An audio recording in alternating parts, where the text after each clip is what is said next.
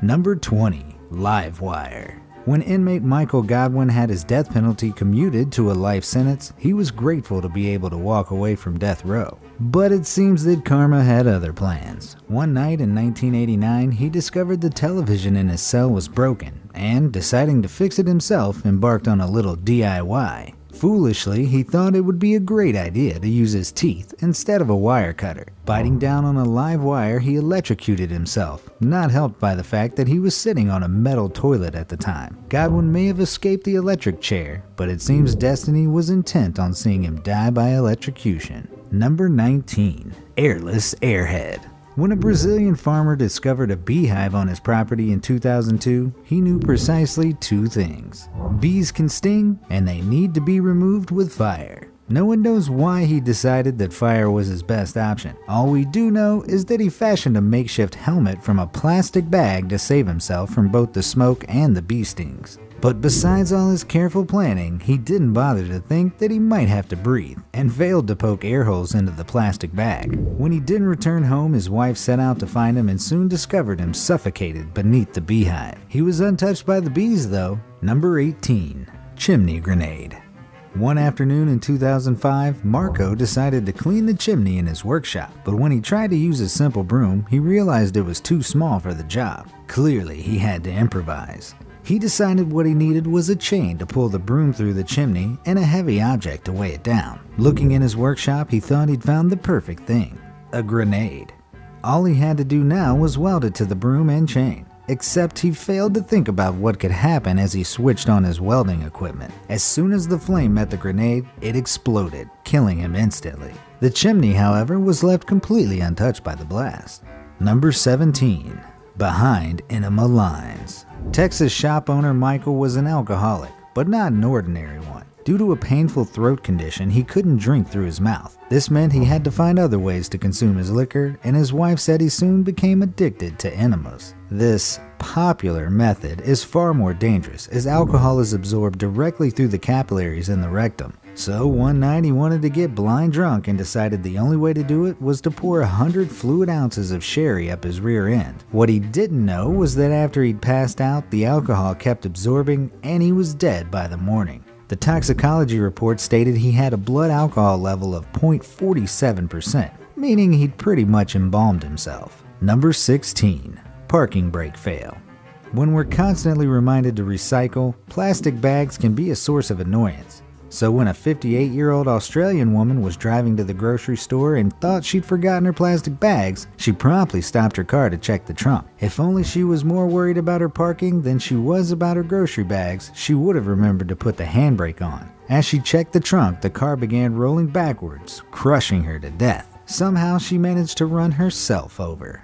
Number 15. Irresponsible. A Romanian man in 2002 decided he would skip checking the local train schedules and instead deduce if the train was coming through the power of his own ears. Lying on the railway line, he pressed his ears to the tracks to hear if the train was approaching. Clearly his hearing wasn't all he thought it was, because he never heard it coming. He was hit by an oncoming express train and died immediately. Number 14. Lava La Vida Loca. Don't you just hate it when your lava lamp doesn't heat up quickly enough? Well, 24-year-old Philip did. After plugging in his lava lamp and waiting a few minutes, he was disappointed to see that nothing was happening. Eager to get it working, he decided to speed up the process by placing it on a hot stove. But with the contents of a lava lamp only being designed to withstand temperatures of up to 40 degrees, it quickly overheated and exploded. Poor Philip was killed when the glass from the lamp shattered and penetrated his heart. Not so groovy. Number 13. Under pressure. Two bored comrades in a Romanian aluminum factory decided to have some fun with an air hose actually used for industrial machinery. When blowing dust off their clothes became boring, they cranked things up a notch and decided to remove their clothes entirely. Things quickly moved below the belt when one of the guys decided he was going to see what happened when he pumped 6 bars of atmospheric pressure into his anus. Not only did he break employment regulations, but he also broke right through his intestinal tract and he died within minutes from severe internal hemorrhaging. Number 12. Danger Zone.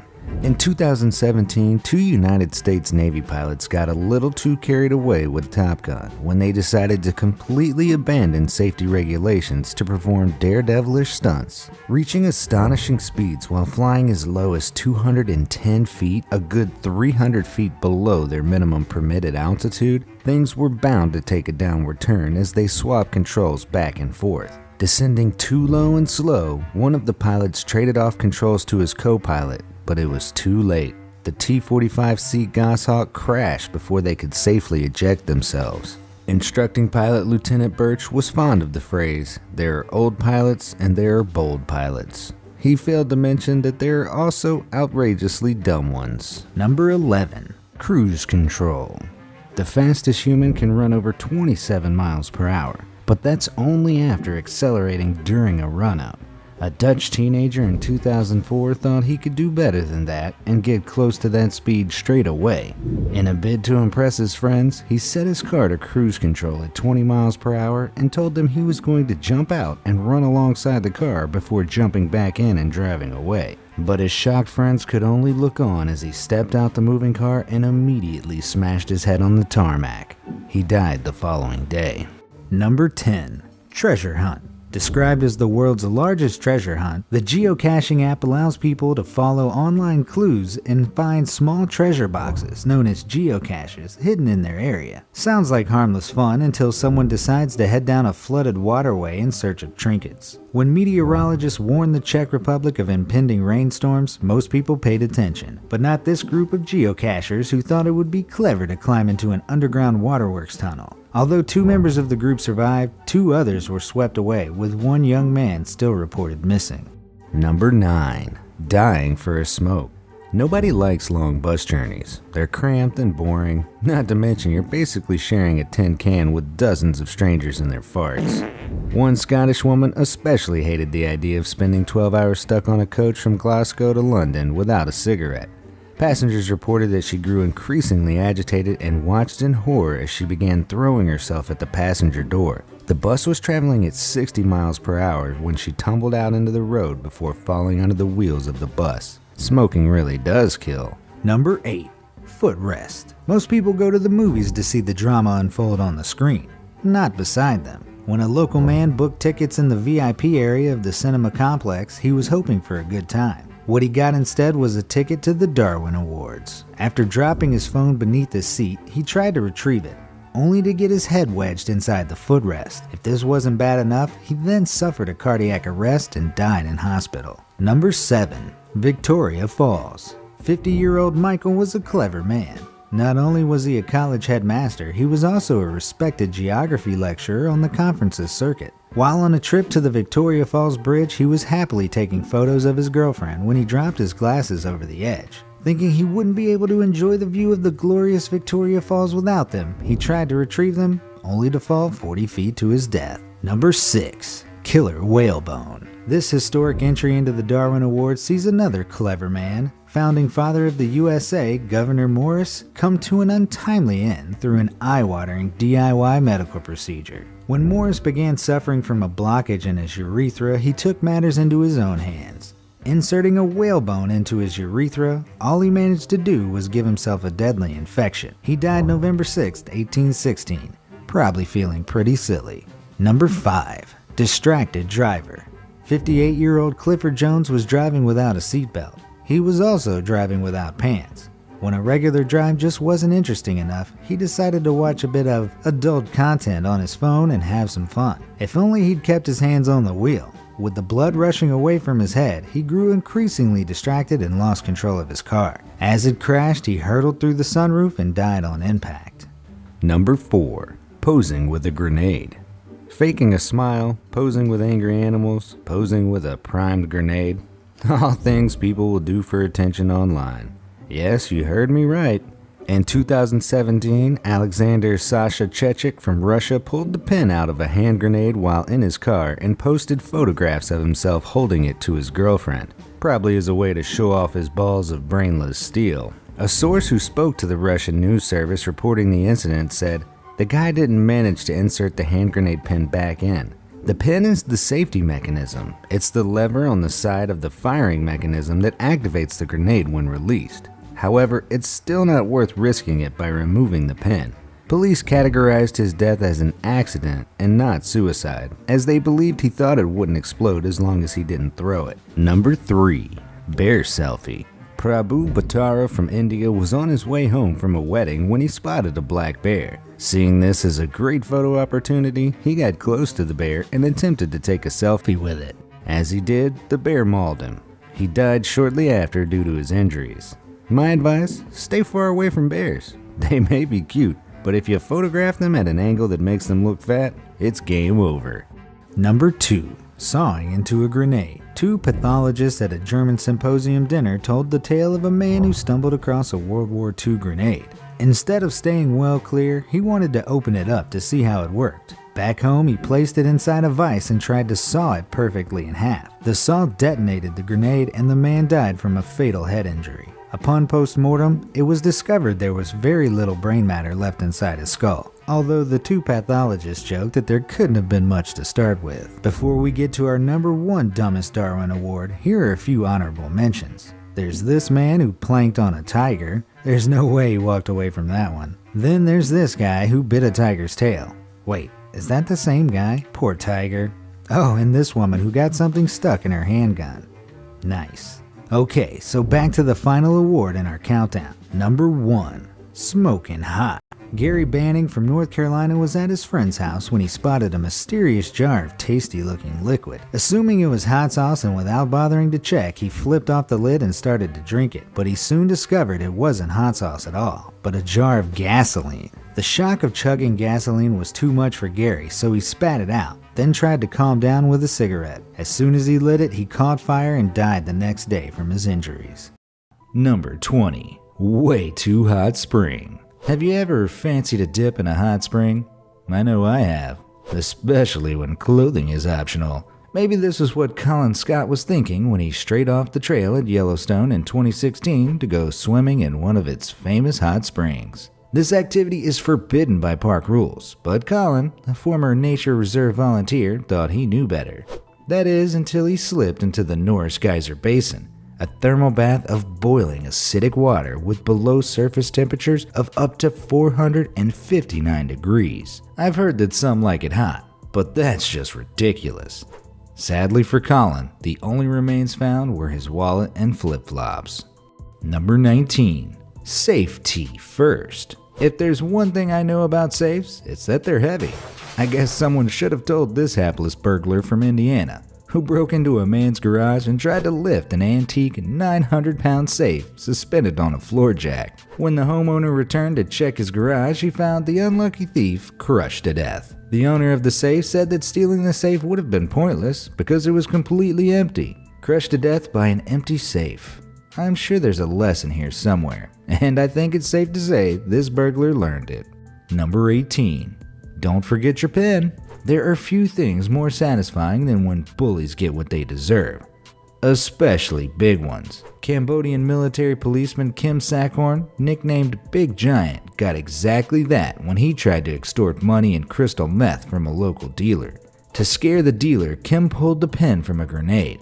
Unsurprisingly, this tactic worked, and the dealer handed over the goods. Kim then put the live grenade back in his pocket.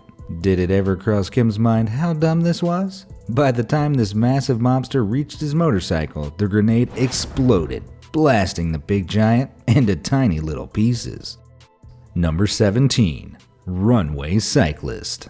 Unless you've got ET in your basket, you probably shouldn't be cycling on an airport runway.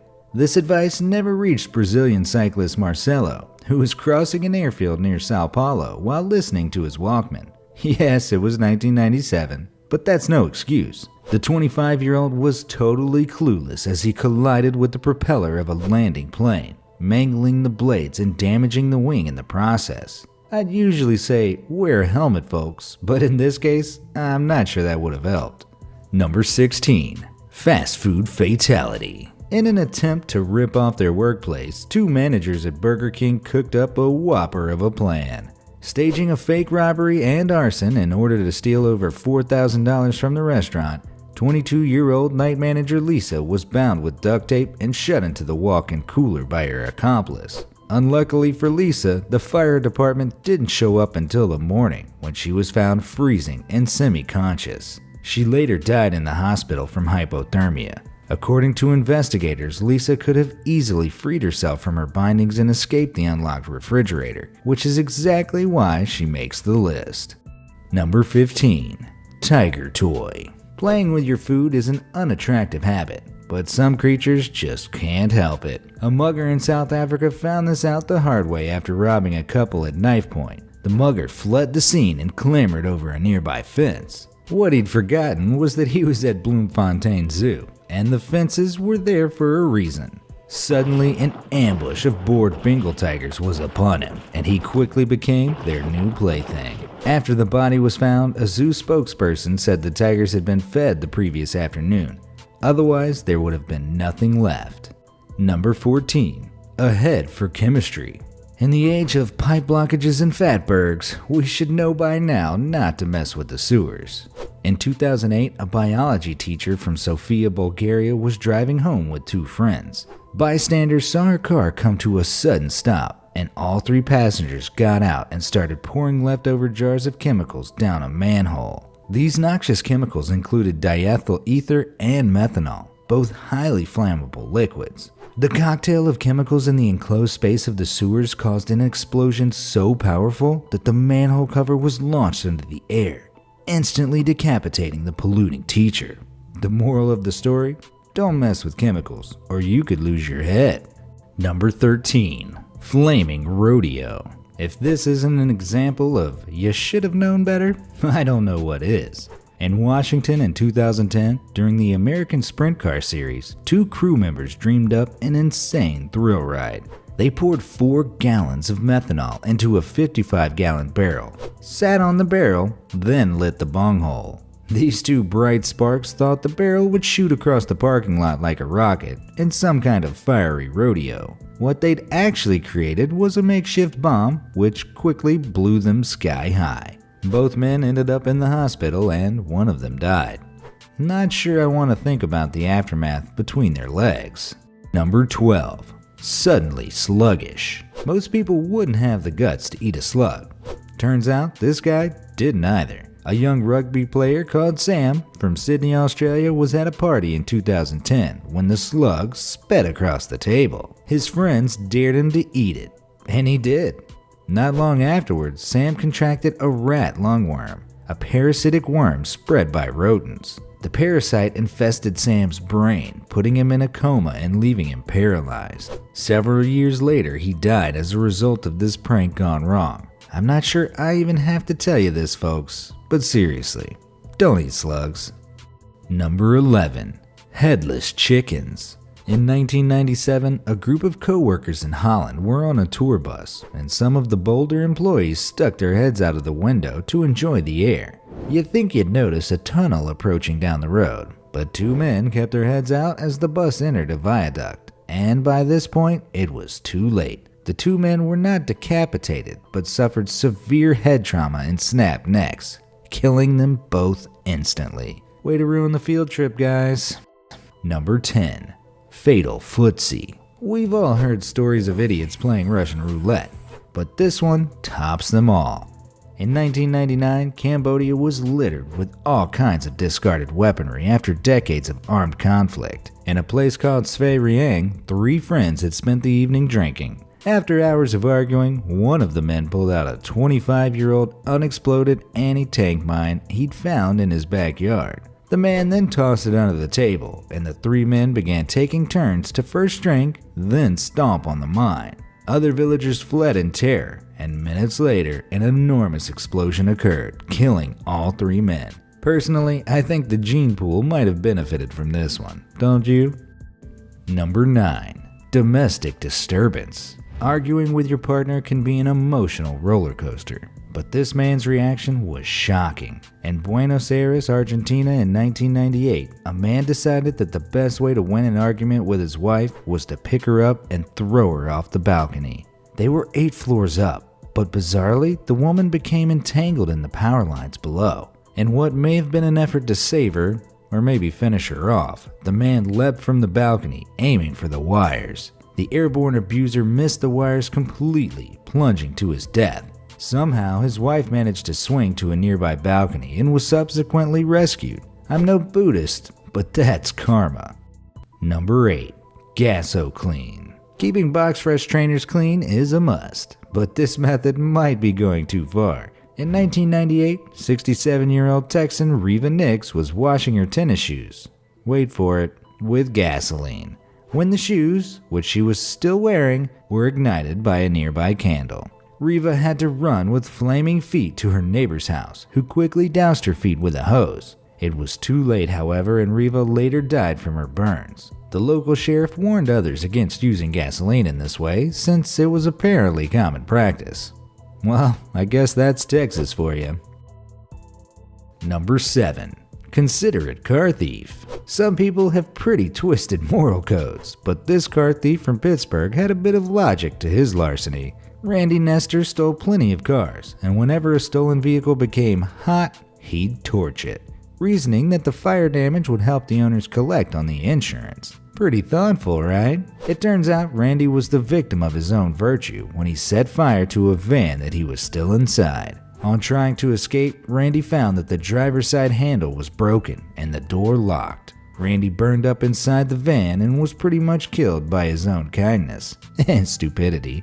Number 6. Floridian pigeon. It seems that idiots are drawn to power lines like moths to a flame. Here, the infamous Florida man returns with a tale that would have Thomas Edison face-palming in his grave. When Elian Garcia Rivera's pet pigeon decided to perch on a power line, he thought the best way to dislodge his feathered friend would be to retrieve a 20-foot-long aluminum pool pole and jab it into the high-voltage wires. This Floridian only succeeded in turning himself into a human superconductor and was killed instantly.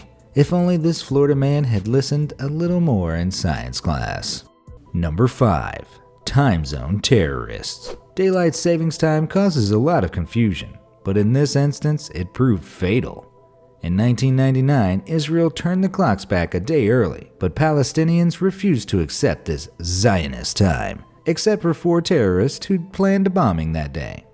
Their bombs were set to go off at 6:30 p.m., but poor communication meant the would-be bombers were an hour behind schedule. The explosives detonated while the terrorists were en route, preventing any further bloodshed. I think we can say these dummies got what they deserved, a one-way ticket to the afterlife.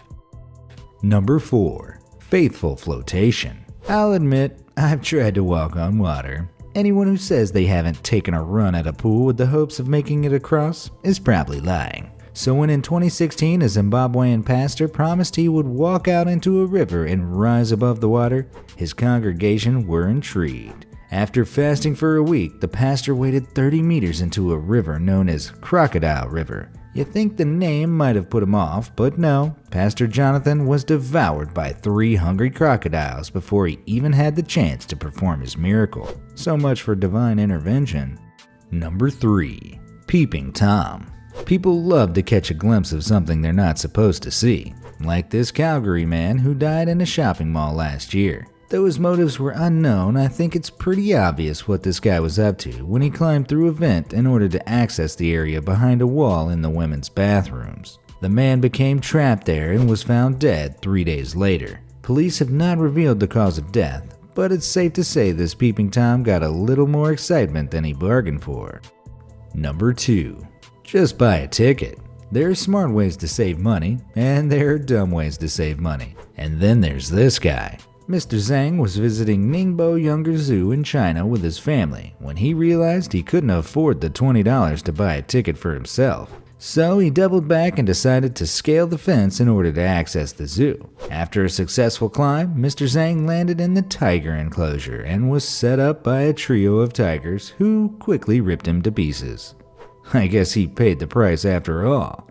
Number 1. Stings in the tail.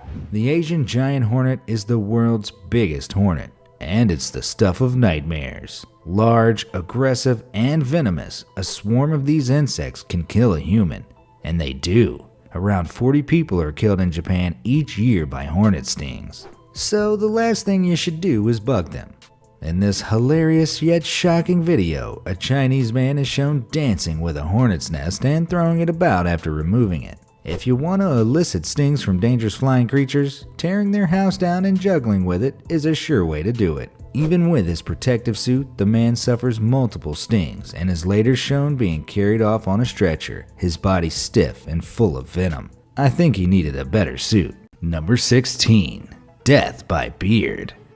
Hans Steininger served several terms as mayor of the small Austrian village of Braunau-Emmen. He had a 4.5-foot long beard, which he kept neatly rolled and stuffed in a pocket. When a fire broke out in his village in September 1567, Steininger found himself at the center of panicking townspeople. His beard loosened from its pouch and unraveled as he tried to suppress the commotion. Steininger was too rushed to re-roll his beard, so he pushed it out of the way. His decision proved to be fatal when he tripped over his beard at the top of a flight of stairs and tumbled down the steps, breaking his neck along the way. Number 15. Crushed by a cactus. One day in 1982, two young and presumably bored roommates named David Grundman and James Sukochi decided to wander the desert near Lake Pleasant, Arizona, with shotguns. During their walk, Grundman opened fire on a 10-foot saguaro cactus.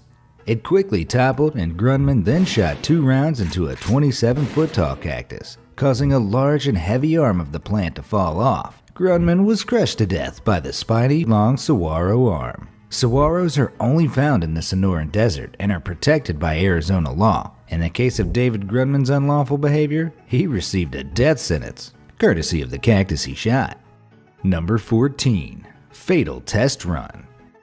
As the aviation age took off, a tailor named Franz Reichelt decided to pursue a dream that was far beyond the scope of his profession. In 1911, the aspiring inventor entered a contest to create a safety parachute. He created a parachute suit, which was a standard flight suit improvised with rods, rubber lining, and a silk canopy. Reichelt broke his leg during early tests and blamed the chute's failure on the short height he jumped from. After a year of lobbying for permission to test the parachute suit from the Eiffel Tower, Reichelt was given the green light. Police and onlookers expected him to use test dummies, and when they realized he intended to test the product himself, they tried talking Reichelt out of jumping. He was so confident in his parachute suit, however, he took the 187-foot plunge and died on impact with the ground.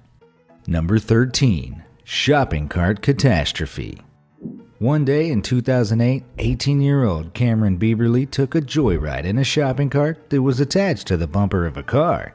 When the car hit a speed bump, the Florida teen was catapulted 27 feet and landed on his head when he hit the pavement. He died shortly after. Bieberly's parents became adamant campaigners against car surfing, a trend among teens that has become increasingly popular in recent years. Apparently, a growing number of today's adolescents and young adults need to be shown evidence of a tragedy to avoid dangerous driving behaviors that could kill them. Number 12. Motorcycle helmet protest death. In the summer of 2011, 55-year-old Philip A. Contos attended a protest against New York State's motorcycle helmet requirement.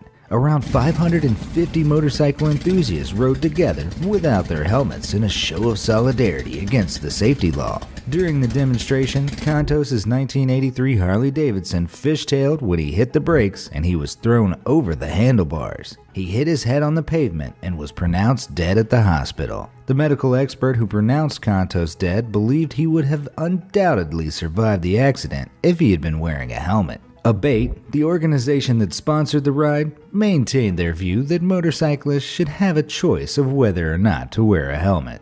Number 11. Multitasking misadventure. 20-year-old Kalita Hicks was driving her 1986 T-Top Monte Carlo along a dark Kentucky highway at 3 a.m. one morning in August 2010. She had a passenger named Thomas May with her, and they decided to switch seats, and apparently saw no need to pull over. As Hicks attempted to climb over the T-top and into the passenger seat, her foot hit the steering wheel, causing the car to veer left. May grabbed the steering wheel and turned it sharply to the right. The swerving caused Hicks to be thrown from the roof of the car. She hit her head on the guardrail as she landed on the pavement. Hicks was flown to the University of Kentucky Medical Center and died during surgery. Number 10. Self-decapitation. In 1995, a group of Polish men decided to measure their masculinity, and evidently their intelligence, or maybe lack thereof, by playing drinking games. One of the competitors amputated the end of his foot using a chainsaw. In an effort to one-up him, 30-year-old farmer Krzysztof Asninski swung the chainsaw toward his neck and cut his own head off. We all know that drinking games usually never lead anywhere good, but when it comes to winning the award for collective inebriated stupidity, this one's a no-brainer. Number 9. Party boat. In 2018, a 21-year-old man decided he needed more attention on the booze cruise he was on in Boston Harbor. So he decided to perform vertical push-ups on the railing of the ferry. The crew ordered him to stop, which he did briefly until they turned their backs. Soon enough, he faltered and toppled overboard. Several life rings were thrown to within several feet of the man, and a crew member got into the water within 5 feet to assist, but he was unable to stay afloat and eventually drowned. Number 8. Self-defenstration. A Toronto attorney named Gary Hoy was incredibly proud of the strength of the windows in his skyscraper. So proud, in fact, that he was known to show off the durability of his 24th floor office windows by throwing himself against them. One day in 1993, he decided to impress some incoming students by body-checking himself against the glass. The first time, the window held, as it always had before. Hoy took another run at the glass, and it popped out of the frame. The lawyer plunged to the pavement below and died from his injuries. Peter Lawers, managing partner of the firm, told a local newspaper that Gary was one of the best and brightest. If that's true, I suggest you hire a different firm. Number 7. DIY death. In 1996, Mark Gleason made a last-ditch effort to quiet his snoring, so his girlfriend, Tracy Lambert, could sleep. Doctors had told Gleason that his snoring, which was caused by sinus problems from a car accident, was incurable, but the Scottish couple were determined to get it under control. After taking a few sleeping pills and drinking some wine, Gleason stuffed tampons into his nostrils. He fell asleep on Lambert's sofa, and the next morning, she discovered his lifeless body. Gleason died from asphyxiation caused by both the tampons and the sleeping pills, which furthered his breathing difficulties. Number 6. Accidentally proving an accident. In an Ohio courtroom in July 1871, lawyer Clement Vallandigham argued that his client Thomas McGeehan was innocent of murder. McGeehan was accused of killing a man named Tom Myers during a bar fight. Vallandigham maintained that Myers accidentally killed himself with his own pistol. To prove it, he used an unloaded gun to demonstrate to the jury how Myers could have done this. That evening, the lawyer set a loaded pistol next to the unloaded one on a table at his hotel. In the process of demonstrating to fellow lawyers how Myers may have shot himself, Vallandigham picked up the loaded gun from the table and shot himself in the abdomen. He was mortally wounded, but his demonstration apparently worked, and McGeehan was acquitted. Number 5. Fatal nutrition. British scientist and nutrition fanatic Basil Brown consumed a gallon of carrot juice daily and 70 million units of vitamin A over the course of 10 days. The combination of toxins produced the same effect on his liver as alcohol, and he died from cirrhosis. When he died, his skin was bright yellow. While some people may not know how dangerous a vitamin A toxicity can be, it's common knowledge that overconsuming anything can lead to disastrous results. Number 4. Obvious but optional boundaries. In March of 2018, a New Jersey man named Anthony G. headed to his father's house to shovel snow from his driveway. Along the way, Anthony encountered a series of cones warning drivers of a downed wire ahead. He didn't want to waste time on a detour, so he proceeded around the cones. Anthony, who was employed as a New York City electrician and should have been well aware of the hazards of downed wires, paid the ultimate price for his foolishness. When police arrived at the scene, his vehicle was engulfed in flames and he was dead. Number 3. Daredevil Dummy.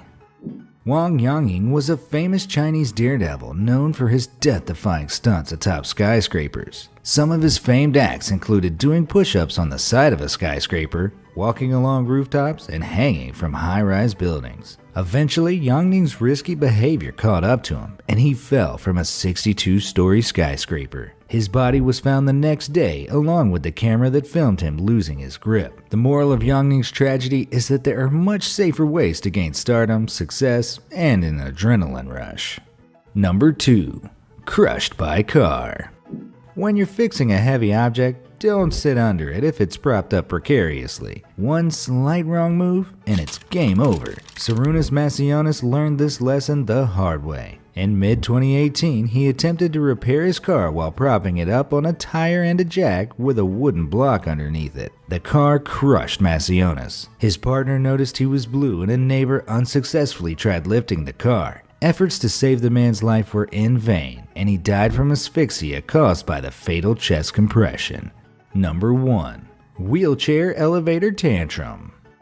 A wheelchair-bound 40-year-old South Korean man known only as Mr. Lee threw an explosive tantrum when he approached an elevator at a shopping center as the doors closed and couldn't get in. Instead of waiting for the next one, he repeatedly rammed into the closed elevator doors, and in an apparent underestimation of his own strength, thrusted them open. Mr. Lee fell into the elevator shaft and plummeted 19 feet to his death. Instead of cautioning the general public against the potential consequences of violent anger, shopping center officials promised to strengthen their elevator doors.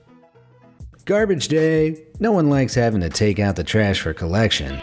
Garbage day! But we don't usually expect to find ourselves carried off alongside our garbage. But for Diego Mata, a combination of heavy drinking and dumpster diving led to exactly that one fateful evening in March 2019.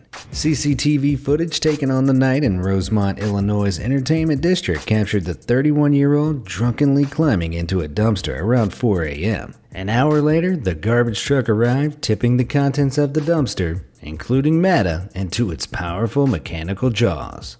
Mata's body was later recovered from a sanitation facility where he was found to have been crushed to death. What a rubbish way to go. That was a dumb death. Water hazard. It seems like common sense that if you don't know how to swim, you should probably learn before doing ocean water sports. Unfortunately, this didn't occur to Jerry Device in July 2019. When he took to the sea in the jet ski he'd purchased mere hours earlier. Despite his desire to have a wild time in the water, Device never learned to swim, so when he lost control and flipped his new toy, he was thrown into serious peril. Within moments, the sea had overwhelmed him and he drowned. When you're in Poseidon's house, it pays to be respectful, because he can be one remorseless son of a titan. Deadly hydration. Tina Christofferson was an extremely intelligent woman with a reported IQ of 189.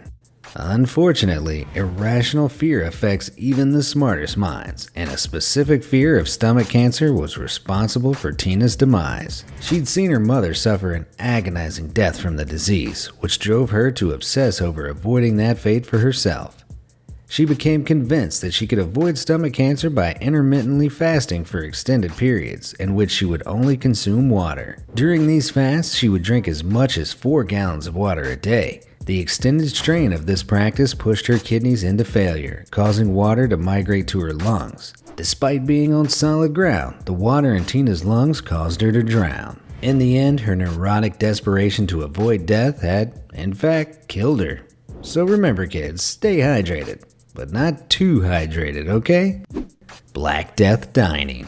Luckily, most of us will never have to suffer the disease that wiped out around half the European population in the 14th century. I'm talking, of course, about the Black Death, or bubonic plague, which is caused by a bacterium called Yersinia pestis. The disease is spread by fleas carried by rodents, and while we can treat it with antibiotics now, its symptoms spread fast and are extremely painful, deadly, and highly infectious. Over the years, we figured out that, among other methods, to avoid ending up covered in oozing buboes and gangrene, it helps to avoid touching wild rodents.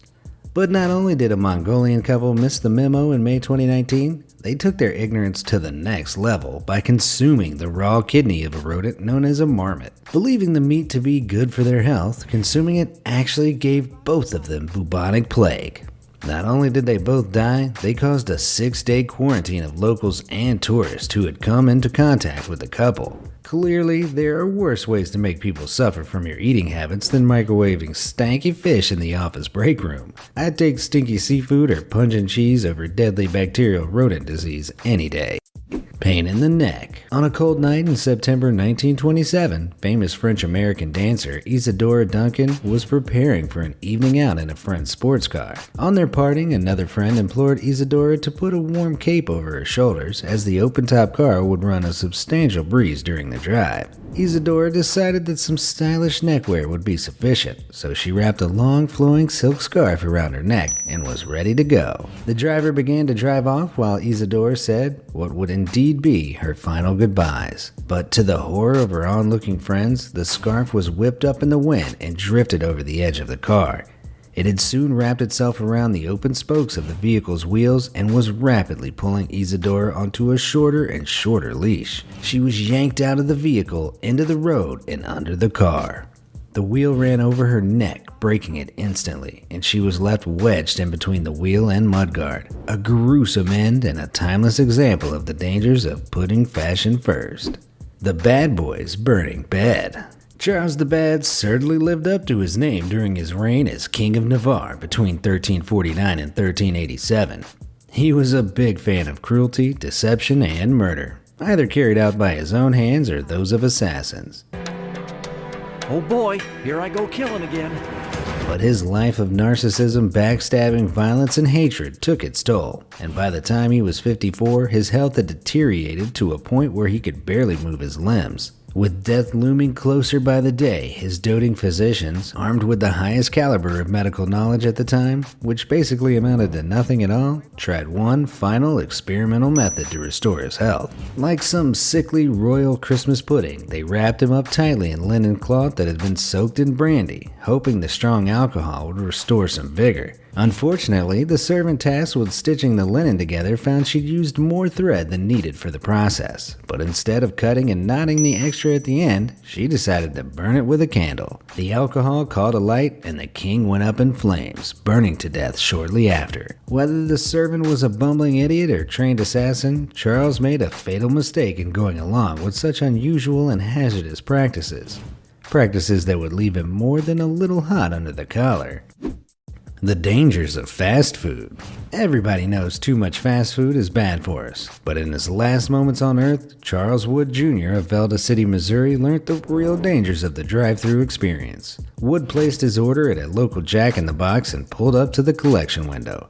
Reaching out of his car window, he realized he was too far away to take his food from the restaurant worker and opened his car door, stretching out to grab his meal. Unfortunately, in doing so, he rested his foot on the accelerator of his car. The car was in reverse and was sent barreling backwards into a tree. Wood was sandwiched between the two objects and later succumbed to his injuries. The lesson here? Never order fast food, especially if you're the type to use the accelerator as a footrest. Dog's dinner. You'd think that an esteemed, respected philosopher who made great progress in our understanding of what it means to exist would be met with an esteemed, respectful end. But for ancient Greek philosopher Heraclitus, this was far from the case. Though he had spent his whole life thinking and reflecting, he really should have thought harder about his self-prescribed cure when he developed dropsy. Dropsy involves the accumulation of fluid under the skin and inside the cavities of the body, and is often a symptom of serious lung, heart, or liver diseases. According to sources from the time, Heraclitus came to the conclusion that burying himself in a shed full of cow manure would help draw out some of the fluid by warmth. Unfortunately, Heraclitus was unable to get himself free after hours spent in the dung heap, and in his trapped state was unable to defend himself when a pack of dogs came sniffing around. They devoured him alive, despite the notably pungent aftertaste. It's a bit nutty. Pillow armor. We've all made up some pretty ridiculous excuses to get out of things, but one Turkish man in July 2019 went way beyond the regular, "Sorry boss, I'm sick, totally not hungover or anything." After being sentenced to community service for wounding someone in a fight, Zafar Kazoo decided that he just didn't feel like doing it. So he and his friends hatched an, brilliant plan. By strapping 2 pillows to his back for protection and getting his friends to shoot him with a shotgun, Zaffer hoped he'd be just injured enough to get out of community service. It worked. He certainly never had to do community service again, because he died almost instantly. On top of that, his friend was injured from the blast too, and was also charged with his friend's murder. Yep, humans can really be that dumb. Holding it in. When you gotta go, you gotta go. It's the opening line of every religious text ever written. Take my word for it. But in 1601, a Danish astronomer and alchemist called Tycho Brahe chose to disobey this great nugget of wisdom. He's mostly remembered for his comprehensive collection of empirical observations about the stars in space, but perhaps the most astronomical thing he ever encountered was the size of his bladder following his final meal. You see, Tycho was a stickler for the rules of being a nobleman, to the extreme. While enjoying a feast, the astronomer found himself needing to use the little boy's room, which was, at the time, little more than a hole in the floor. However, through Tycho's interpretation of nobleman etiquette, he convinced himself it would be incredibly rude to leave the feast for such a vulgar act of urination. So he remained in place for several hours, only to be able to relieve himself on his return home. But he found that he was only able to pee in very short, agonizing spurts. Within a few days, he was dead.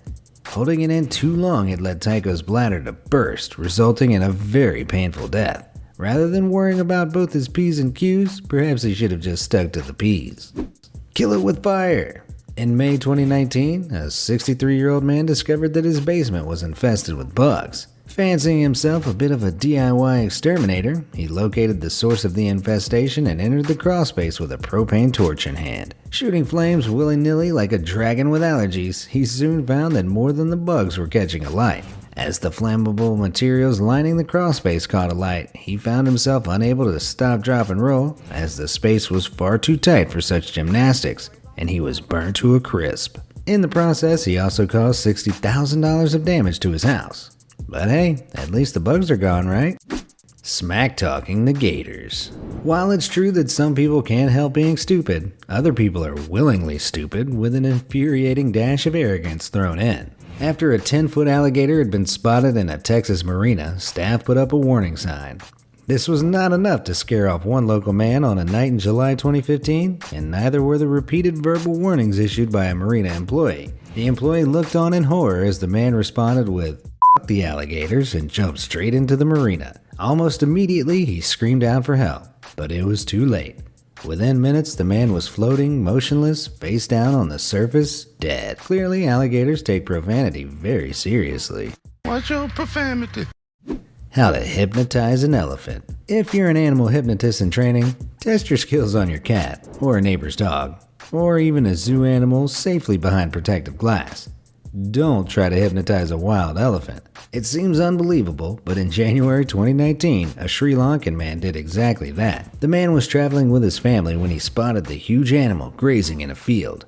He approached the animal, getting its attention, and got closer and closer until the elephant charged. Hoping to hypnotize the elephant back into placidity, the man performed a sudden hand gesture and stood his ground. Unfortunately, this worked about as much as you'd expect. The elephant trampled the man to death while his family looked on in horror. The mistake was clear. He forgot his hypnotist pendant. I'm sure he would have been just fine if he'd started swinging one of those. It's not like giant wild tusked beasts are dangerous after all. Leap of faith. In May of 2019, a car chase left a criminal in a tough spot. The Brooklyn man was wanted for a carjacking when he made his first dumb move, crashing into a police car, triggering a high-speed chase. His second, and most lasting mistake, came later, after the pursuit left him trapped between multiple pursuing police cars on the Brooklyn Bridge. Rather than hand himself over, he went with the Grand Theft Auto method. He assumed that jumping over the railing down to the ground below would allow him to escape with little more than a scratch or two. So over he went, and while he did indeed get away, he did so in a body bag. Remember your roots. There are many embarrassing ways to die, but falling victim to the wrath of a root vegetable has to be near the top. When out on a hunting trip in 1881, British politician Sir William Penn Galloway entered the annals of ridiculous history when he slipped and fell onto a turnip. The turnip, renowned by his fellow turnips as a violent brute, caused severe internal injuries to the politician, and he died that day, aged 74. Turns out vegetables aren't so good for you after all. World's longest breath holder. I could think of better ways to spend a Saturday night than a breath holding contest, but apparently boredom was at an all-time high for a New Jersey man in August 2018. Rather than holding the competition between friends on the safety of dry land, the man decided to hold his breath underwater on Lake St. Clair in Georgia. 7 minutes passed before anyone noticed anything was wrong. And this time, the undisputed winner of the contest had fallen unconscious and drowned, proving that real winners never give up. Cigarette burns.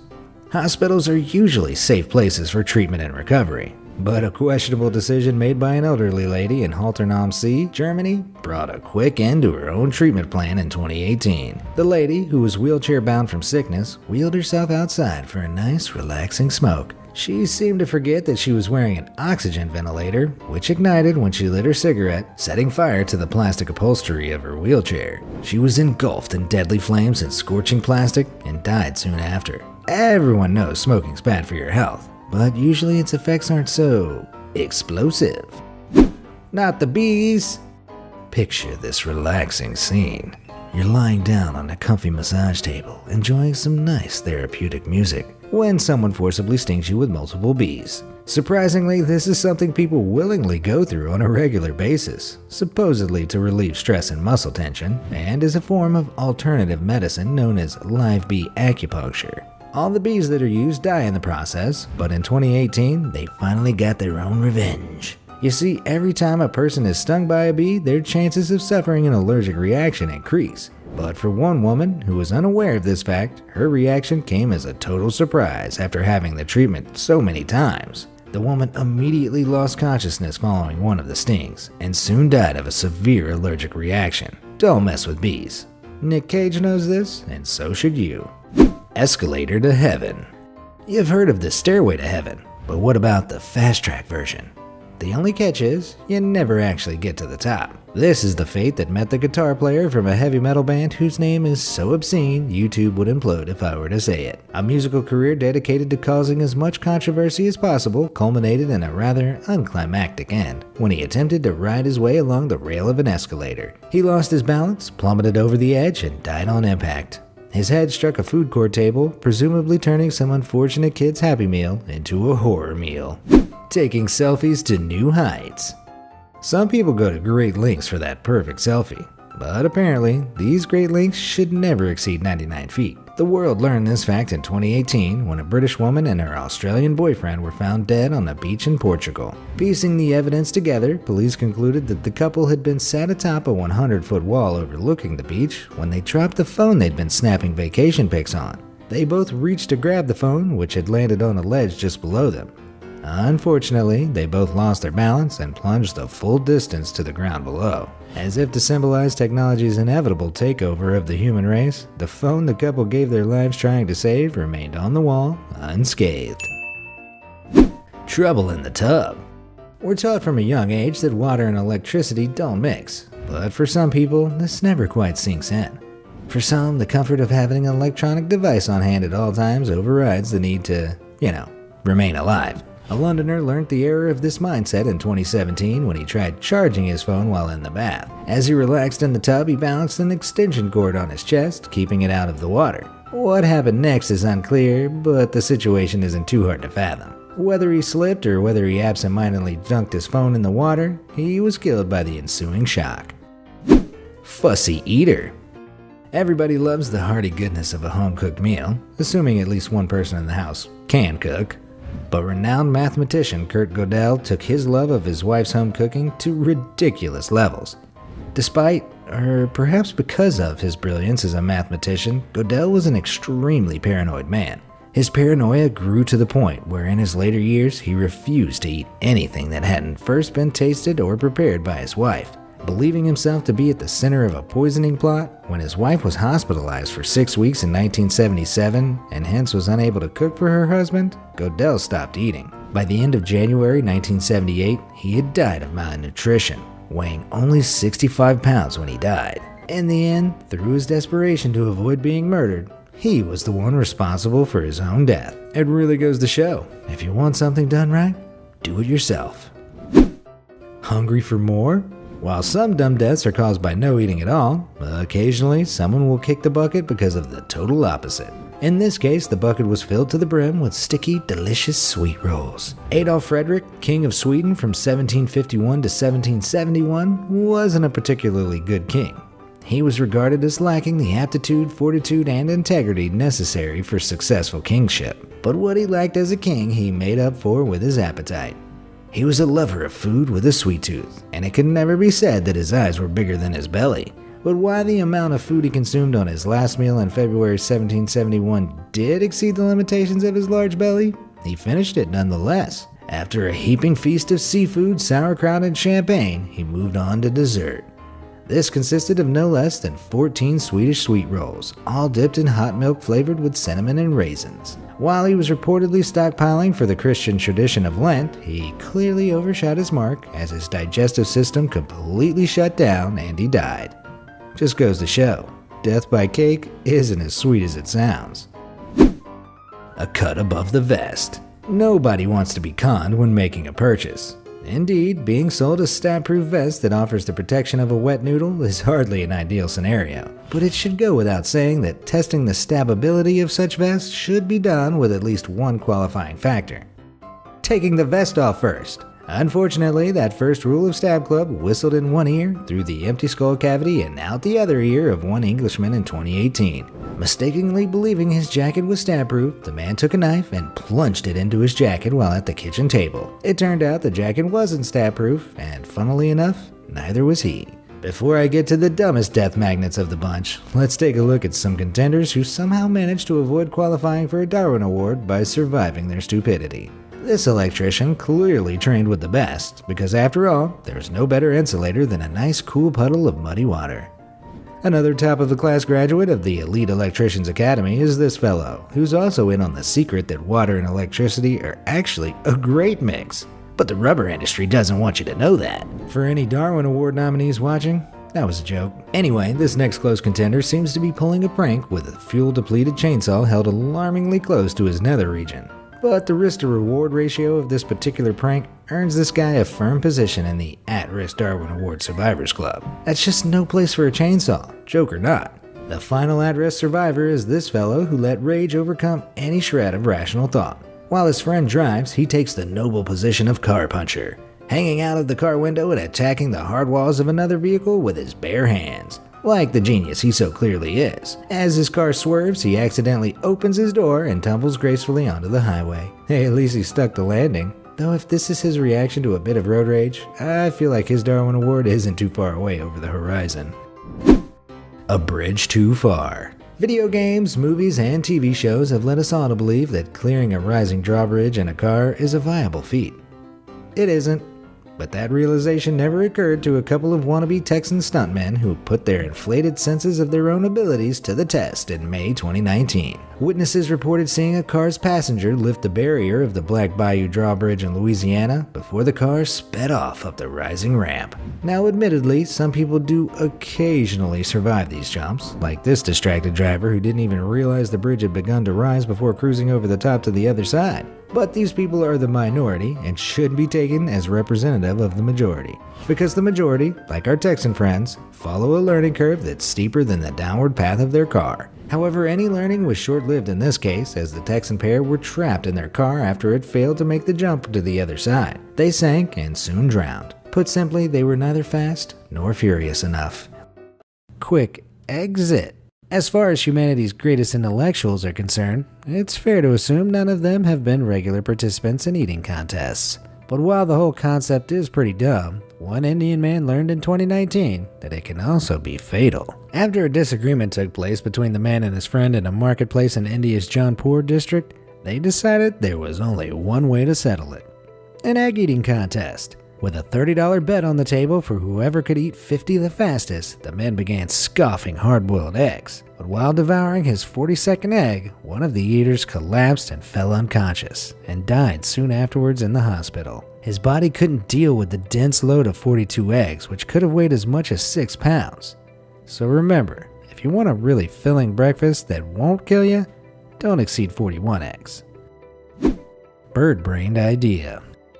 Another case of eggs gone wrong occurred back in 2006 in Doncaster, England. A man who had a string of convictions for stealing rare and protected bird eggs was on the hunt for illicit eggs in a local forest. Spotting what he presumed to be a sparrowhawk's nest, the 62-year-old began climbing the branches of a tree in hope of something valuable.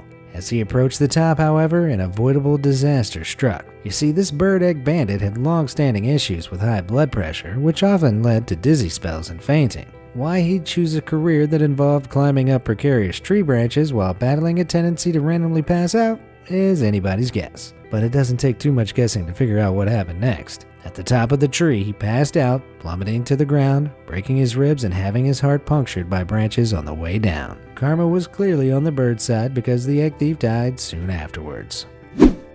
Connection issues. The reason grappling down the sides of buildings is possible in movies is that the characters typically use state-of-the-art equipment that they know they can rely on. Sadly, a 47-year-old man from northern France seemed to miss this important qualifying factor in 2017 when he attempted his own Mission Impossible-style escape. The man had been locked up in his room by his mother to try to control his hard-drinking lifestyle, so he hatched an escape plan. The grounded 47-year-old decided that rappelling down from the 9th-story apartment window would be the best way out. Unfortunately, he didn't have any heavy-duty steel wire available and opted to use a simple Ethernet cable instead. It's unclear what he tried to attach it to, but the makeshift abseiling equipment snapped almost instantly and he plummeted to the pavement below. Guess his mother's plan worked. He never drank again. Heat treatment. In 2019 in Bengaluru, India, an act of lethal stupidity brought one man's life to a rather heated end. While cleaning out a chimney at his home using petrol-fueled cleaning equipment, the irresistible call of nicotine came a-knocking. Disregarding the common-sense warning against using naked flames near petrol-fueled machines, he pulled out his lighter to spark up a cigarette. Unfortunately, in the process of loading up the cleaning equipment, he'd accidentally doused himself in a considerable amount of petrol. The moment he lit his cigarette, his clothes went up in flames, and within minutes, he'd burnt to death. Not only did he die a totally avoidable, agonizing death, the smoke he released probably undid a fair chunk of his cleaning work, too. Blocked up. The obesity epidemic is a very modern problem arising from our species' transition into the double-edged sword of having a constant abundance of food. But while heart disease and diabetes are typical thoroughfare for the obese, one woman's excessive weight presented an additional fatal issue, one of logistics. When the 30-stone woman from Dorset, England went into cardiac arrest in January 2016, the medics who arrived were presented with a unique predicament. Because of her weight, it was almost impossible to lug her outside to the emergency vehicles. A long series of proposed solutions ensued, including a suggestion that firefighters remove a window to hoist her down, but before something could be decided, it was too late. Thanks to the unexpected obstacles and delays her obesity caused, the woman died an otherwise preventable death before she could reach hospital. Unhappy accidents. We've all claimed to be dying from embarrassment at some point, after a particularly humiliating event in the public eye. But tripping in the school corridor or accidentally farting on a first date usually doesn't prove fatal in a literal sense. For one 69-year-old Florida man, though, a supremely embarrassing episode in 2016 spelled his end. After doing his business in a Walgreens restroom, staff were appalled to find the stall looking like an explosion at the chocolate factory. Staff called him back to the scene of the crime and demanded very publicly that he clean up his awful mess. He eventually obliged, but the sheer embarrassment took its toll. According to his widow, the emotional distress of the incident was responsible for the man's death soon afterwards, and she filed a lawsuit against Walgreens on this basis. Indeed, distress can cause cardiac arrest in extreme cases, and if there was ever a legit reason to die of embarrassment, it'd be this guy's bathroom misadventure. Goes to show, if you must leave a mess in the public restroom, have a rapid escape plan prepared. Alternative medicine. Of all the things to be skeptical of, the meticulously tested, highly regulated treatments of modern medicine are a very poor choice. While mistrust of certain scientific methods of treatment is often a problem of ignorance and misinformation, it can prove a fatal error of judgment when the only alternative is death. Case in point, after being diagnosed with breast cancer in 2016, a British mother decided against conventional treatments like chemotherapy and surgery. She decided the natural remedies like raw turmeric, iodine-rich brown seaweed, and a vegan diet would be a much better treatment plan. Unsurprisingly, she died in 2019 after the cancer spread throughout her body. It was a heartbreaking story of willful ignorance that left the child motherless. There's nothing funny about this one, folks. It's simply a reminder that science exists for very good reasons, which become clear when people choose to ignore it. Just plain stupid. I'm no aviation expert, but I'd say if you're up in the air and fuel begins to slosh around your feet in the cockpit, you probably have a problem. Unfortunately, one pilot refused to take that specific problem seriously despite the insistence of airport mechanics after he touched down to refuel on a one-man cross-country flight in 2015. Before the appalled mechanics at Missoula International Airport had a chance to intervene, the Bucker-Youngmeister aircraft was back on the runway. The pilot insisted he was in too much of a hurry to carry out repairs and headed straight on to the next leg of his journey. But the plane would reach its final destination even sooner than expected. 10 seconds after takeoff, the plane came crashing back down and exploded in a ball of flames. It only takes a glance at the wreckage to be able to guess whether or not the hasty pilot survived. Spoiler, he didn't. One in the chamber. When it comes to irresponsible behavior, anything relating to guns lands at the top of the idiot list.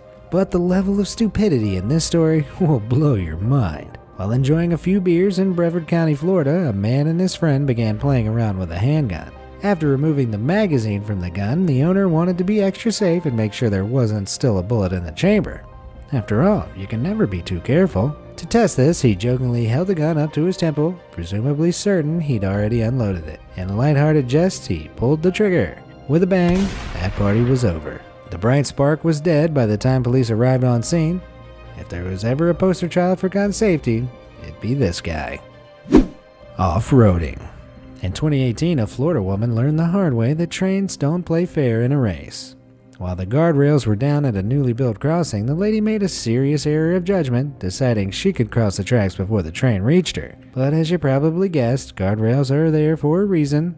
That reason being, if you cross while they're down, you're probably going to die. That's exactly what happened. The woman and her bike met their end with the train, right on schedule. A royal romance. Young love is a powerful thing, and if the case of King Louis III of France is anything to go by, even royals aren't safe from its dangerous snares. In 882 CE, at the lustful age of 18, Louis fell for a girl in Saint-Denis on the outskirts of Paris. One day he spotted her making her way through town and mounted his horse to pursue her. But with his attention totally fixed upon his love interest, he failed to spot the low-hanging lintel of a doorway ahead of him. Moving at speed, he crashed headfirst into the frame and fell, fatally fracturing his skull. He died soon afterwards, proving once and for all that love really hurts. Unforgettable entrance. After kicking her boyfriend out of her house in November 2007, a Florida woman hadn't hoped to see him on the premises again for a while. But after leaving the house for a few hours and returning, the woman was shocked to see her boyfriend again so soon. Only he wasn't pleading with her to let him back in. It seemed he'd made the decision to enter the house by any means necessary, and failed. You see, he'd tried to enter through the cat flap, presumably hoping to unlock the door. He dived in, got one arm through, followed by his head, and gotten stuck. In this embarrassing position, he died, presumably from asphyxiation, although stupidity hasn't been ruled out as the main cause of death. One last trick. It's pretty obvious that without the right amount of practice and preparation, attempting death-defying stunts can be incredibly stupid and dangerous. For an Indian escape artist by the name of Chankal Lahiri, an attempt to emulate the great masters like Harry Houdini ended in disaster in 2019. Lahiri was lowered into the strong currents of the Hooghly River near Howrah, India, with his hand and feet tied. He was expected to escape and resurface soon after, but onlookers grew concerned after 15 minutes with no sign of the illusionist. He wouldn't resurface until much later when police pulled his lifeless body from the river. Officials stated that Lahiri's cumbersome outfit combined with the strong currents of the river made an escape nearly impossible. Without the necessary preparations, Lahiri seemed to have grossly underestimated the difficulty of the stunt and fell victim to his own ego. Really though, if being tied up and thrown into a river seems like anything other than a bad idea, then... Stop it. Get some help. Cut of the cash. Hurting yourself as an insurance scam is never clever, but an Italian man achieved maximum stupidity in 2001 with what may be the dumbest money-making scheme of all time. After taking out several policies with different insurance companies, the man had asked his cousin to cut his leg off with a chainsaw. He'd hoped to cash in for over $500,000 on the injury with the claims of being permanently disabled by the so-called accident. But while the DIY amputation was being performed, extreme blood loss set in and the would-be fraudster died from his gruesome injuries. His cousin, fittingly, was arrested for the psychotically stupid act, and he didn't even manage to saw all the way through. If you want something done, do it yourself, I guess. Chug of death. For as long as humans have known how to make beer, there have been people who drink too much of it. But while beer drinking contests wear excess with pride, the consequences can be dire, as was made very clear in 2013. At a Spanish drinking festival, the contest winner knocked back an astonishing 12.5 pints of beer in 20 minutes. Now, bearing in mind drinking 12.5 pints of water in this time would be considered a potentially lethal amount, you can probably imagine the effect that much beer had. After raising his trophy, the champion began vomiting non-stop before passing out. He died soon afterwards from what was most likely alcohol poisoning, with a side order of seriously poor decision-making. Hard to swallow. In July 2019, a man was catching tilapia fish in a river in the Philippines using a somewhat unconventional storage method. He'd developed a regular habit of storing the fish in his mouth so that he could have both hands free to catch more fish without needing to return to the shore. But when he popped one particularly vigorous tilapia into his pie hole for safekeeping, it attempted to escape down his throat. The man began choking and ran to his house for help, but the slippery creature proved impossible to retrieve.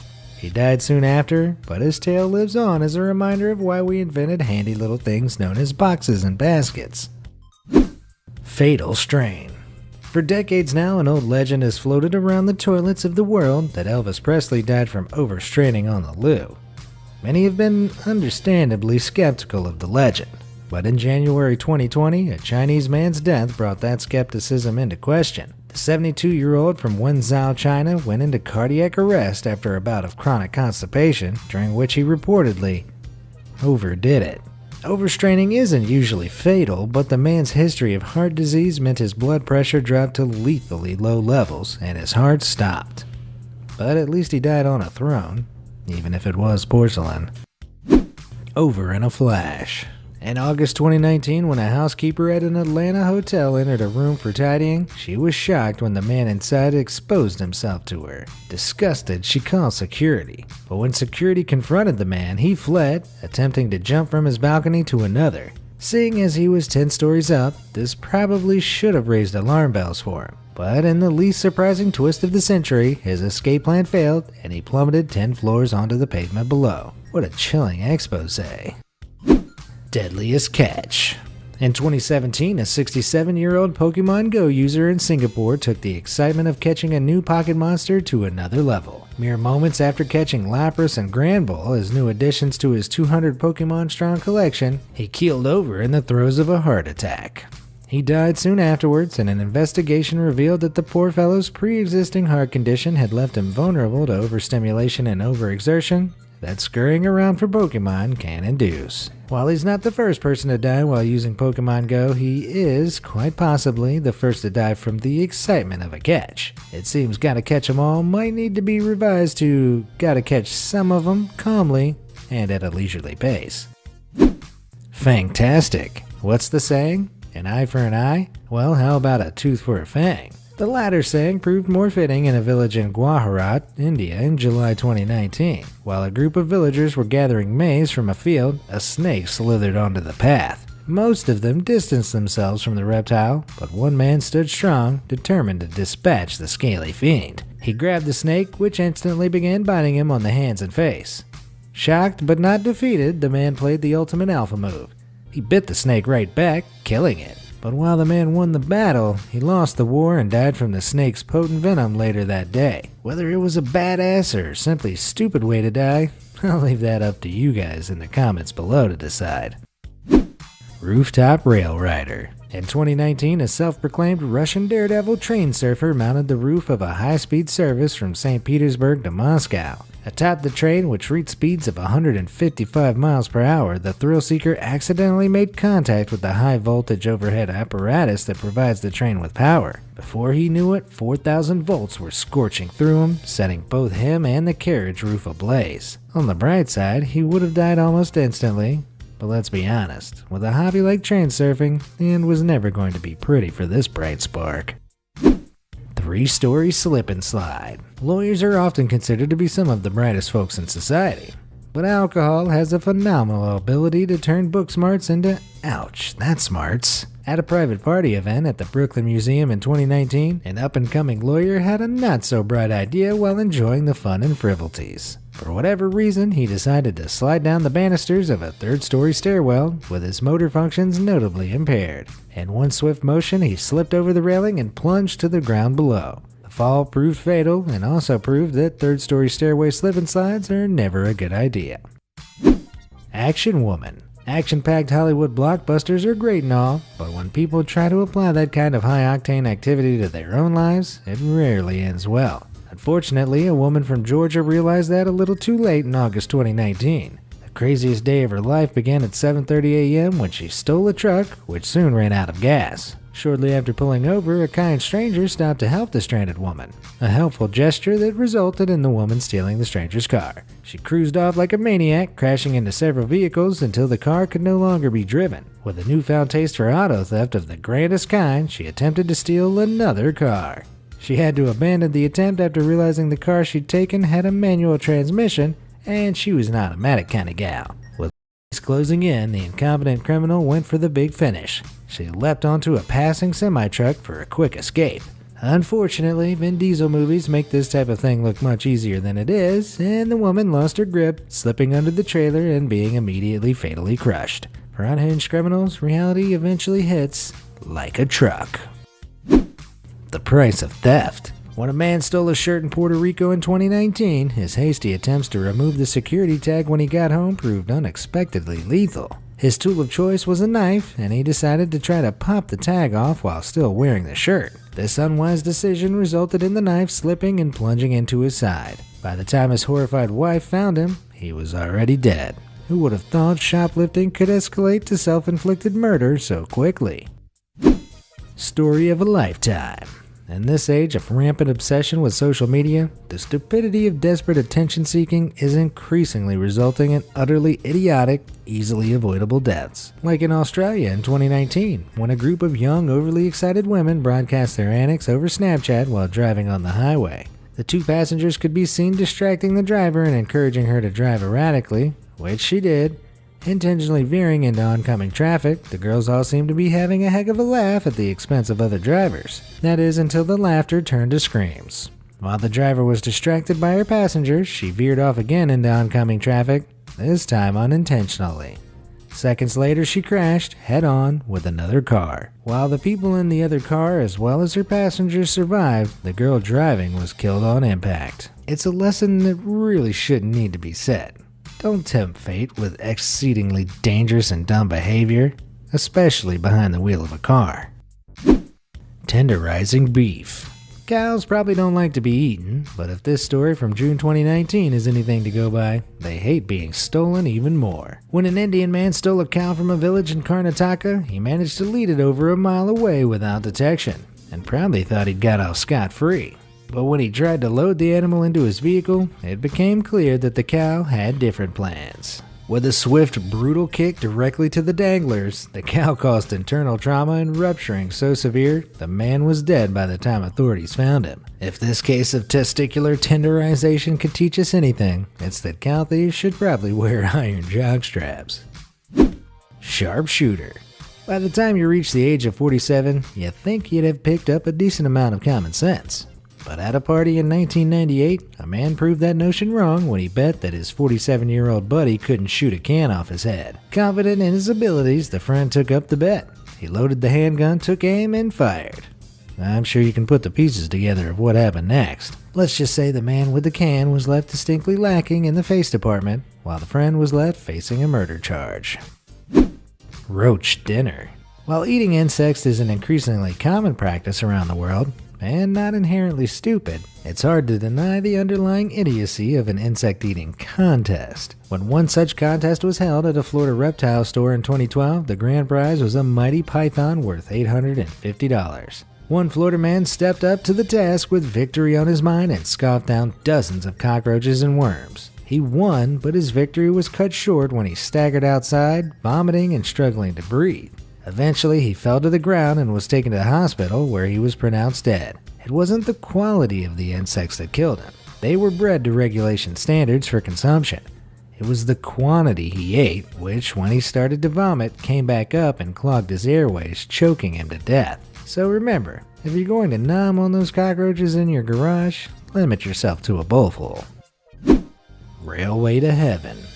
The ultimate example of deadly railway stupidity came at the very end of 2019, combining the equally dumb notions of social media obsession and flagrant disregard for self-preservation. While on a train journey in Mumbai, a young man decided to hop on an unbelievably stupid trend that involves hanging off of moving trains and filming the act.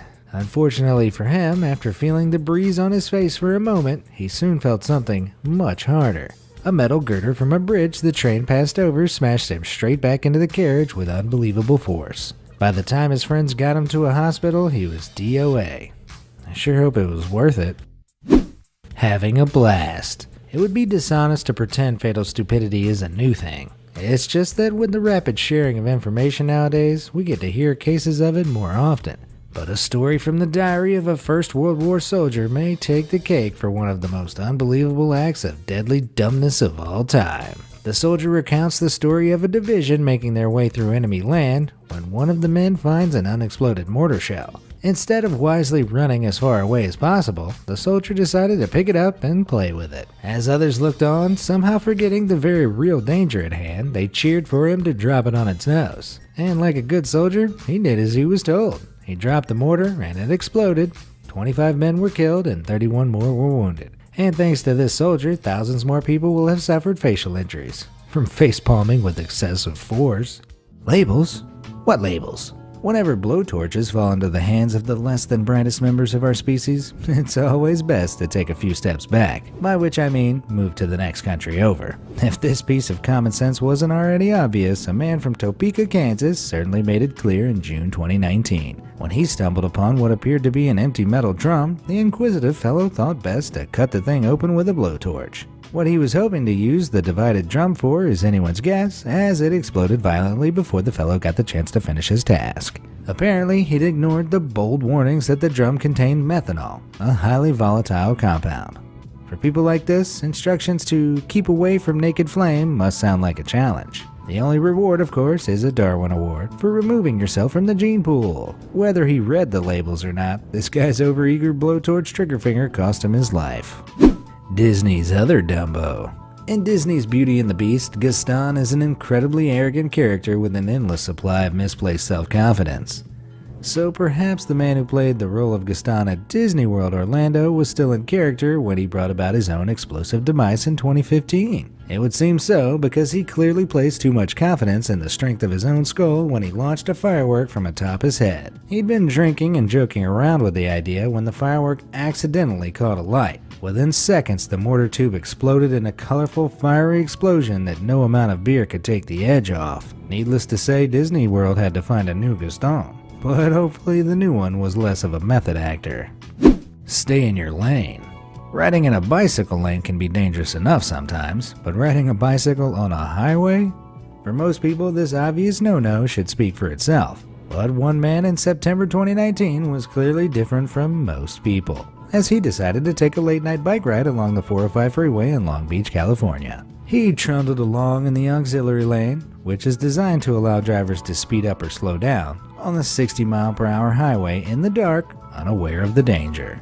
Unsurprisingly, a driver using the auxiliary lane, not expecting to see a cyclist, plowed into the bicycle at full speed, unable to stop. The cyclist was killed, and the driver was traumatized by an accident that should never have happened. So, unless you're a superhuman who can ride their bicycle at 60 miles per hour and over, leave the highways to the motorists.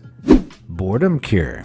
When you're prone to outrageously bad decisions, tempting fate is about twice as dumb as it is for regular people. That didn't stop a Brazilian whose Facebook bio proudly proclaimed the infinitely wise proverb, "Better to die from vodka than from boredom." He put that adage to the test at a drinking contest in 2015 when he slammed 25 shots of vodka in less than 60 seconds. Shortly after sinking the final one, the student said he felt ill and collapsed. On the way to the hospital, he died of alcohol poisoning. Even over an hour, that many shots could have been potentially deadly. But in a minute? Forget about it. It's fair to say anyone who was cheering this guy on is just as dumb as he was. Past your bedtime. We're often reminded of how important a good night's sleep is, and for good reason. But the impact of staying up too late went far beyond feeling groggy the next morning for one Chinese fellow in 2014. As a huge soccer fan, losing sleep during the World Cup due to the 11-hour time difference between host nation Brazil and his own was no biggie. But the stress, exhaustion, and excitement of watching soccer's greatest players go head-to-head non-stop for the 48-hour stretch he stayed awake for took its toll. His extreme exhaustion is thought to have triggered a brain hemorrhage, something research suggests sleep deprivation significantly increases the chances of. He died shortly after the last match of the day when Costa Rica defeated Uruguay 3-1. Whether he was a fan of the losing side and took the loss particularly and fatally hard is unclear. But if my parents had told me I could die from staying up too late, I probably would have got more sleep as a teenager. Calamity Convoy. One night in April 2016, a truly bizarre convoy was seen chugging along a road in Louisiana. One man was driving a sit-down lawnmower, while another sat upon the hood, and a third sat in a wheelchair holding onto the back being pulled along. The trio was reportedly having the time of their lives on their ride along a busy road. That is, until a truck smashed into them from behind. As shocking as it seems, it turned out a darkened roadway wasn't the best place for a tag-along DIY joyride.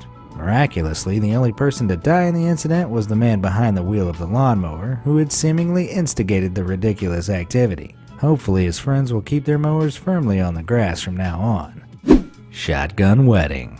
It's not my place to criticize another culture's traditions, but a circle of dancing men haphazardly firing shotguns into the air doesn't seem like the smartest way to celebrate a wedding. Unfortunately, that was the method of choice for a group of Indian wedding attendees with a taste for celebratory gunfire in 2019. The first round of gunshots, fired dangerously closely over the dancers' heads, almost deafened several of them.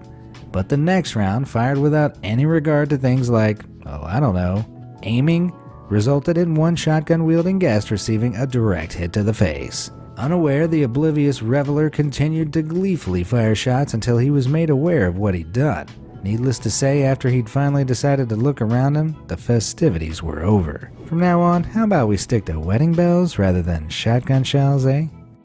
Premature detonation. Every master criminal has to start with the smaller jobs before the big bucks come along. That said, robbing a machine full of condoms for its contents and cash isn't exactly the usual mark of a criminal genius in the making. But on Christmas Day, 2015, a group of amateur German thieves decided it was time to make headway in the crime game. They bundled some explosives into a condom dispenser and lit her up. But to their surprise, the explosion blasted chunks of the metal enclosure outwards with enough speed to become deadly projectiles. One of the rubber robbers was struck in the head and died shortly afterwards. The machine wasn't in a much better state either. I hate to state the obvious, but I really think that condom-crazy criminal would have been okay if he'd just worn protection. Cold-blooded companions. For many people, the idea of having a snake in their house is nightmare fuel. For others, a snake is an ideal pet. For a woman living in Indiana in 2019, though, one snake wasn't enough. Her ideal number wasn't 2 or 3, it was 140. As an enthusiast and part-time breeder, you'd think the 36-year-old would have had a solid understanding of the risks of living with reptiles that have the ability to kill you. But whether she let her guard down or just felt comfortable letting the creatures roam free, one fateful evening saw one of her snakes turn on its owner. The next day, the town sheriff was horrified to discover the reptile enthusiast held in a deadly embrace by one of her beloved pets, an 8-foot-long python. It had strangled her to death hours before, but was still wrapped around her neck, proving that when a python wants a hug, there are no half measures. Pythons just say no. Look, Ma, no hands. Of all the times to show off, doing so while cruising on a motorbike at 85 miles per hour is undoubtedly among the stupidest. That didn't stop one Russian motorbike blogger who fancied himself somewhat of a daredevil on his Harley Davidson in June 2019, though. He raced along using his feet to steer while filming with his hands, bragging about how his ability to not give a made these kinds of stunts possible. Mere moments after sending the outrageously dangerous video on to a friend, the biker lost control and his Harley flipped dozens of times, smashing against the tarmac. The vehicle ended up only slightly less mangled than its rider did, but even the most skilled mechanics and doctors combined couldn't put the two back together. Texting and riding is dumb enough, but if you follow in this guy's footsteps, the only thing waiting down the road is a tarmac-covered Darwin Award. Heads up, bumping your head is one of the most rage-inducing minor pains a person can sustain. But even a direct smack into the hardest low-hanging shelf doesn't compare to what one daredevil with a taste for trains and trespassing went through in North Carolina in 2018. In an attempt to satisfy his adrenaline cravings, he climbed onto a train's roof and, as if it was a wild metal stallion, attempted to ride it. It went well initially. He'd been issued warnings previously for similar incidents, so he probably had his head around the balancing act train top cruising required. But his head ended up around something else when the train passed under a low-hanging bridge. Apparently not seeing the bridge in time, he hit it at full speed. And it turns out, hitting solid objects at around 90 miles per hour isn't very good for the human body. 2 months later, his skull was found on the side of the railroad, approximately 128 miles from where his body was found on the day of the accident. This led authorities to a grisly conclusion. He'd been quite literally decapitated the moment he hit the roof of the bridge, and his body had continued along its journey before eventually falling off the train. The conclusion is simple. Don't be a train cowboy. It's a real headache. Bad time for a stroll. Drive-through safari parks are a great way for anyone with a love for nature's wildest beasts to experience them up close safely. Well, it's safe just as long as you follow one simple rule. Stay inside your vehicle at all times. But on a summer's day in 2016 at Badaling Safari World in Beijing, that simple rule was broken in an act of overwhelming stupidity. After an argument broke out between a passenger and driver of a car driving through the tiger enclosure, the passenger stormed out of the car in frustration. Bad move. Within seconds, a tiger leapt over and snatched her off in its jaws. But while this was indeed a mind-numbingly stupid decision, the response of the other occupants of the car is what proved deadly. Despite the fact that park officials were already merely feet away on their rescue mission, one passenger decided she'd be able to overpower the tiger herself. So she got out, ran over, and was immediately killed by one of nature's most efficient murder machines. Ironically, the person she'd aimed to save survived, and if she'd only waited a second for the highly trained park officials to take over, she could have too. It shouldn't need to be said, but if you're going to fight a tiger unarmed, you're going to lose. Together forever. Of all the ways to go, passing away while doing the dirty is probably one of the best. But for an elderly man who hired an escort in 2016, the aftermath was where the real embarrassment lay. Unfortunately, in the heat of passion, the man suffered a heart attack and died, much to his paid companion's horror. But to make matters worse, the combination of the escort's panic and the man's no longer circulated blood flow, the pair became, well, stuck. Unable to break free from the horrifically morbid embrace, the woman had no choice but to seek medical assistance. After paramedics picked her up, she was wheeled past crowds of hospital onlookers under a blanket. Still very much attached to the man she'd given a very happy ending to. I guess the whole parting bit of "till death do us part" only applies to married couples. Macho Man's downfall. We all know a guy who cares more about seeming like the manliest man than his own personal safety. But for one unfortunate fellow from Pato Branco, Brazil, wanting to appear tough resulted in the opposite effect, and ultimately, his demise. When the 48-year-old climbed into bed one night, he felt a sudden twinge of pain on his leg.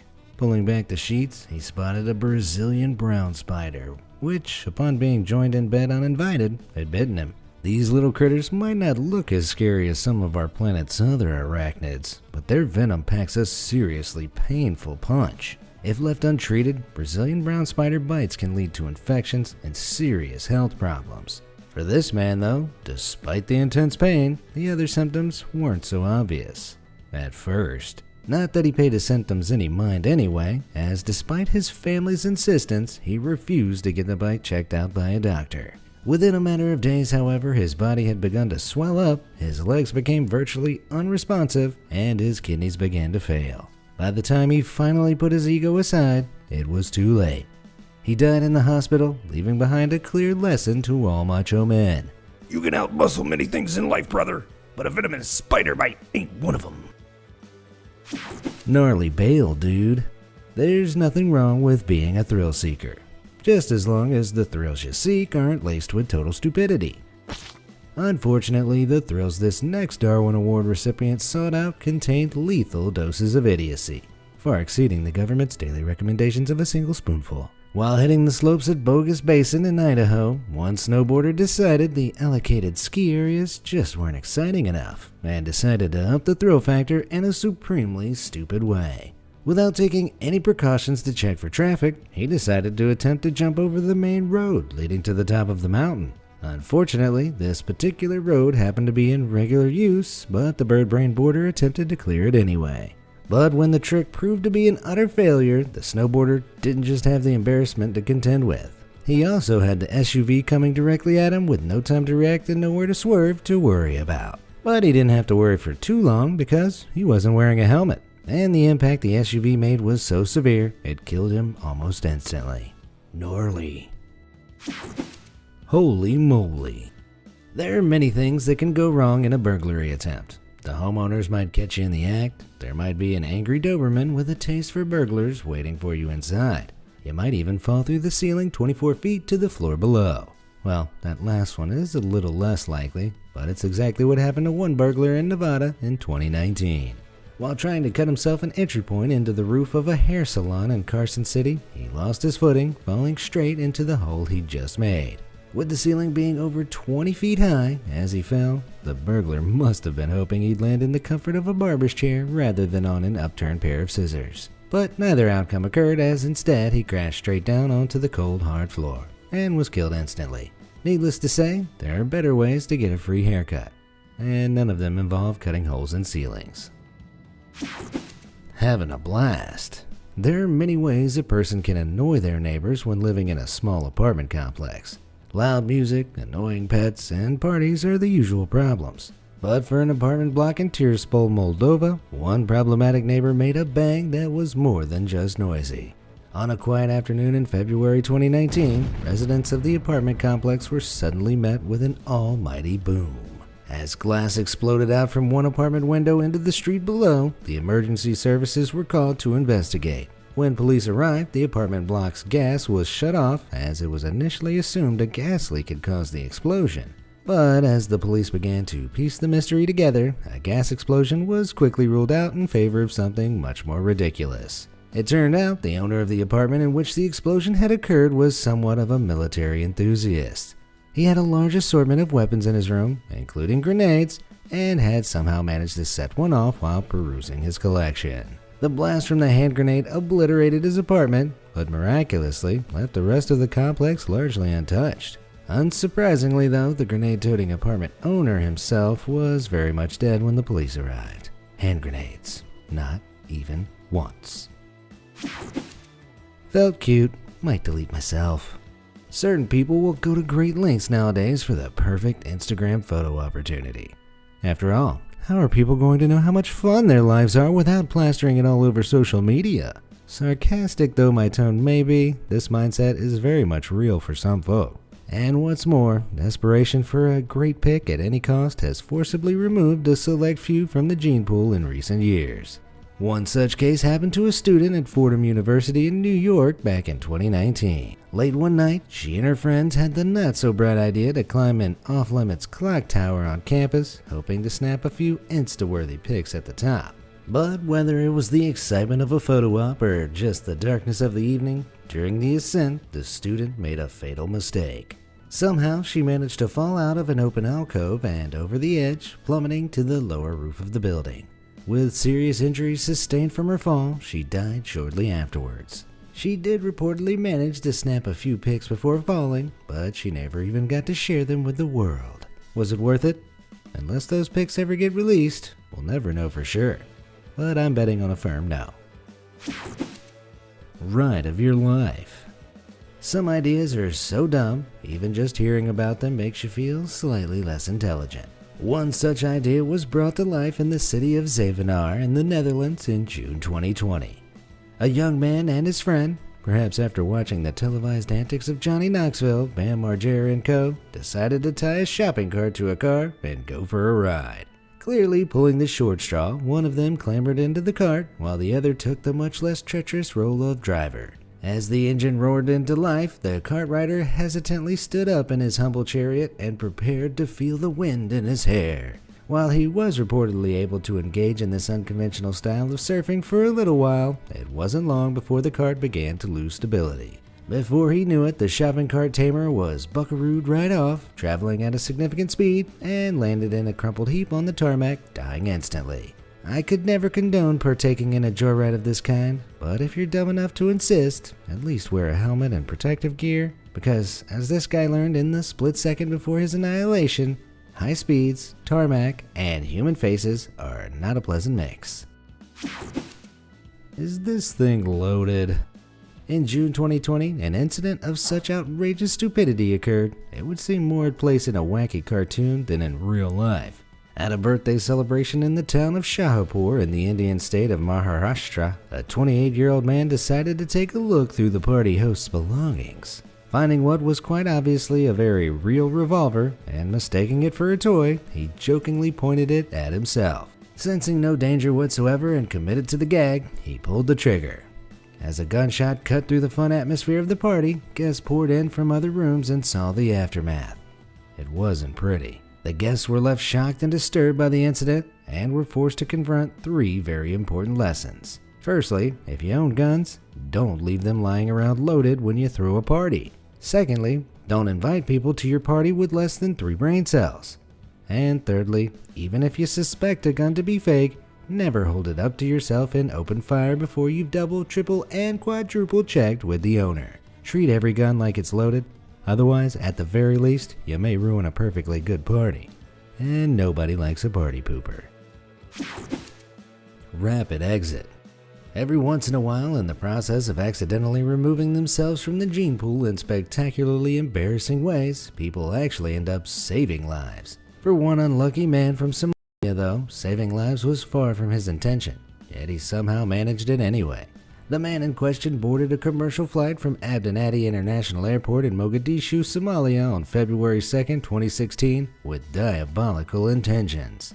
His plan, it seemed, had been to smuggle a laptop on board which was fitted with a bomb and detonate it mid-flight, bringing the plane crashing down. He succeeded in getting the bomb past security and shortly after takeoff prepared for everyone on board's fiery demise. The terrorist detonated his device and it exploded according to plan. But in a shocking and admittedly kind of hilarious turn of events, he blew a hole in the side of the plane right next to him, which sucked him straight out into the open air. While a couple of other people were injured, no passengers died, and the plane turned around and landed safely back at the airport. All the while, the world's unluckiest terrorist was treated to a nice flight of his own, straight down to the ground at terminal velocity. What was left of him was later scraped off the road near Mogadishu in about as dignified an ending as he deserved. Hammer time. When in doubt, hit it with a hammer. That's the approach one man from the commune of Boltati in Romania seemed to take to life. At least it's the approach he took when investigating a mysterious metal object he found while exploring the fields near his home. As you can hopefully understand, a hammer is far from the perfect investigative tool for such a purpose. But unfortunately, not everyone is fortunate to have the baseline level of common sense you and I take for granted. The metal object in question was a rusty cylinder that looked something like this, which even at first glance should have begun to ring a few alarm bells in his head. But those alarm bells remained silent, and the air was soon filled with other noises instead. First, the sound of metal on metal, as he took the object back to his home workshop and gave it an investigatory whack with his hammer. Then, the sound of an explosion, because the object he'd found and proceeded to hammer was a very old, but still very much active, bombshell from a past battle on Romanian soil. With all the grace and decorum of someone trying to tie their shoes with a jackhammer, the man was blown to smithereens in the most literal sense of the phrase. He wasn't a bright spark in life, but he certainly was in death. Light refreshment. What's your favorite food? Pizza? Pasta? Sushi? Barbecue. Feel free to share yours down in the comments below, but whatever yours is, I'm sure you take great pleasure in eating it. And why wouldn't you? Food is great, but it's more than that. It's essential for our continued survival.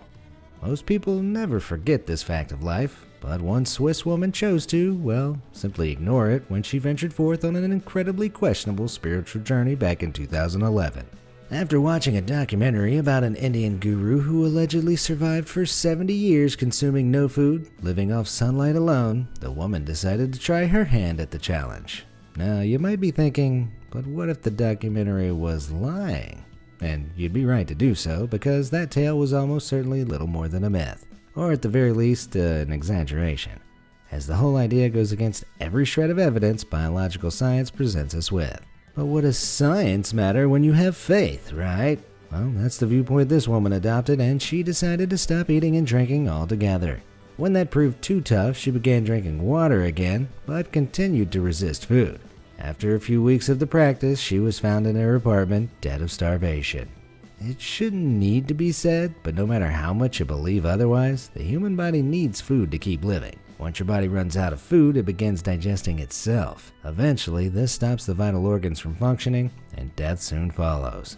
If there's a legitimate way to get around it, the scientific world is yet to see compelling evidence of it. One thing that is certain, though, is that this Swiss woman's death was a failed attempt to make a somewhat pointless statement. But anyway, is anyone else feeling hungry all of a sudden? Big Bad Birdie. Despite what you might believe, dinosaurs still exist. Not in the form of giant T-Rexes, granted, though their current forms can be just as scary. Case in point, this bizarre creature known as a cassowary.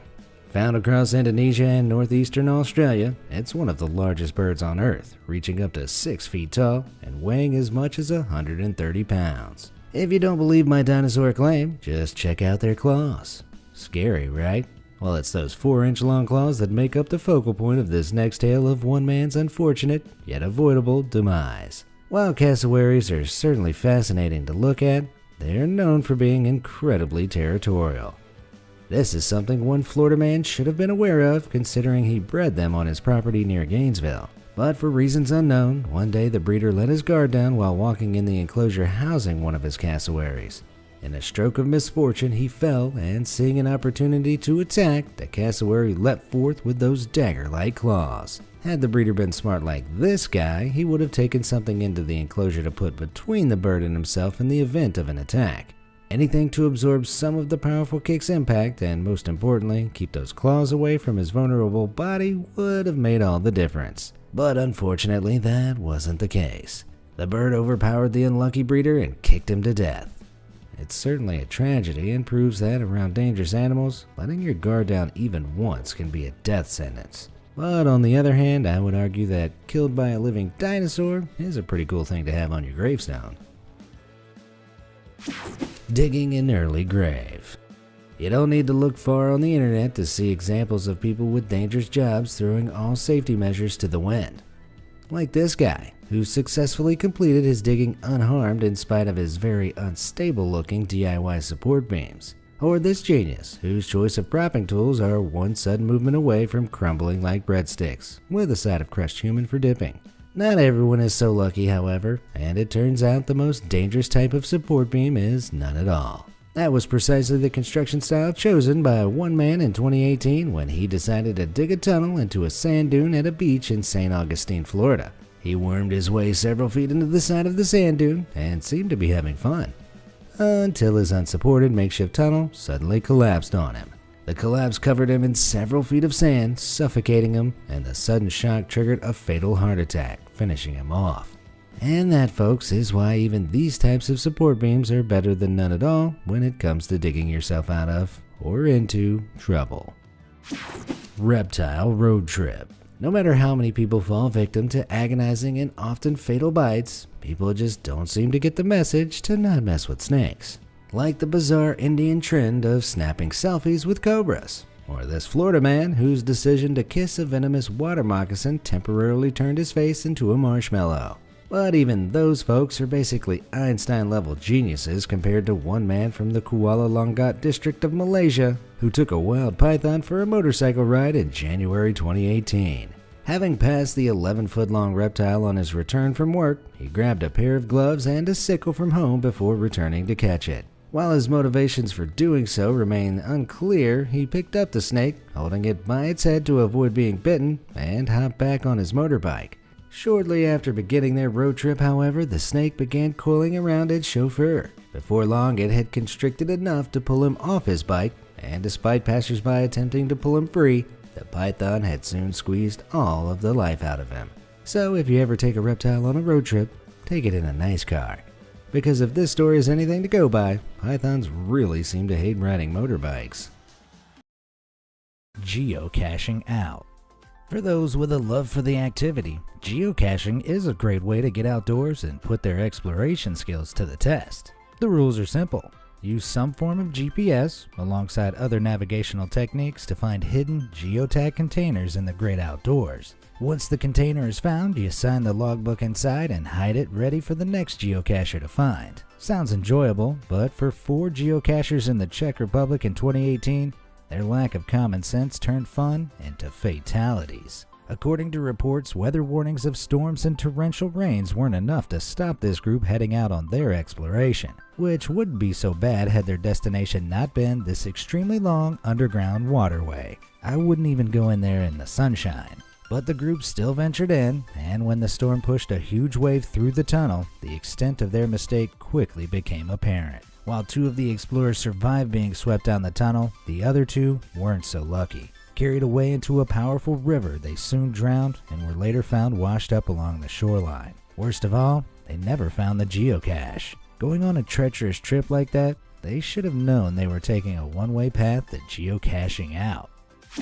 Corona Kiss. If you're a normal, sensible person, you probably understand that people with infectious diseases are probably best given some space. But a man from the Indian state of Madhya Pradesh chose to reject this approach completely after he started telling people he could heal illnesses like coronavirus by kissing their hands. Unbelievably, superstitious folk began taking him up on the offer by the dozen. But with the contact between the healer's lips and countless hands, it wasn't long before, unbeknownst to him, the healer caught coronavirus. And with each hand he kissed, he unwittingly began passing the virus on to other people. Ultimately, 19 people were infected after coming into contact with the deluded healer, though they didn't have to wait long for justice to be administered. By the time the 19th person had been diagnosed, the healer had died from the virus. As far as I can tell, no amount of kissing is going to bring him back. And hopefully, nobody tries. Sanitized sipping. With all the delicious drinks available in our modern society, this next story will leave you asking, just why? That's because in June 2020, a number of people in Santa Fe, New Mexico decided to try drinking hand sanitizer, likely as a substitute for alcohol. Now, it goes without saying that hand sanitizer isn't good for you.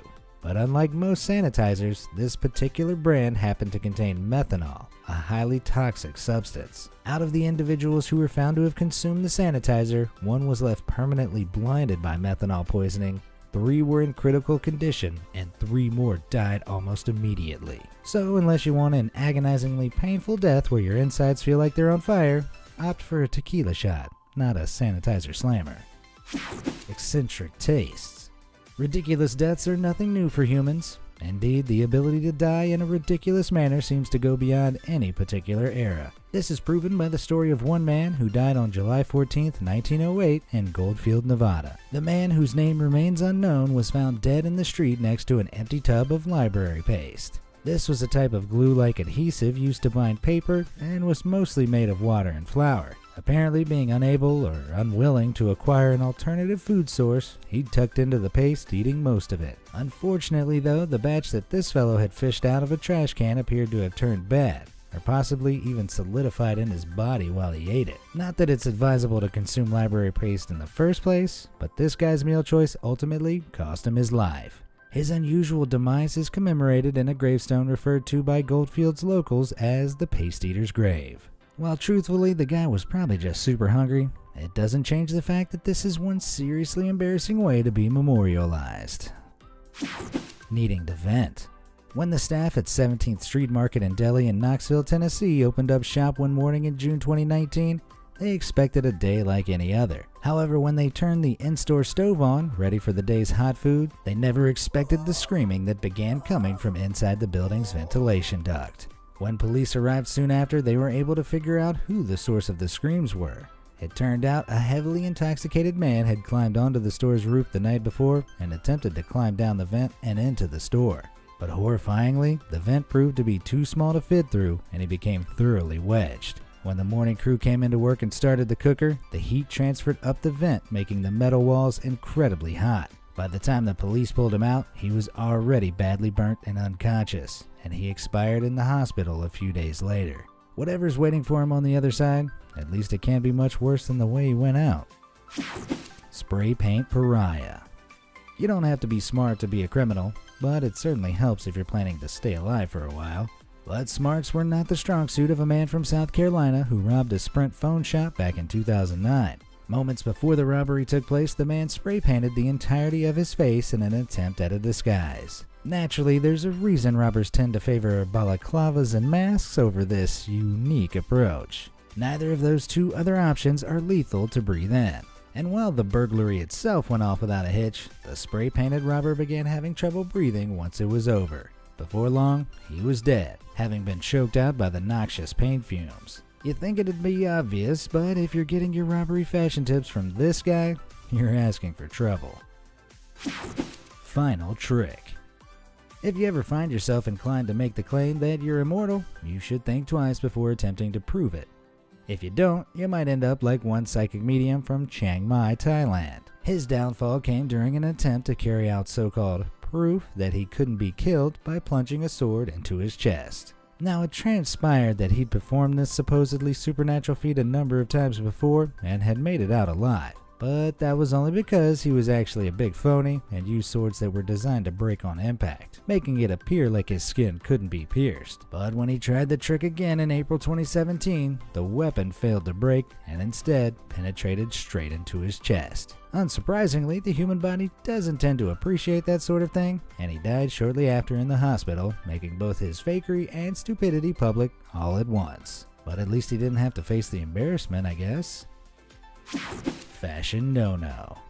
Now, it should obviously be commonly accepted that women can wear whatever makes them feel good. But for one Taiwanese woman in 2019, a slightly more practical outfit would undoubtedly have led to a different outcome than the one she met. Known online as the Bikini Hiker, the 36-year-old made a name for herself hiking mountains around Taiwan wearing only bikinis. While her outfits may have been great for the beach, they don't offer the protection of standard climbing clothes, something the Bikini Hiker learned the hard way on several occasions. But the grazes to her legs she sustained after a tumble in 2018 were nothing compared to the fall she took in January the next year.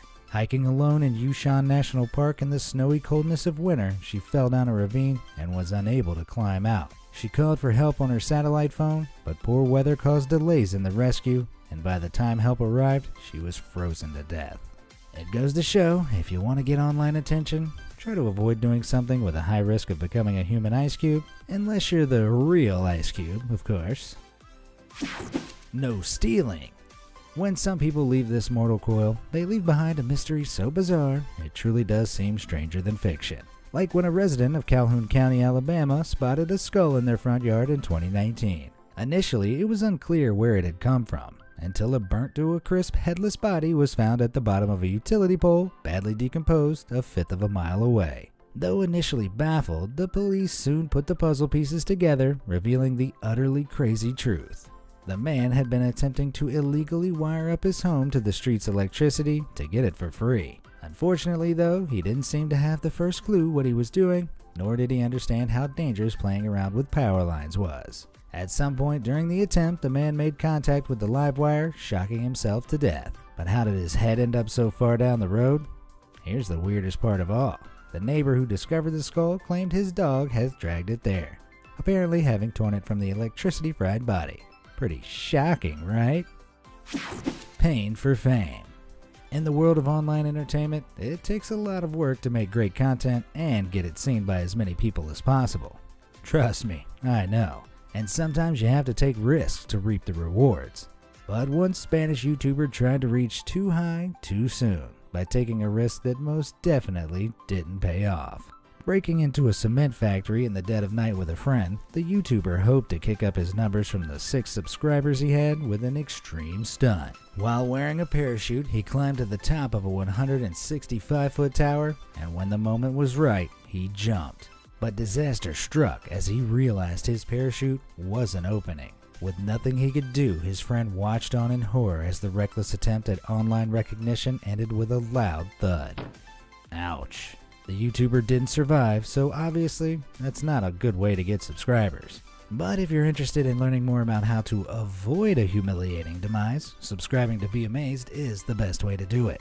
With daily content and regular updates to the Darwin Awards series you're currently watching, I guarantee you won't regret it. Sting operation. In life, some of the things we assume are universally understood to be bad ideas are occasionally seen as great ideas by the dimmer folk among us. Like how if I were to ask you to swallow a mouthful of wasp spray, you'd probably think I'd lost my mind. But in 2019, Boone County, West Virginia saw the rise of an alarming trend. People had begun using wasp spray as an intoxicant, and it turned out to be about as safe as you'd expect. While some reports emerged of milder symptoms after use, including extreme swelling and redness of the hands and feet, as well as erratic behavior, other cases were more serious. 3 people died after the harmful spray triggered allergic reactions following repeated usages, proving to whoever was too dumb to see it before. You don't inhale wasp spray. Shouldn't that be obvious? Go-kart departure. When you think of motor racing accidents, you probably picture high-speed sports cars flipping over a load of times and exploding. But as this next story proves, not all demises on the track are so morbidly mesmerizing to behold. One night in August 2019 at the Showtime Speedway in Florida, 2 people snuck in and started racing around the track in go-karts. But while zooming along, one of the rookie racers failed to spot a guardrail across the lane he was driving in, and he crashed into it at full speed. Wearing no helmet and with no safety harness on his go-kart, he took the full force of the impact and was later declared dead in the hospital. As far as badass ways to die go, death by go-kart has to be last place over the finish line. Taking a tumble. Sometimes generally smart people make incredibly stupid decisions. And in the case of one Philadelphia medical student, one awful decision came at an extremely high price. For reasons unknown, the student had decided it'd be a good idea to jump between the rooftops around his apartment in the northern side of the city. But after several successful jumps, his luck ran out. On his final leap, he came up short and fell 2 stories to the ground below. Though the fall might have seemed survivable from afar, he hit his head on the way down, which proved fatal almost immediately. The unfortunate incident provides an important lesson. It doesn't always take plummeting from 160 feet for a fall to be fatal, and making the foolish decision to mess around at even a slight elevation can prove fatal. You'd think a medical student would know this, but perhaps he hadn't reached the jumping across rooftops part of the course yet. 'Tis only a flesh wound. Some people love to live life on the edge, like these guys, who captured themselves performing a practice known as car skiing, whereby a car turns sharply at speed, allowing it to drive on 2 wheels. 2 of them even made the brazenly stupid decision to lie in the road during the stunt. While these fellows will likely meet a deadly end if they keep it up, their love of risk-taking hasn't caught up with them yet. But in August 2019, one Brazilian man's disastrously dumb, drunken risk-taking did indeed catch up to him. When he and his friends stumbled across an orange snake with white and black stripes, instead of heeding nature's natural color warning, they did the opposite. With the misplaced confidence only excessive drinking can afford, the man picked up the snake in his bare hands and waved it around, mocking the creature. Reportedly, this was normal behavior for the man, and something he'd often be seen doing after a few too many beverages. But the reptile would have the last laugh because it just so happened to be a coral snake, one of the most venomous species in the world. Eventually, it decided enough was enough and bit the man on the hand. At first, he laughed it off and continued to hold the snake, but mere moments later, he was on the ground fighting for his life as the venom made its way around his body. By the time he made it to the emergency room, it was already too late.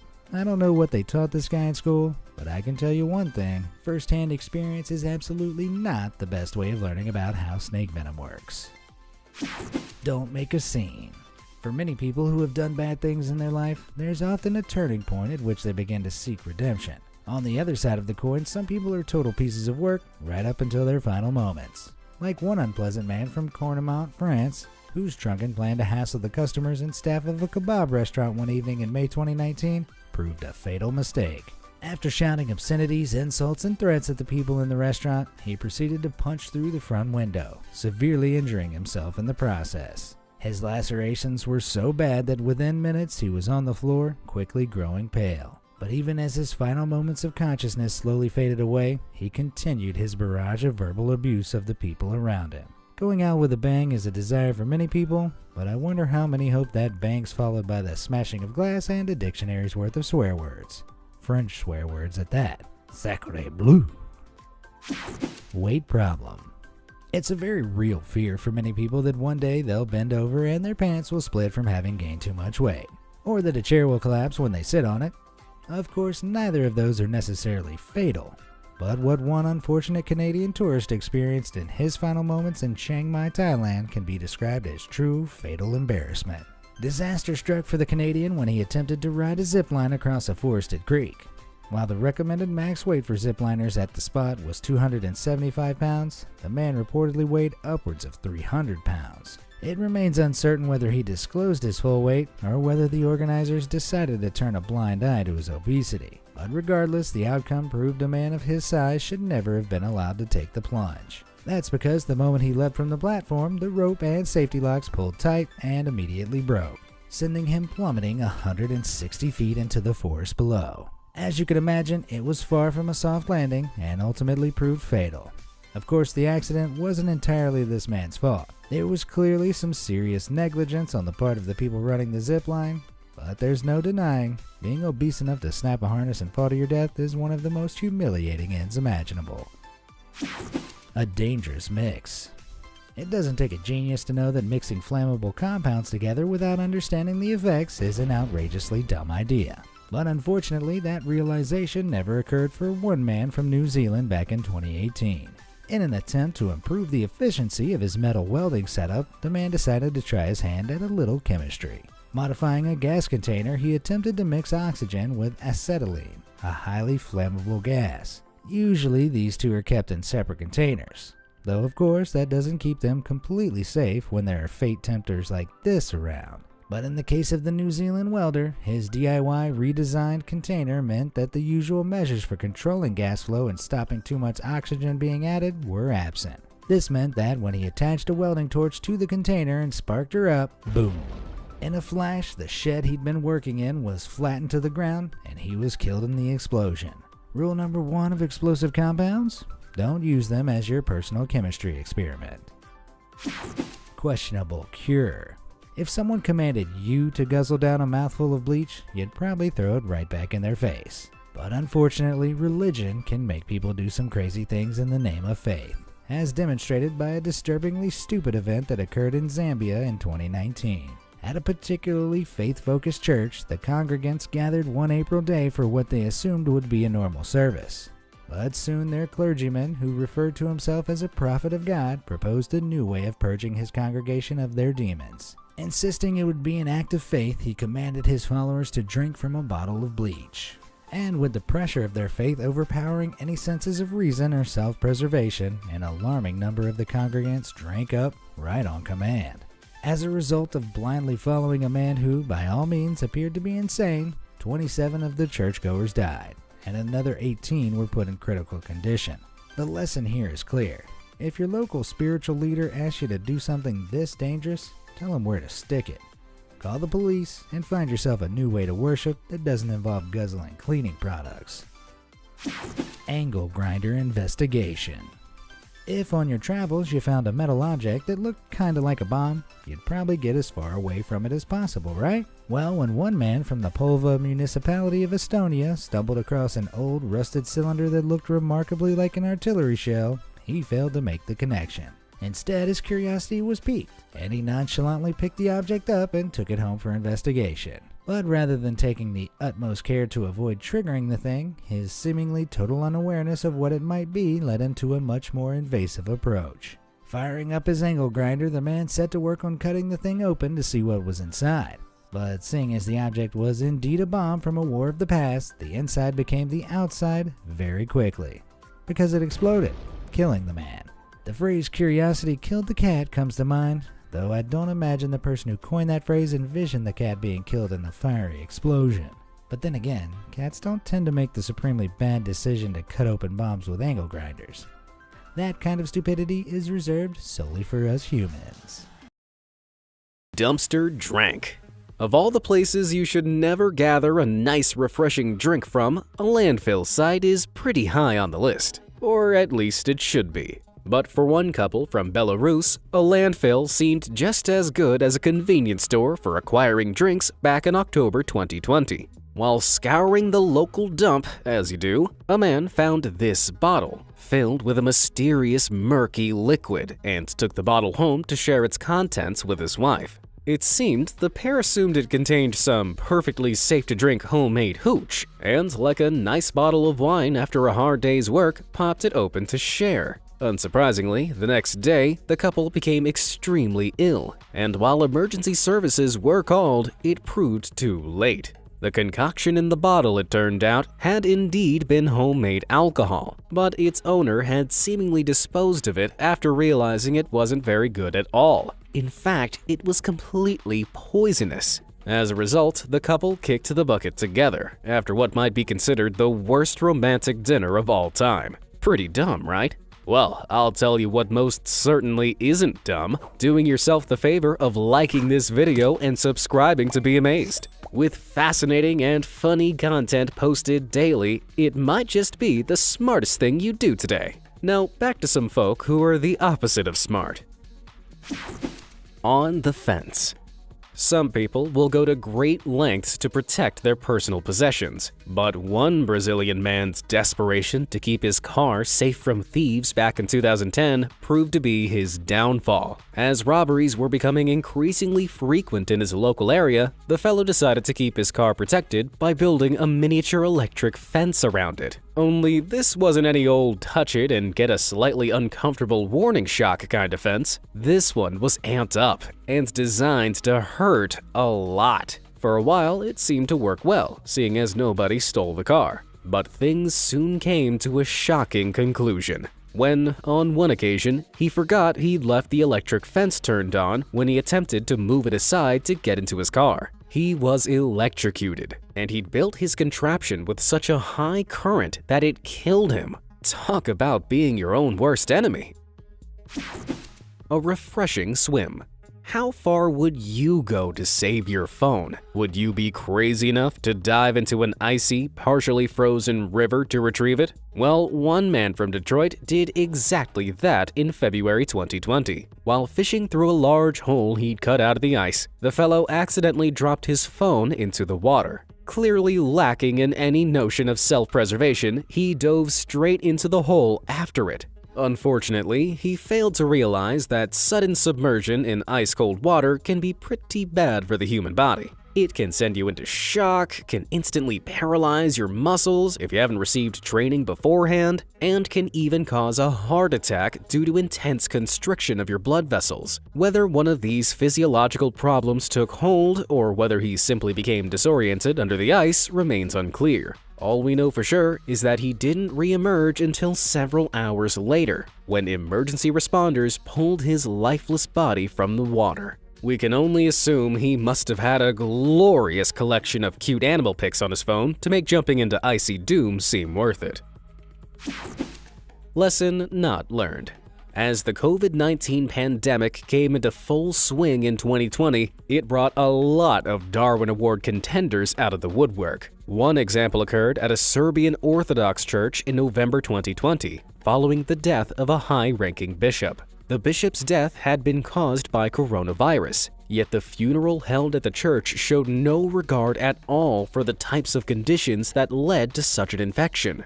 The funeral was essentially a checklist of everything you shouldn't do if you want to avoid the disease. There was large crowds in an enclosed space, countless people being fed Holy Communion from the same unwashed spoon, and of course, countless people kissing the hand of the recently deceased, who, I must reiterate, died of coronavirus. On top of that, there were only a handful of people wearing masks. In a twist you probably saw coming, almost immediately after the funeral, the church patriarch who'd organized and led the event also became seriously ill with COVID-19. He too died, having willingly failed to respect the advice of scientists on one of the most serious health disasters of the past 100 years. I just hope his funeral was a little more restrained.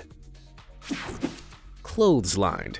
There are many dangers facing motorcyclists on the road, but one of the greatest of all is a rider's own recklessness. This was proven one morning in 2008 when one motorcyclist took the ride of a lifetime near Manasota Key in Florida. Witnesses reported seeing the risky rider, wearing nothing but swim trunks and sneakers, speeding towards the Manasota Key drawbridge, which was in the process of being raised up. He ignored the flashing red lights warning drivers to stay away from the bridge and instead attempted to accelerate, hoping to jump the ever-growing gap. Newsflash, he didn't make it. He'd failed to spot the safety gate arms, which had already descended. He crashed head first straight into one of the gates and was instantly swept from his bike and onto the asphalt, while the bike itself continued up the ramp across the gap to the other side. While the rider failed to survive the ordeal, at least one of them made it across. Proving a point.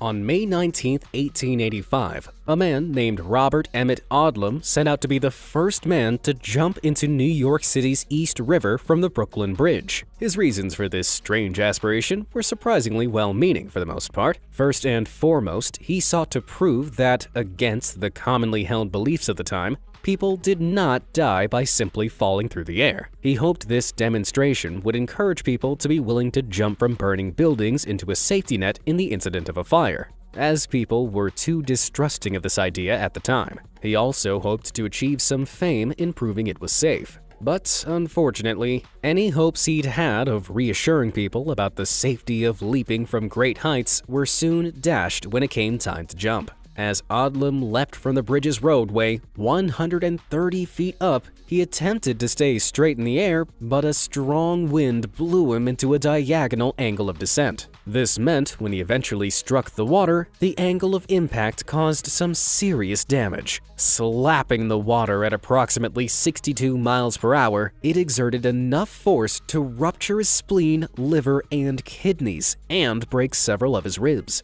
The official cause of death, however, was declared to be concussion. On the bright side, people now know that rapidly falling doesn't kill you as much as the landing. In the words of British TV legend Jeremy Clarkson, speed has never killed anyone. Suddenly becoming stationary, that's what gets you. Hazard prevention. Sometimes you really have to wonder about people's sense of logic. Case in point, two guys who suddenly landed on a sense of hazard awareness after doing something incredibly dangerous and stupid back in 2002.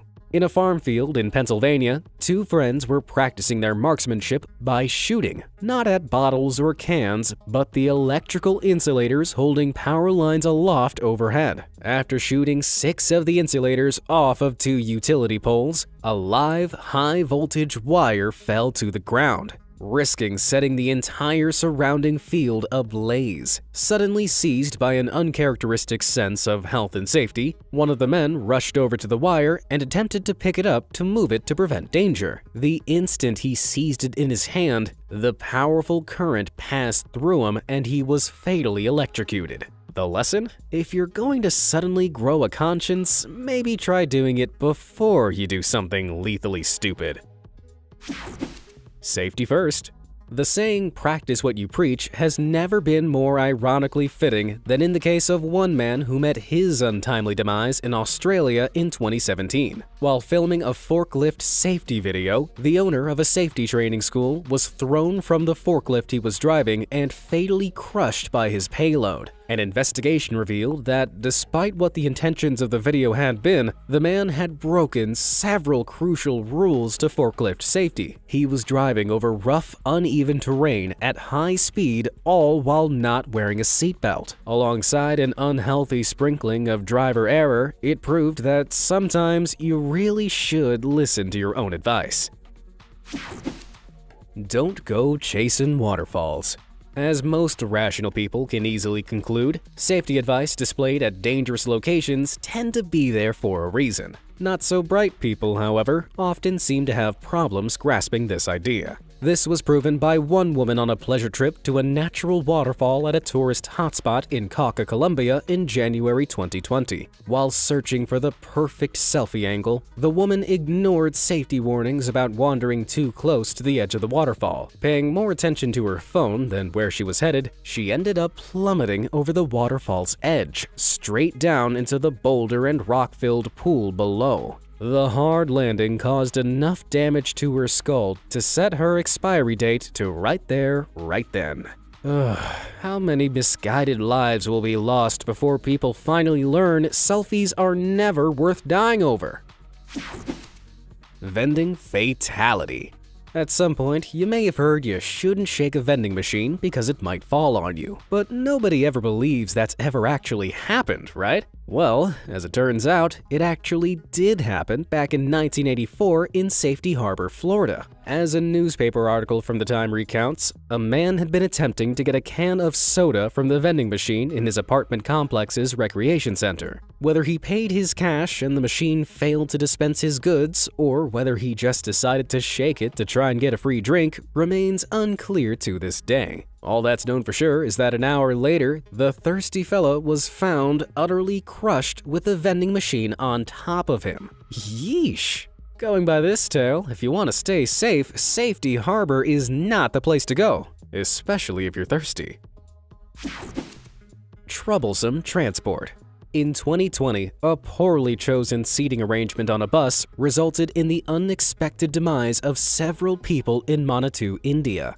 While being transported to a wedding venue on a very overcrowded bus, several of the guests climbed up onto the rooftop for the ride. This was, of course, already a very risky idea, from the risk of falling off alone. But it wasn't a fall that proved to be these rooftop riders' ruin. Their downfall came, instead, in the form of some high-tension, relatively low-hanging electrical wires. At their lofty perch, the riders were at head level with the wires, and before they had the chance to react, 3 of them struck the exposed wire directly and were electrocuted. One was killed instantly. Another succumbed to his injuries later, while the third survived, albeit thoroughly fried. Next time, I've got a feeling he'll just wait for the next bus to come instead. Watching the skies. If an opportunity presented itself for you to communicate with extraterrestrials, would you take it? And if so, how far would you go to make sure you didn't let the chance pass you by? Well, one woman put the chance to commune with little green men above her own safety back in 1982. Believing she'd been contacted by some type of intergalactic power, she convinced a willing companion to accompany her in carrying out the instructions of her alien contacts. She claimed they'd commanded her to drive out to an isolated location in the northeastern Minnesota wilderness and await further instruction. Assuming this would be a hugely significant moment in the interstellar advancement of humankind, the pair did exactly that, despite the extremely snowy winter weather. Once parked up in the designated location, they dutifully awaited the arrival of their extraterrestrial acquaintances. And they waited, and waited, and waited. Unfortunately, their food supplies ran out after a week, and they lost access to water when the nearby lake froze over. Still, they refused to leave their post on the off chance that the aliens appeared while they were gone. Putting total faith in the idea that the aliens would appear before anything bad happened to either of them, they stayed in the freezing cold with nothing to eat or drink. Eventually, frozen, starving, and fatally dehydrated, the woman died. Shortly after, the man accompanying her, in his much weakened state and with the car having been rendered unusable by the icy conditions, crawled through a quarter-mile of snow to save himself. He survived, but his alien contacting partner did not, and their little green guests never showed up. I guess the aliens must have got the wrong address. Best seats in the house. For as long as there have been sports events requiring tickets, there have also been people trying to find ways to watch for free. This unfortunate tendency to save a bit of cash proved to be the quite literal downfall of a number of football fans in San Francisco back in 1900. To avoid the ticket fees, between 400 and 500 supporters clambered onto the roof of a glass factory so they could view a game taking place at San Francisco's nearby Old Recreation Park Stadium. But in a twist of fate that somehow occurred to none of them as a possibility, the factory roof proved incapable of supporting all that weight. 20 minutes after kickoff, not only did the roof collapse, but it also sent the revelers falling directly onto the blazing hot brick cover of a furnace vat filled with molten glass. To paint a picture of how hot this furnace was, several of the men who fell onto the cover instantly caught ablaze. 22 of the participants in this ill-thought-out plan were sent shuffling off this mortal coil from the incident, while 100 more suffered serious injuries. While people today may still not have learned their lesson to always pay for tickets, they seem to have learned not to pile en masse onto factory roofs in the years since. Deadliest catch. Being a magician can be a dangerous job at times, particularly if you specialize in risky-looking illusions. While many classic nail-biting tricks are often much safer than they seem, some of them are genuinely hazardous if not followed correctly, like catching a bullet tricks. Now, obviously, tricks of this category, under normal circumstances, are never actually supposed to involve real bullets being fired by a magician's assistant. But in 1889, an early performer of this trick had a serious mishap on stage. Magician and cabinet maker Michael Hattal took to the stage, promising his audience he could catch a speeding bullet using nothing more than the American flag wrapped around his body. He called an assistant up to the stage and asked him to pick 2 pieces of ammunition from an ammo box for Hattal to load into a rifle. At this point, Hattal would usually switch out the rounds for blanks, but on this occasion, he accidentally swapped the real ammo for more ammo. The volunteer took aim and fired, delivering a fatal blow to the unfortunate performer. Luckily, Hattal survived just long enough to take responsibility for the blunder, clearing the volunteer's name on his deathbed. On the bright side, he certainly gave the audience a performance they'd remember. Man versus cactus. Staying on the topic of firearm mishaps now, we have the story of one man who lost a shootout against a stationary target.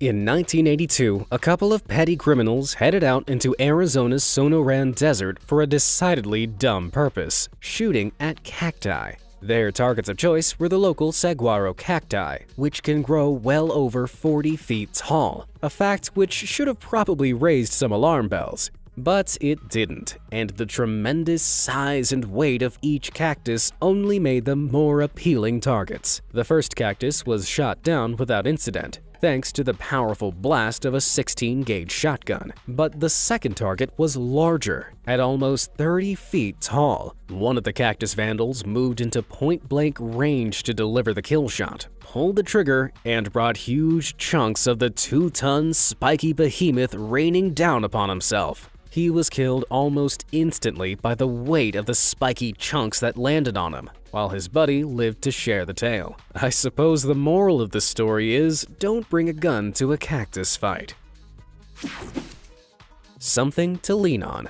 In August 2020, an attempt to pose for a picture in an unusual spot ended very badly, showing just why you should be careful what you lean on. The photo opportunity in question occurred for one man at a large statue of a cross in Sao Paulo, Brazil. The man climbed up the central concrete column of the cross and onto one of the arms, where he posed for a picture giving a thumbs up. However, he overestimated the strength of the upper beam, which he leant against while the picture was being taken. As he leant on it, the beam came loose and toppled right over, sending it and the man falling straight down to the ground. A particularly nasty landing waited for him at the bottom, and to make matters worse, the heavy beam landed right on top of him, with the man's religious photo opportunity ultimately proving fatal. If there is a God, it looks like he doesn't appreciate selfies.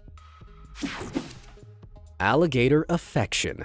Sometimes, the universe seems to have a funny tendency of punishing people who put too much faith in their own good luck. particularly those who willingly put themselves in unbelievably dangerous situations, like one woman who put too much faith in her ability to not get eaten by hungry wild animals in Kiowa Island, South Carolina in May 2020. While in a drunken state, the woman decided to get waist-deep in a local pond, which she knew was home to an alligator. This was despite the friend who watched from horror at the shore warning her the gator had been observed chowing down on a live deer a few days earlier. Instead of taking that as a sign of the gator's killing power, the woman instead retorted, "I don't look like a deer," and waded over to pet the reptile.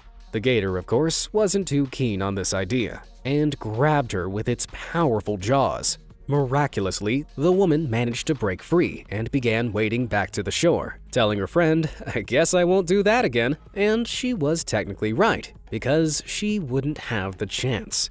Why? Because the gator grabbed her again while she was retreating and dragged her below the water to her demise. Unfortunately, one very important realization came all too late to this woman. You don't mess with alligators. A dangerous mix.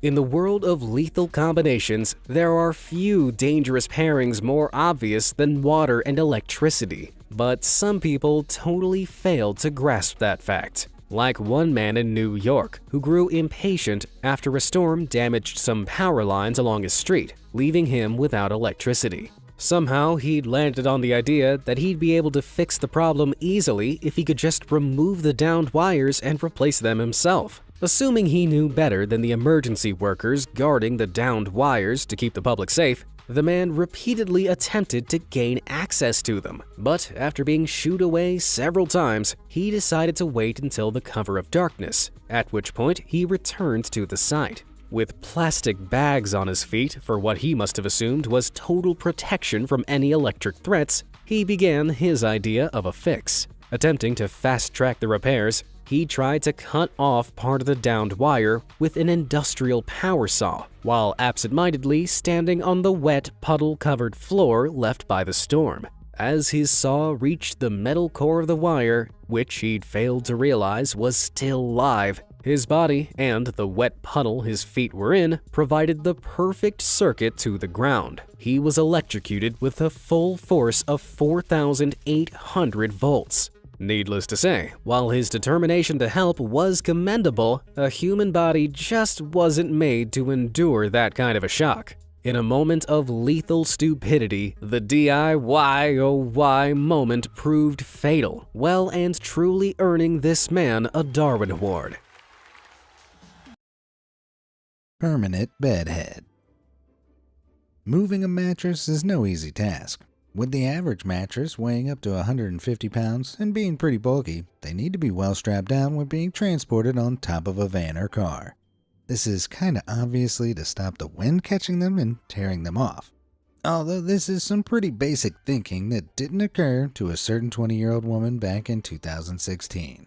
She and her friend were trying to transport a mattress, but the thing was too big to fit in their van. Their solution? One would ride on top of the mattress, pinning it to the roof of the van, while the other drove. What could possibly go wrong? A lot, it turned out. Unaware of how the laws of motion worked and massively overestimating the mattress surfer's strength, the whole thing flipped off as soon as the driver put their foot on the gas. The mattress hit the road, and so did our unlucky lady. I'm happy to say the mattress bounced back. Our mattress surfer, on the other hand, didn't. Struck speechless. Road rage ain't no joke, but it can have some pretty funny consequences if the events of September 12, 2021 are anything to go by. At 1:30 a.m. on this Sunday morning, two drivers collided on the I-80 in California. Instead of taking their argument off to the side of the road, the drivers decided to commence arguing in the middle of the traffic lanes. In the early morning, they must have idiotically assumed that no one but them would be using the road, and they were dead wrong. A few minutes later, both men were struck by an oncoming car and were found unresponsive at the scene. That's certainly one way to park an argument.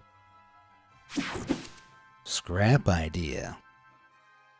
There are plenty of safe things you can source scrap metal from. Cars, old equipment, recycled cans, The list goes on. You know what isn't safe to source scrap metal from, though? Grenades. Specifically, rocket-propelled grenades, or RPGs for short.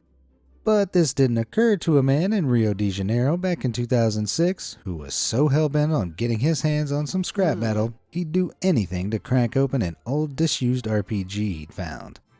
First, he tried driving over the explosive device with his car. And when that didn't work, he decided to, carefully and considerately, smash the thing open with a sledgehammer.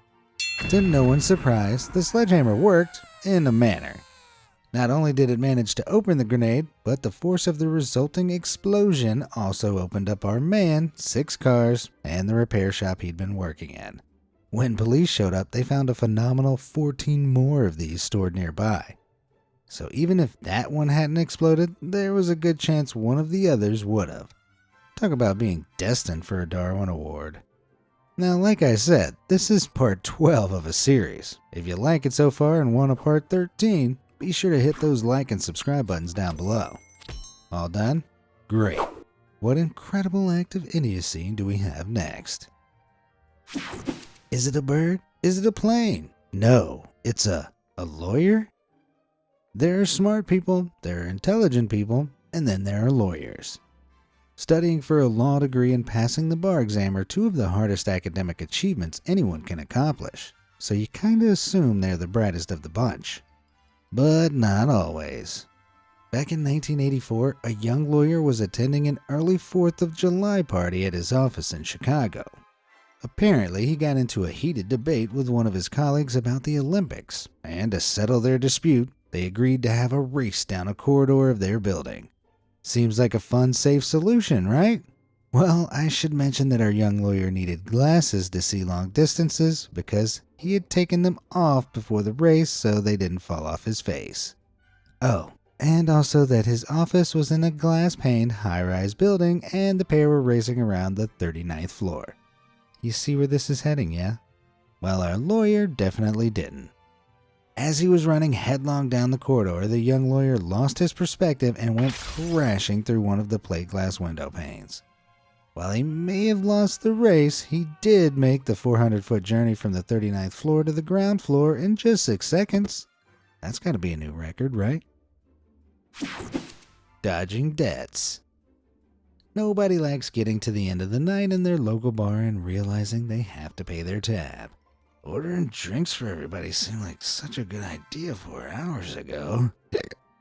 While most people just swallow their pride and pay up, back in 2001 it was reported that 2 gentlemen at a bar in Cairo decided not to do this. Instead, they skipped out on their $180 whiskey tab and tried to escape by diving into the River Nile nearby. Seems like a smart getaway. However, through most of Cairo, the Nile is around 1,000 feet wide, roughly the length of 13 tennis courts laid end to end. Now, I don't know about you, but I'd struggle to swim that distance sober, never mind having drunk $180 worth of whiskey. While one of the drunken duo just about managed to scramble his way to the far shore, where the police were waiting for him, the second misjudged his ability to swim that far and never made it to shore. That's one way to get out of paying your tab, I guess. High on life. Now in the US, you don't need a license to drive a ride-on lawnmower, providing you're not taking it down a public road. You know what you do need a license to operate though? A plane.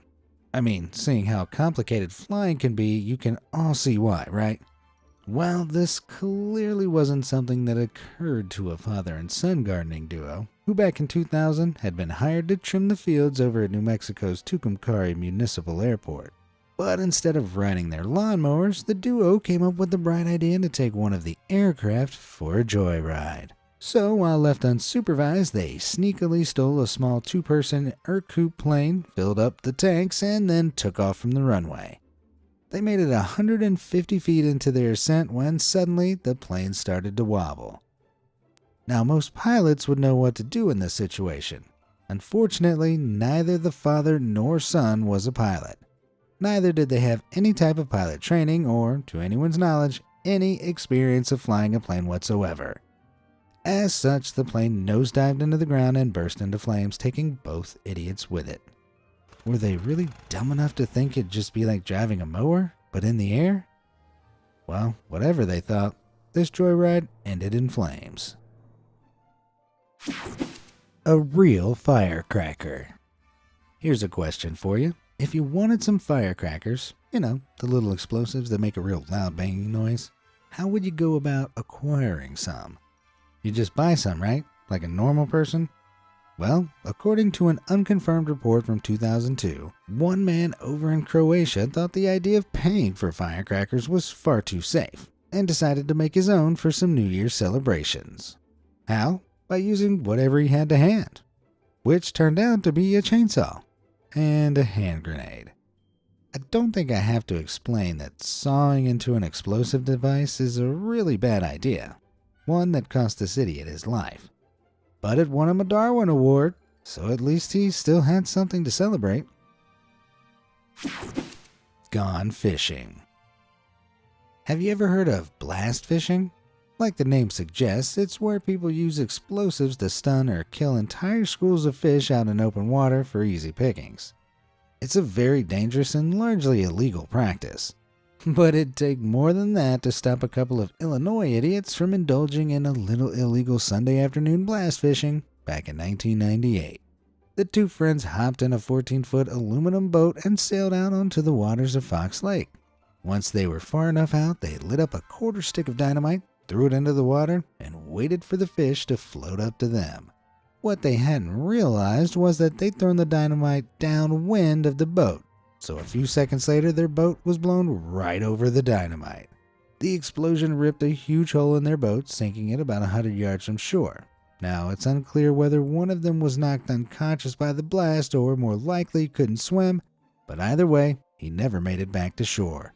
At least now he knows how those poor fish felt. Only stupider. Skarma. There are a few things you need to go skiing. Protective wear, the right equipment, and good visibility. And as you probably guessed, the next guy who earned himself a Darwin Award had none of these.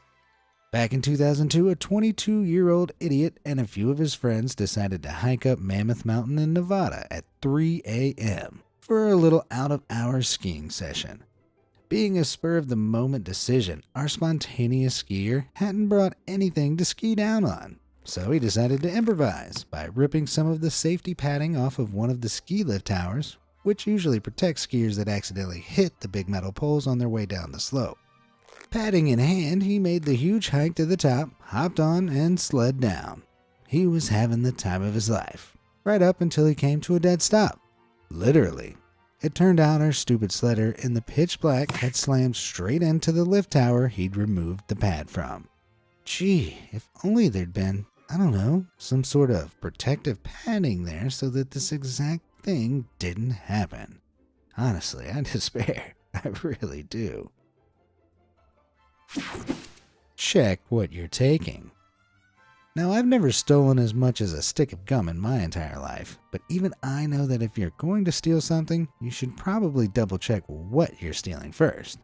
Otherwise, you'll end up like the 5 idiots from the Czech Republic who joined the Darwin Awards back in 2008. These 5 dum-dums decided to break into an abandoned factory in the town of Kladno to steal some scrap metal. They quickly got to work breaking down a couple of upright steel girders they found.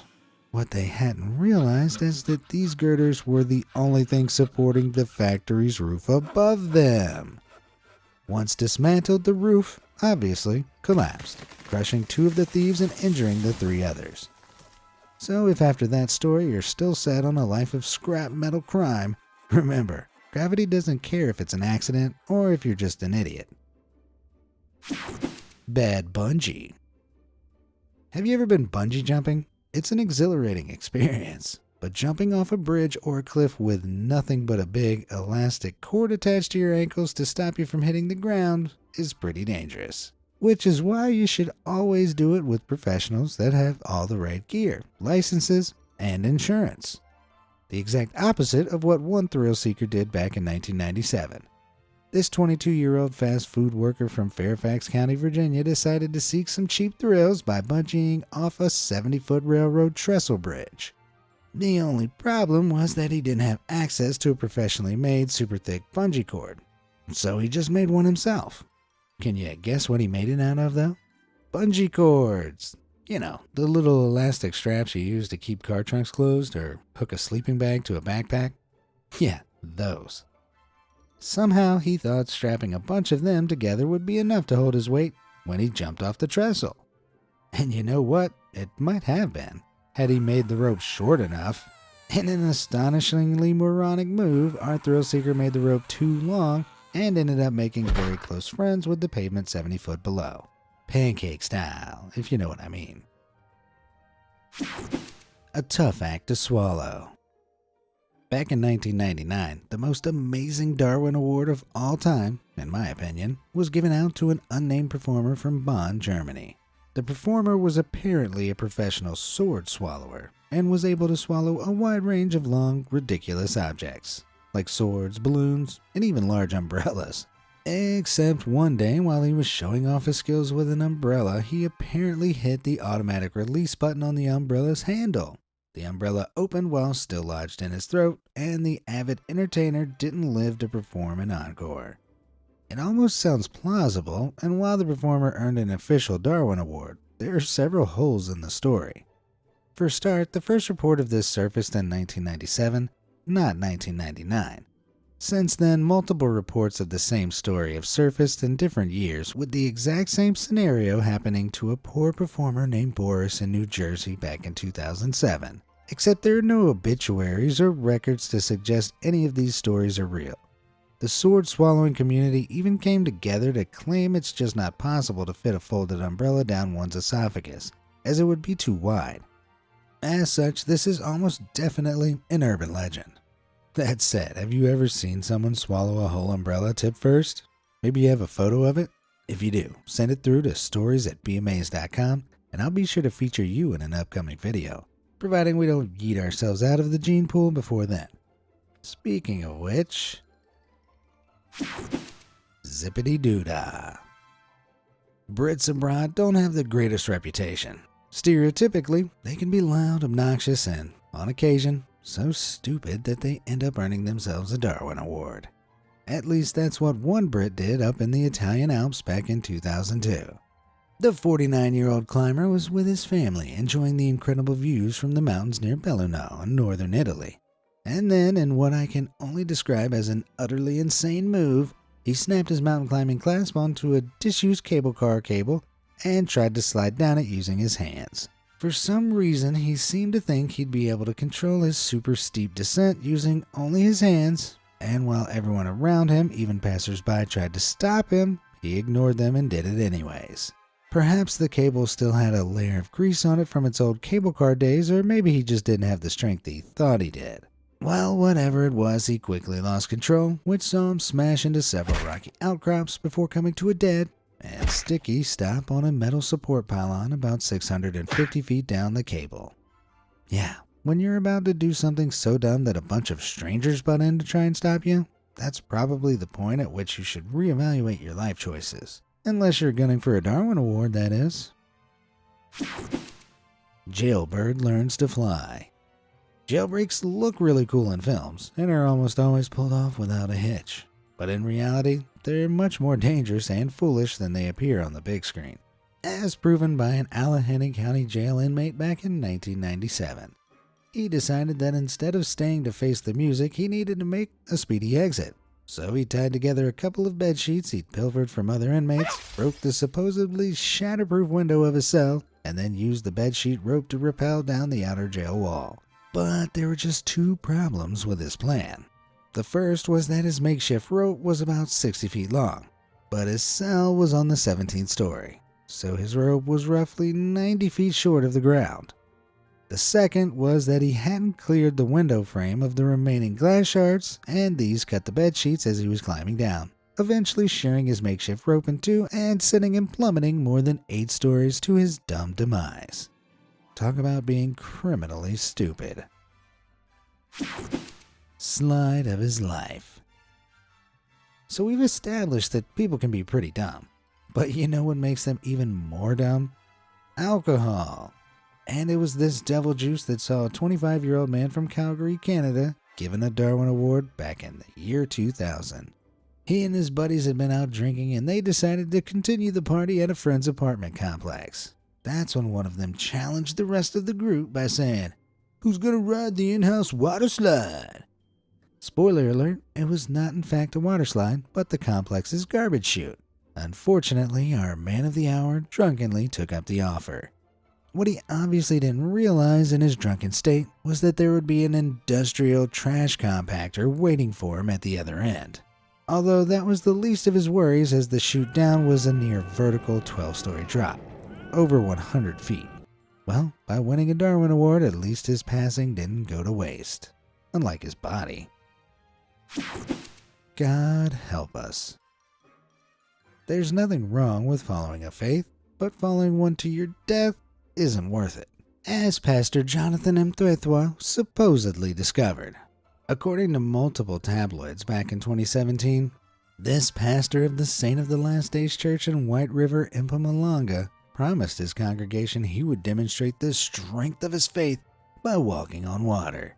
In the whole week leading up to the event, he fasted and prayed, and when that fateful morning came, he waded out 100 feet into the river. But before he could attempt the biblical recreation and claim he was Jesus reborn, 3 huge crocodiles quickly swam up and devoured him. Yep, somehow Pastor Mthethwa had missed the memo that this river was nicknamed Crocodile River. And with good reason, apparently. Church deacon Nkosi supposedly said that after 30 minutes there was nothing left of the pastor except his sandals and underwear. Tabloids all over the world rushed to report the story. But something wasn't quite right. The first tabloids to report the story were in Zimbabwe, but White River is in neighboring South Africa. How would anyone in Zimbabwe have gotten the story first? It turned out the whole story was just a spoof. Something someone in the newsroom had cooked up for sensationalism. But the fact that so many news outlets and people believed it tells us a lot about how little faith we all have left in humanity. Getting closer to God. Anyone who does charity work is an incredible human being, in my humble opinion. But while done with the best intentions, some feats done in the name of fundraising can be straight up stupid. Case in point, we'll rewind to 2008 and head over to Paranagua, Brazil. This is where a Catholic priest was busy filling up 1,000 helium balloons. Why? He was planning to break the 19-hour balloon cluster flight record to raise money for a spiritual rest area for truck drivers in Paranagua. He'd made an attempt earlier that year using 600 balloons, but had only managed to stay airborne for 4 hours, and had drifted 16 miles to San Antonio, Argentina. Convinced he just needed more balloons, the persistent priest, who was an experienced skydiver, packed a flotation device, 5 days of food and water, a thermal flight suit, a parachute, a helmet, several cell phones, and a GPS device. Seems like he thought of everything. Only thing was he didn't actually know how to use the GPS device. Not only that, when he was released, the weather was really overcast, so people on the ground lost sight of him very quickly. He was planning on landing in Dorados, some 550 miles away in more central South America. But the thing with balloons is that they follow the wind. So without any way of steering himself, when a rogue gust of wind blew the flying father off course, he was carried out to sea. Later that evening, perhaps realizing he couldn't work his GPS, he rang the military police, who confirmed he was actually about 16 miles out from the islands of Tamborete. And after that, they never heard from him again. Clusters of balloons were found in the ocean the next day, and 3 months later, the bottom half of the floating father was discovered 62 miles out from Marquea. So what happened? Had he risen too fast too quickly and run out of oxygen when he got too high? Had the balloons failed and sent him crashing into the ocean? Had he been caught in a storm? It seems he didn't realize he was that far out over the ocean until it was too late, and then crash landed. He might have survived for a short time out in the water, but with his cell phones and GPS waterlogged, not even he could have survived 3 months out in the open sea. Well, at least in his final days, this priest literally got a little closer to God. Juicy Jenga. Back in April 2022, a thirsty thief in the city of Catalica, Italy, ended up in a situation that was more than he could swallow. On the Easter Monday, he decided to break into a clearly closed grocery store and grab himself a drink. But instead of pulling a bottle from one of the shelves, he chose to grab a bottle from a huge tower of crates that had been stacked up by the staff. And not just any bottle, one from a crate right in the middle. Anyone who's ever played Jenga knows this is a rookie error. And as you probably guessed, the entire stack collapsed, crushing him beneath all that water weight. He wasn't found until the next day when store staff had to go back through the CCTV footage to figure out what caused all this chaos. Well, one thing's for sure, he did a great job of winning this Darwin Award. Clown School. Could you juggle?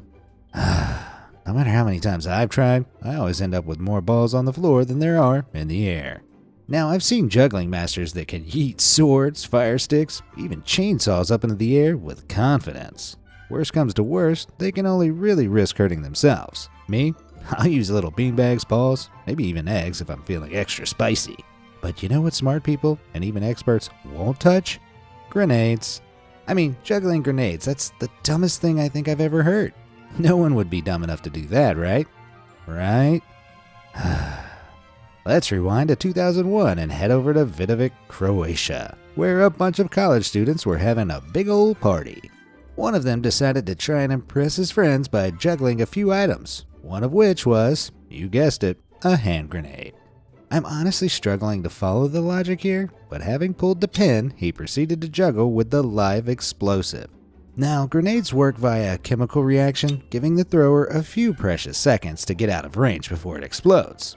This guy, for whatever reason, didn't think this applied to him, and the grenade exploded as he was juggling it. The blast injured 6 equally dumb onlookers, but our Darwin Award winner was removed from the gene pool completely.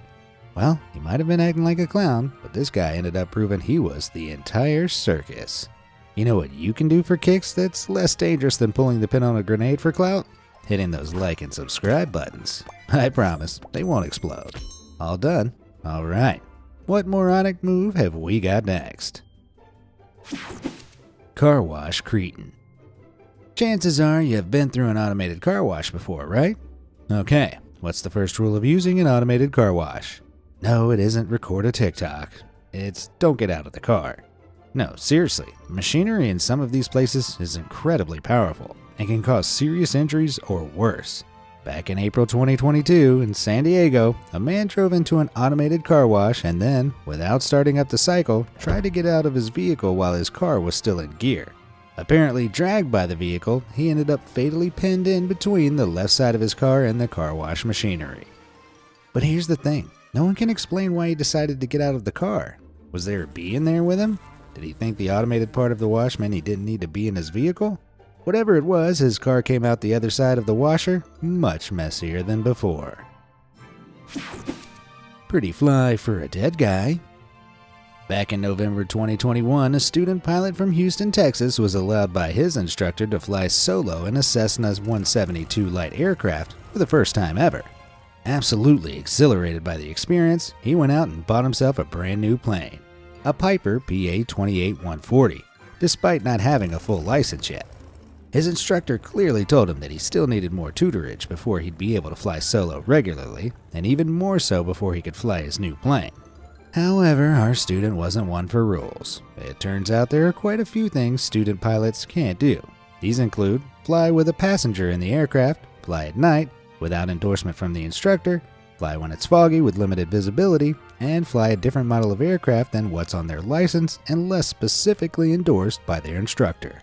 Can you guess how many of these rules the student broke? If you guessed all of them, go get yourself a cookie.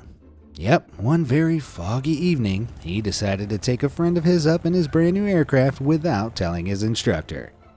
Roughly 4 minutes after taking off, unable to see properly, the plane clipped some nearby treetops, crashing moments later. Neither the student nor passenger survived. Guess he wasn't as fly as he thought he was. All aboard the pain train. I love a good mystery, don't you?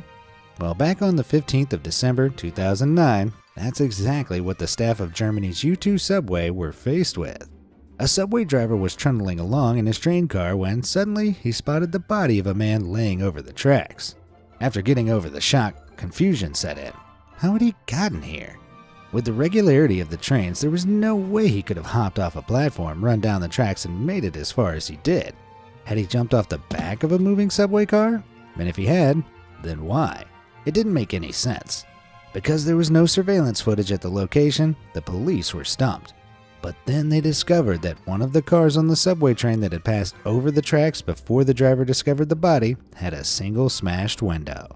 And suddenly it all made sense. This idiot had been alone in the subway car and decided, in all his brilliance, to swing from the handrail and smash one of the windows with his feet. After a couple of attempts, he succeeded, and then was promptly pulled out of the moving train thanks to the suction created by the train moving at speed through the tunnel. Nice. Real smart move there. Well, if ever you needed a really good reason not to damage public property, here it is. Killer pain. There are people out there who will do just about anything to get their hands on a couple of, potent pills, if you know what I mean. And I mean anything. Case in point, back in 2009, a Minnesota man figured that he could get his hands on some narcotic pain medication for free if he staged an accident and went to the hospital. Safe to say this guy wasn't the brightest bulb in the box. Nevertheless, he figured if he jumped out of a moving car, the injuries he sustained would ensure the doctors would have to give him the pain meds he craved. So our mastermind revved up his car, started driving, and then jumped out of the moving vehicle. There was just one hitch in his plan. It's hard to ask for pain meds when you're dead. Yep, the injuries he sustained from this stupid plot were so severe, he perished at the scene. Well, I haven't got any pain meds on me, but I do have the next best thing. Here you go, my guy. You can have this Darwin Award instead. Fireworks. Lunar New Year's in Kuala Lumpur is really something to behold. The fireworks set against the glittering lights of the city make for a magical night. The thing is, most types of fireworks are actually banned in Malaysia because of the flammable substances they contain.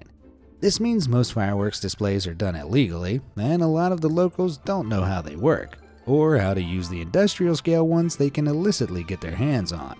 It was for exactly this reason that our next Darwin Award winner joined our ever-growing list.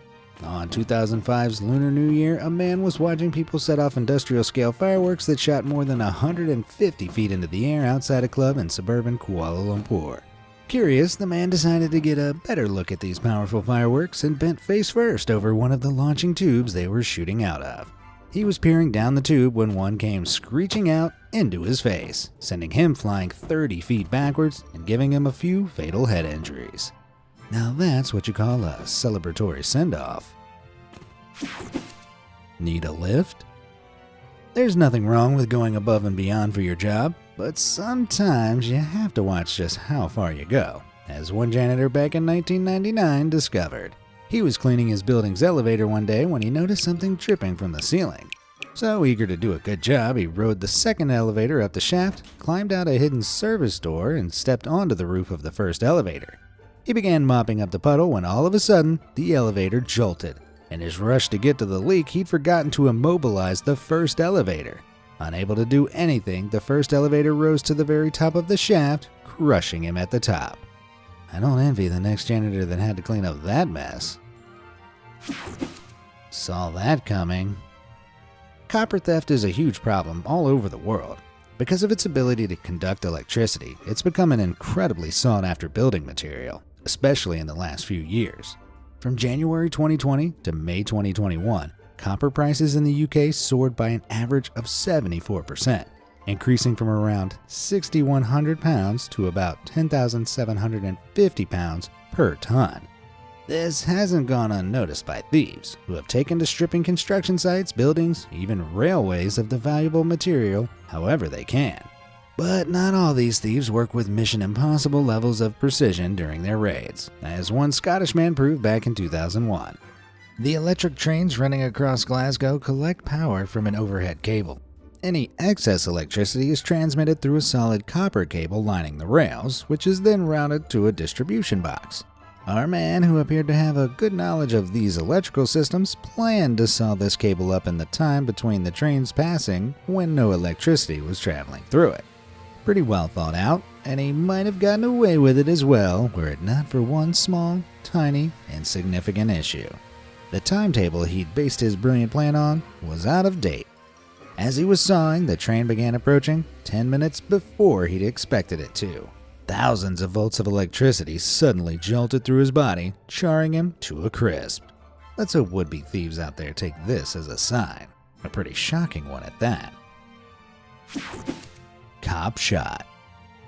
I'd like to think I'm pretty good at breaking down stories and explaining things so that everyone can understand them. This is something that back in 1993, a police officer in Illinois reportedly attempted to do, but it ended the worst way just about anything can. Another officer from their precinct had accidentally discharged their firearm into their stomach, unintentionally ending themselves the week before. In trying to explain how that was possible to his fellow officer, our cop in question decided to reenact the scenario. The Darwin Award winner pulled out his gun, aimed it at his stomach, and pulled the trigger. The only issue was that he forgot there was a bullet in the chamber, and he didn't have the safety on. Apparently he didn't survive. Hopefully no one in the precinct thought to reenact this reenactment. Shoot your shot. Florida.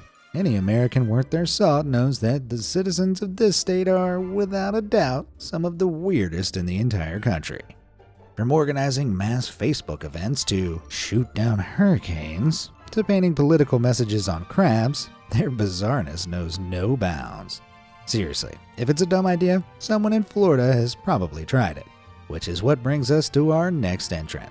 Back in April 2022, 3 bored teenagers decided to cook up some fun by using some body armor and, in true American style, a handgun. It's not clear where they got the gun, but the teenagers took turns wearing the body armor and shooting each other, recording the whole thing and uploading it to Snapchat. I think we can all see where this is going. Yep, one of them donned the armor and laid himself out like a human target, but the other teen's aim was ever so slightly off, hitting him fatally in a part of his chest that wasn't covered by the vest. Panicked, the 2 remaining teenagers called an ambulance and reported the shooting. But then, in an even dumber move, they tried to delete the videos from their Snapchat and lied about what had happened. It didn't take long for an IT specialist to find the video, which made the entire situation look even worse than it already was. Hey kids, top tip here. If you're bored, go play a video game. Don't shoot your friends for Snapchat clout and then dig your own grave by lying about it. Considering these 2 are being tried as adults and could end up spending the rest of their lives behind bars, I'm going to give them 2 honorary Darwin Awards also. Nice one, boys. Doing Florida proud. MacBook mistake. While I dragged those previous trigger-happy morons over the coals for their dumb gun safety behavior, their stupidity is nothing compared to another bullet-related Darwin Award. Back in March 2022, a Russian soldier in an active Ukrainian war zone came across an abandoned MacBook. Now, he wanted the MacBook, but he didn't have anywhere on his person to store it. No problem, he thought. I'll just remove the ballistic breastplate of my body armor and put the MacBook in there. Now, for those who don't know, MacBooks can't stop bullets. You know what can? A specially designed ballistic breastplate. But hey, it wasn't like he was going to get shot in, the active war zone he was in the middle of. Safe to say this stupid soldier didn't make it out of Ukraine alive. When Ukrainian soldiers eventually retrieved his body, they not only found the MacBook, but they also apparently found a stolen iPad as well. From the moronic logic this guy was employing, I wouldn't be surprised if he tried to use the tablet as a helmet. Fire ants. When police arrived at the scene in Rome, New York back in 2001, they struggled to understand what they were seeing. A woman's body was on fire in the grassy area adjacent to her home, and while there was a lighter and melted gas can discovered nearby, there was no immediate sign of foul play. Despite investigating the incident for months, the police turned up nothing and eventually came to the only logical explanation available. This woman had been smoking a cigarette and, according to her neighbors, indulging in her habit of dousing anthills in her yard with gasoline. While she was holding the gas can, an ember from the cigarette fell into the gasoline stream, which quickly ignited and traveled up the stream, bursting the can and immolating the woman in an instant. Guess that makes it Ants 1, Karen 0. Superhuman stupidity. How strong do you think you are? Are you down at the gym every day pumping iron? Or does your body look like it's been made out of toothpicks? Whatever it is, I think we can all agree there are very few people on Earth that possess the raw strength needed to stop a car in its tracks. With an average car weighing in at a little over 4,000 pounds, you'd need superhuman strength to go toe-to-toe with any metal beast. But that thought didn't come across one man's mind back in 2001. Apparently, having parked his car at the edge of a reservoir in Fresno, California, he got out only to watch as his car slowly rolled forward towards the water's edge. Now, the logical thing here would be to jump into the car and put it in park, right? Well, this guy had another idea. He leapt in front of the car as it rolled forwards, assuming he'd be strong enough to act as some sort of immovable object. But he thought a bit too much of himself and the car just rolled over him, pinning him beneath the water, and he didn't survive. But his story does serve as a reminder that man cannot win a fight against a moving car, no matter how strong he thinks he is. Jet-fueled idiocy. We've all taken a wrong turn at some point in our lives, but when there are multiple stop signs, warning signals, and traffic lights, quickly turning back is the logical answer. Though it wasn't for a taxi driver in Rio de Janeiro back in the year 2002. Having dropped off a fare at the Santos Dumont Airport, the taxi driver decided to follow the road around, assuming it'd lead away from the airport at some point. But soon he was confronted by sign after sign telling him he was actually approaching the runway. Flashing lights warned him a plane was on the runway and ready to take off, but apparently ignoring this, the taxi drove straight on. Despite the completely unobscured 737 passenger jet on the runway about to take off, he continued his journey behind it when both the plane's engines revved up. At their peak, each 737 jet engine can produce a huge 50,000 pounds of thrust. And as you probably figured out, a single taxi is no match for all that force. The engines blew the taxi away, flipping it more than 80 feet into the nearby sea. It was a brief journey that the driver didn't survive. I guess the moral of this story is, don't drive right behind a jet plane that's about to take off? Is that not already a given? Falling for you. Usually when you see reams of safety tape blocking off an area, it's a pretty clear sign that you should avoid that area, right? Doesn't matter what's happening inside, it's been blocked off for an important reason. Well, despite this being a pretty universal understanding, back in 2004, there was a man in South Africa who decided to ignore this entirely. Emphasis on the was. He was sitting in a cafe watching a team of lumberjacks across the way with loud chainsaws cutting down some large, heavy-looking trees. They'd cordoned off the area with tape, ensuring no one would be accidentally smushed by the falling timber. Despite this, our man suddenly made a beeline for the area, ducking under the tape to use the pavement to meet his girlfriend in a nearby shop. And at that exact moment, a huge tree the lumberjacks had quite clearly been working on came crashing down.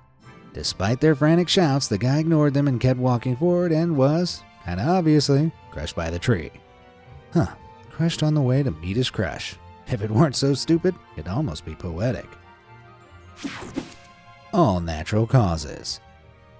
I'm terrible at taking racy pictures. I never know what pose to strike or what lingerie to wear. Jokes aside, there was one man in Germany who definitely didn't have these issues. Not only was this guy taking photos of himself completely nude, but he also took these photos out in public, and we know this for the same reason he ended up with a Darwin Award. Back in September 2000, our man was in his birthday suit in the medieval city of Rothenburg, taking photos of himself on top of a high stone wall. He set up his camera on a tripod, hopped up on the wall, and started pulling a few poses when suddenly he lost his balance and fell 16 feet onto the ground below. The police apparently had to develop the film of the camera to piece this case together, and I bet they were hoping he'd accidentally left the lens cap on. A buttload of sherry. Alcoholism is a terrible disease, with an estimated 107 million people all over the world suffering from some form of alcohol use disorder.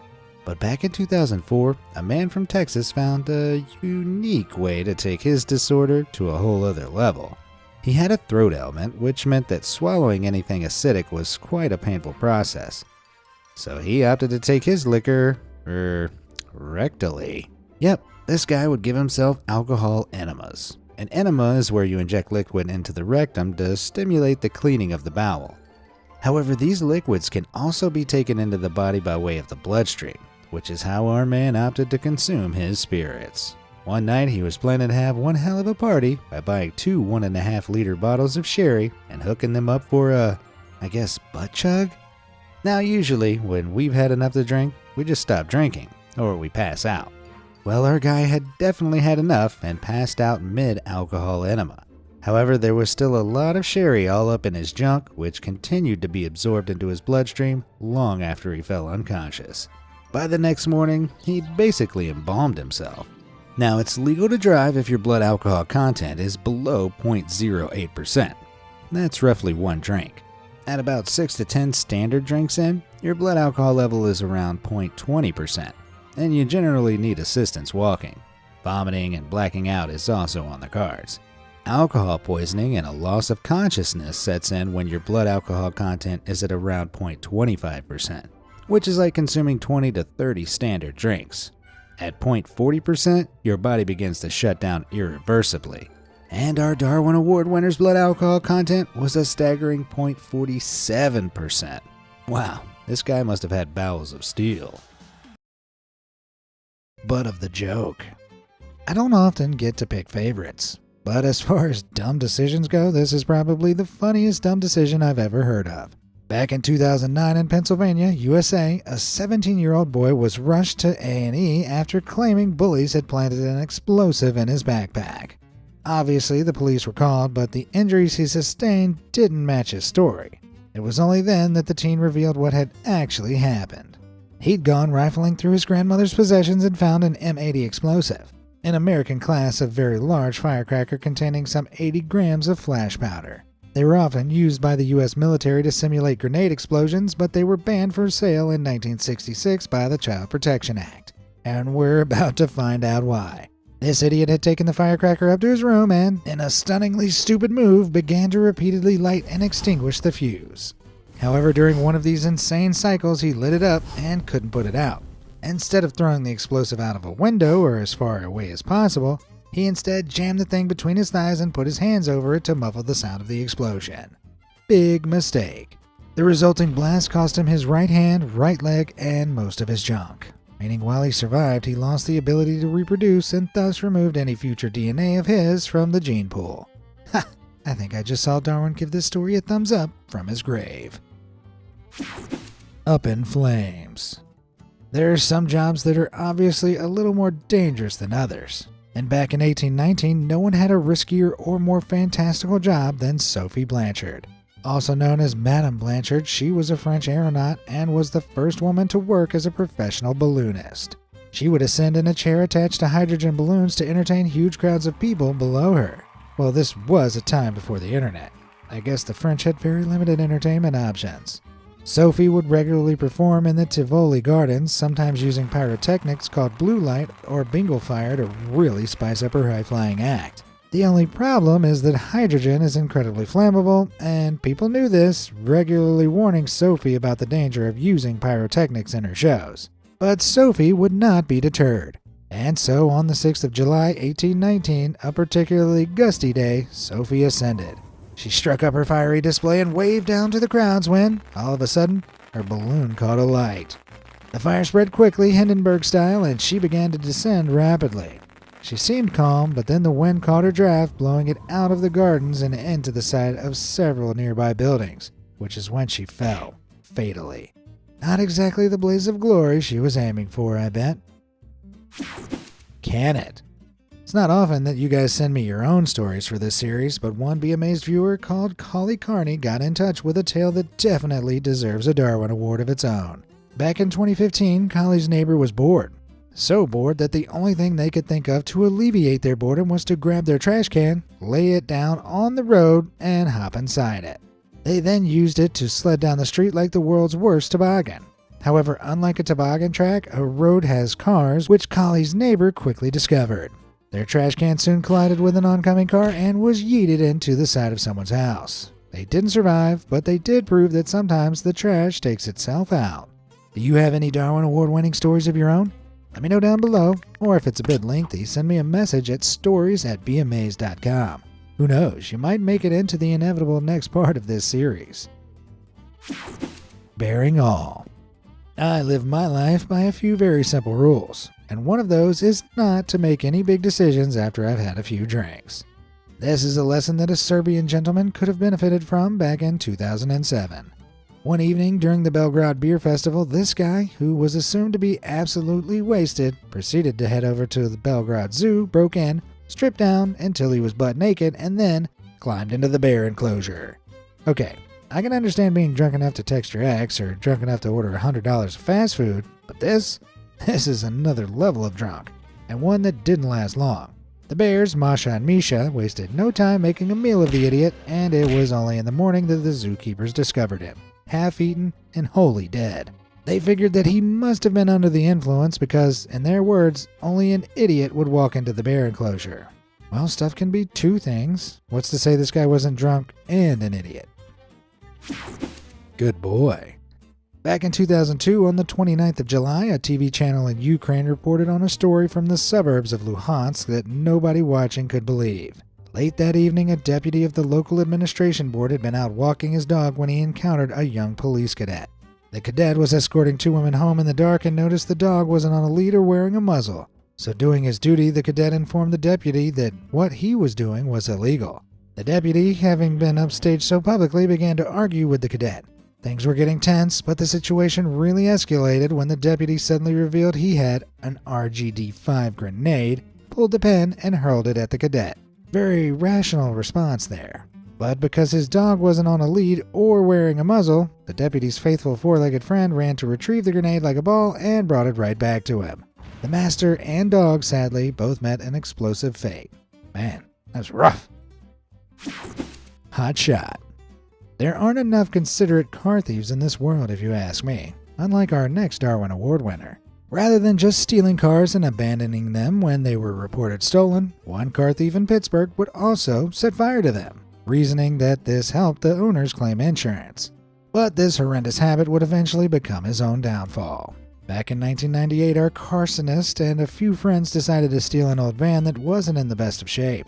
Soon after, it was reported stolen to the police, so as usual, he planned to set the vehicle ablaze by lighting a fire in the passenger seat.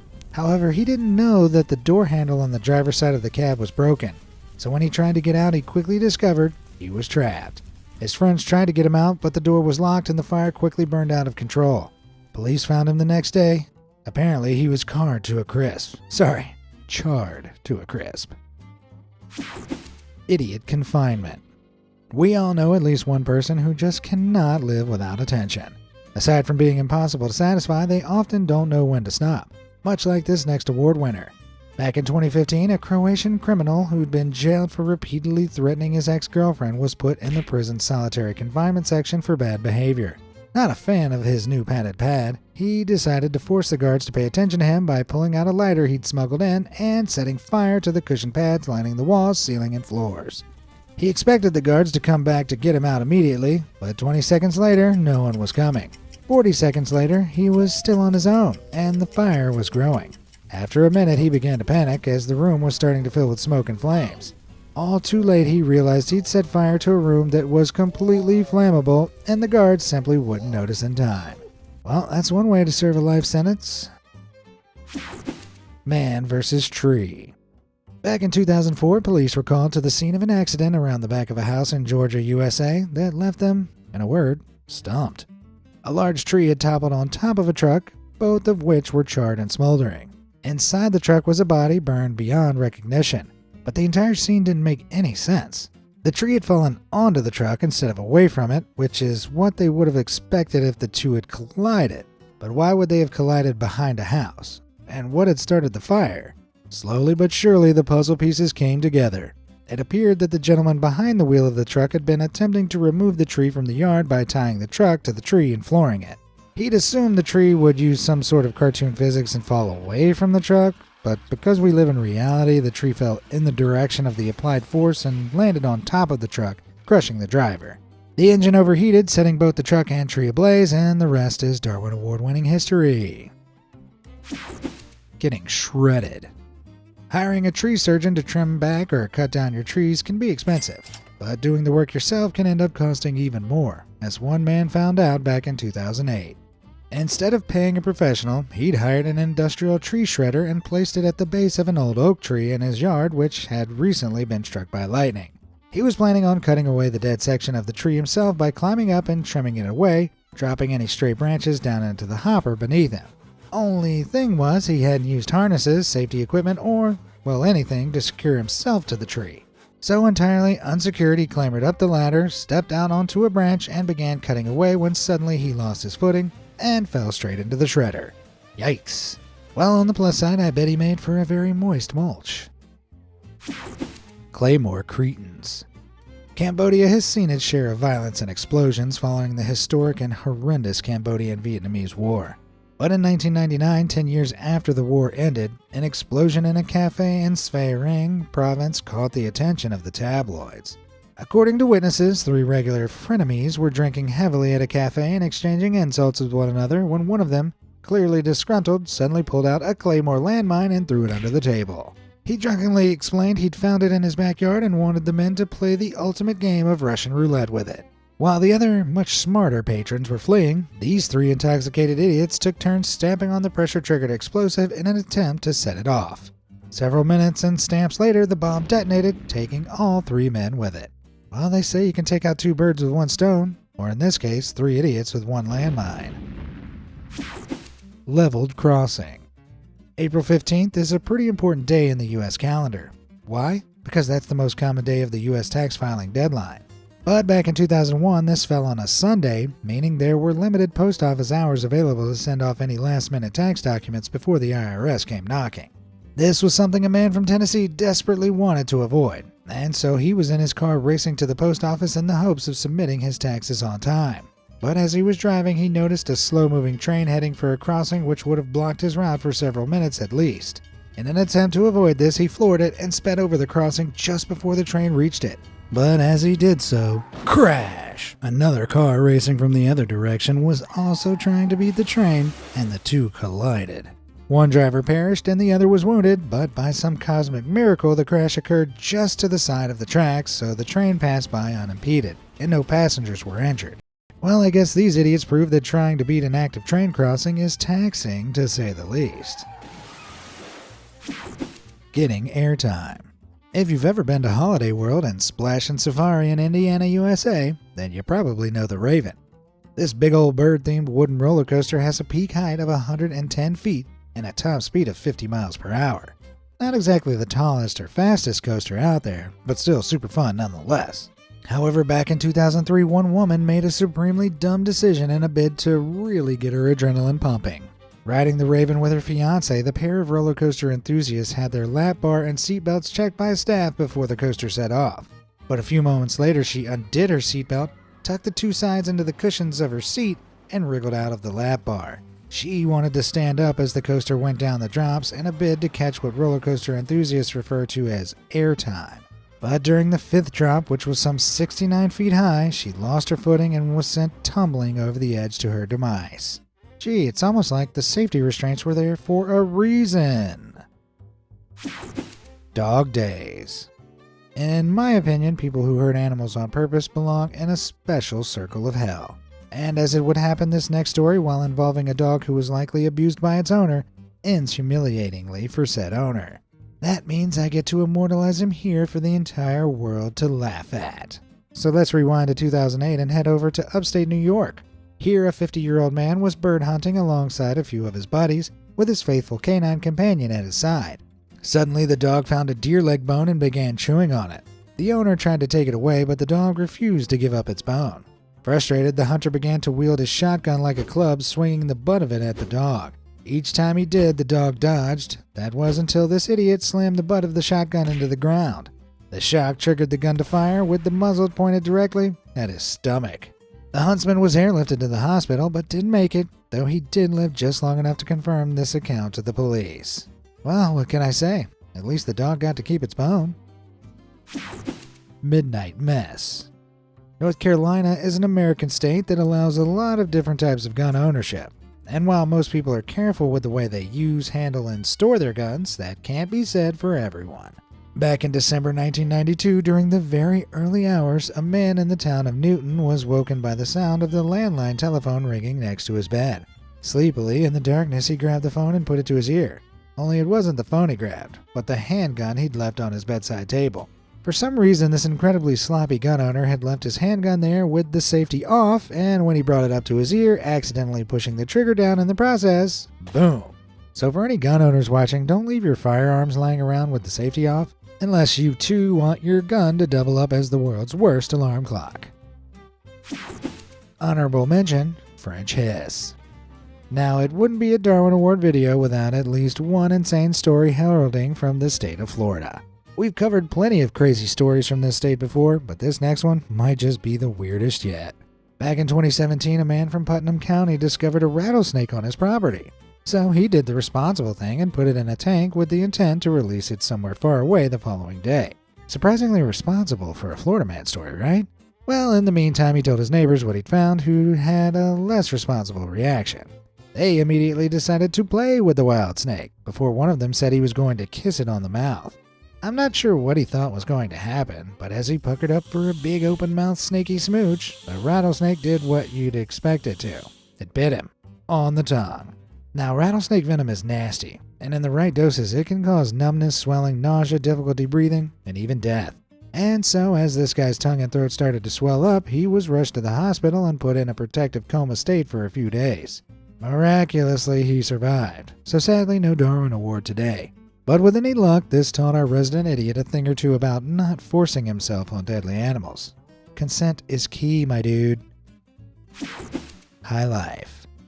Helium can be hilarious. Because the gas is 6 times less dense than air, sound waves travel through it much quicker. So if you inhale it, your voice sounds much higher.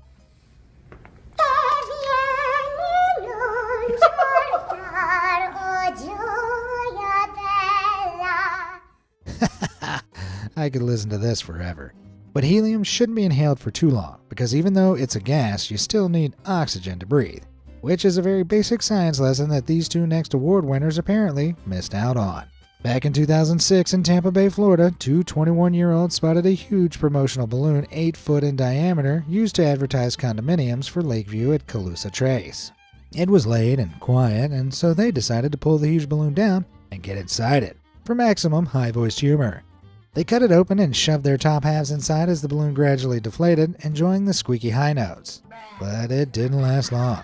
You see, when our lungs are filled with helium, it means we're not filling them with oxygen, which our organs rely on. Depending on how much helium is inhaled, a person can lose consciousness quickly and die from lack of oxygen, also known as asphyxiation, which is exactly what happened. Dizzy and confused, these two idiots lost consciousness and were only found the next morning when a local sheriff spotted the bottom halves of their bodies sticking out from the deflated balloon. Well, at least they ended on a high. A burning problem. Now, I really respect volunteer firefighters. It's a pretty thankless job that requires an immense amount of bravery. But being brave and being stupid aren't mutually exclusive terms, as the Sequoia Volunteer Fire Department in Tennessee proved back in 1999. This supreme team of 7 idiots were bored, having not received a call for help in over 2 months. And so they started up a dangerous habit of using gasoline to light fires in vacant houses in a rural part of Chattanooga. They'd then rush in, put out the blaze, and pretend to be heroes. But this incredibly dangerous ruse all fell apart one day when one of them, who was spreading gasoline in the attic, the others had already started the blaze. The fire spread so quickly it trapped the wannabe hero in the attic, where he met his demise. When the real firefighters and police were called in, they realized all too quickly what had been happening. The 6 accomplices faced a combined total of 60 years in prison. Man, I don't think there's enough water on Earth to cool that burn. Love in the cockpit. Let's fly back in time to 1991 Florida, where 2 pilots of a small Piper Seneca aircraft decided to undertake a simulated instrument flight. This is where a literal hood is placed over the eyes of the pilot, and they fly using only the instrument on the dashboard. It's a fairly standard practice. However, on this day, witnesses noticed that while in the air, the aircraft's right wing suddenly failed before it dived down and crashed. Neither pilot survived. People began to wonder what could have caused such a tragic accident. Had both pilots been wearing a hood? Was the plane defective? Was it on purpose?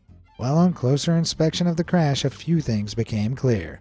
The front right seat was in a fully reclined position, neither pilot was wearing their seatbelt, and both were only partially clothed.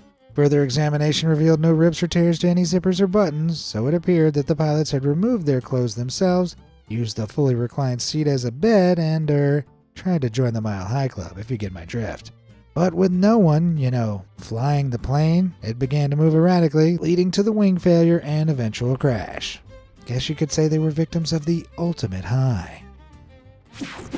Gunning for a fight. Okay, I want you to imagine you were planning a robbery. I imagine there'd be a few essential things you'd try and take into account before picking a target, right? Things like what valuables will they have? Will there be many people around, or will they be well armed? Alternatively, you can contemplate none of these things and just wing it, like our next Darwin Award winner did. Back in 1990, our would-be criminal made the big brain decision to target a gun store located near Seattle, Washington. Did he do this early in the morning or late at night when it'd be a little quieter?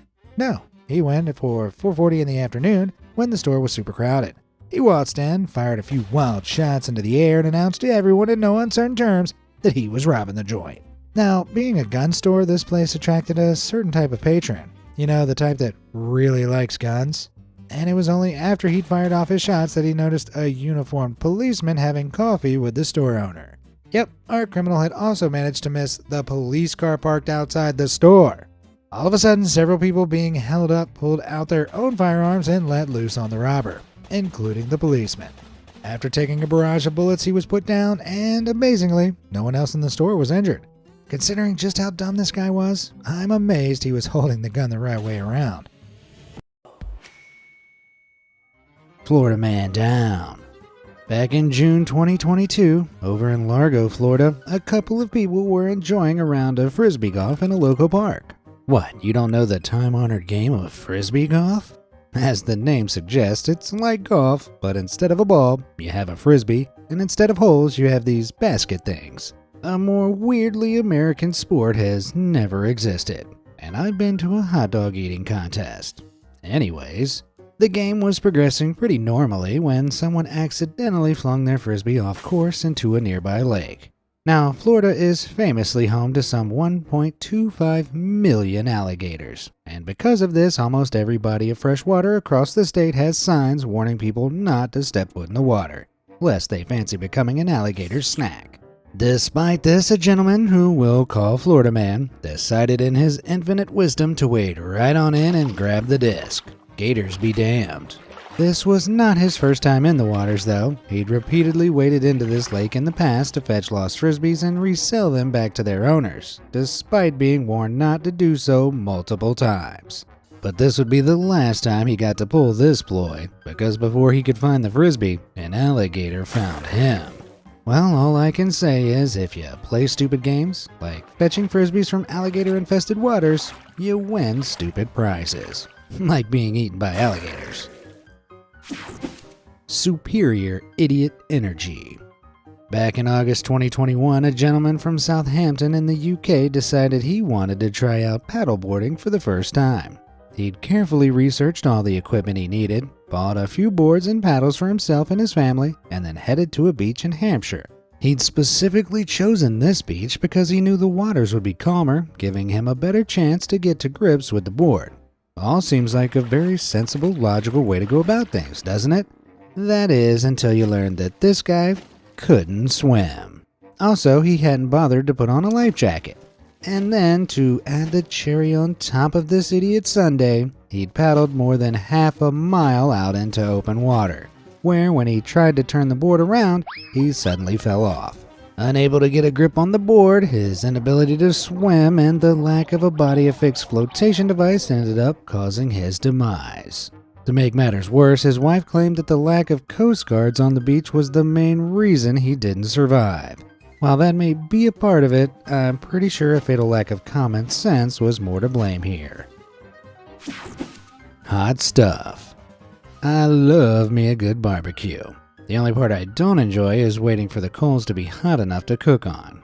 Yeah, I know, it only takes like 15 minutes to light them up and get them scorching hot, but this little fatty wants his burger now! I want it now!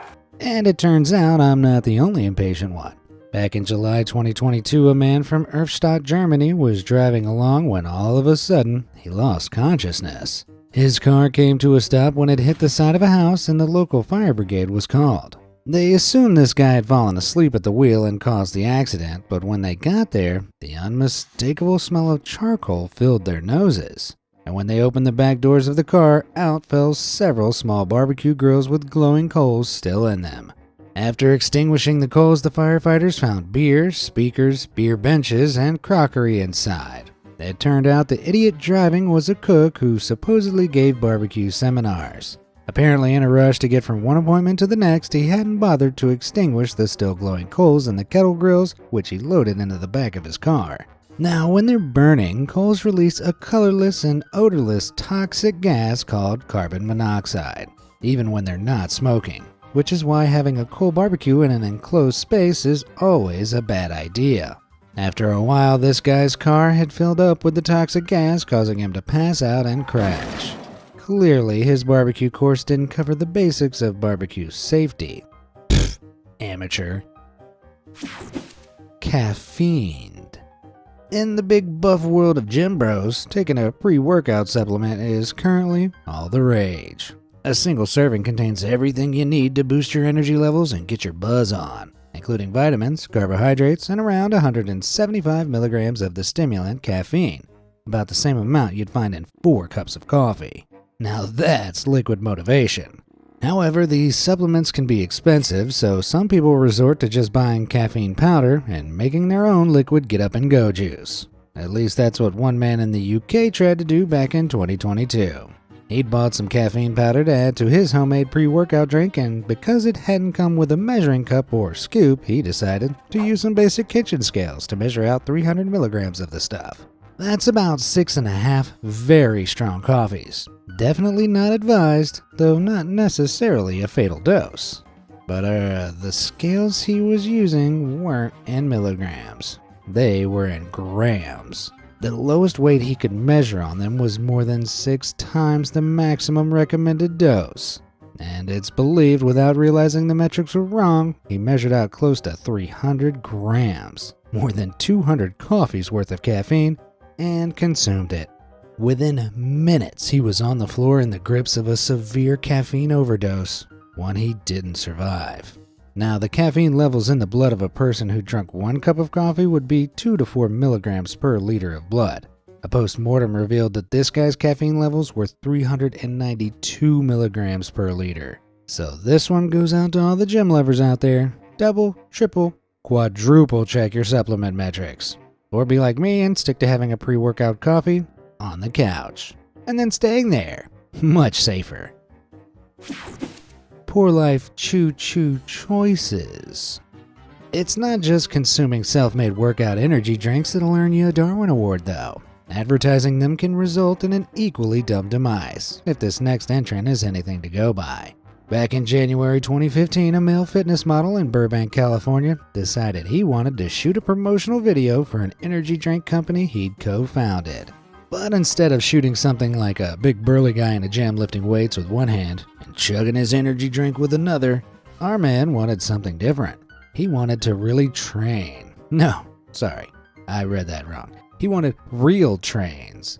He planned to make it look like drinking this drink would give you the power to outrace a literal train. The only problem is that a shoot like this is expensive and requires a lot of paperwork.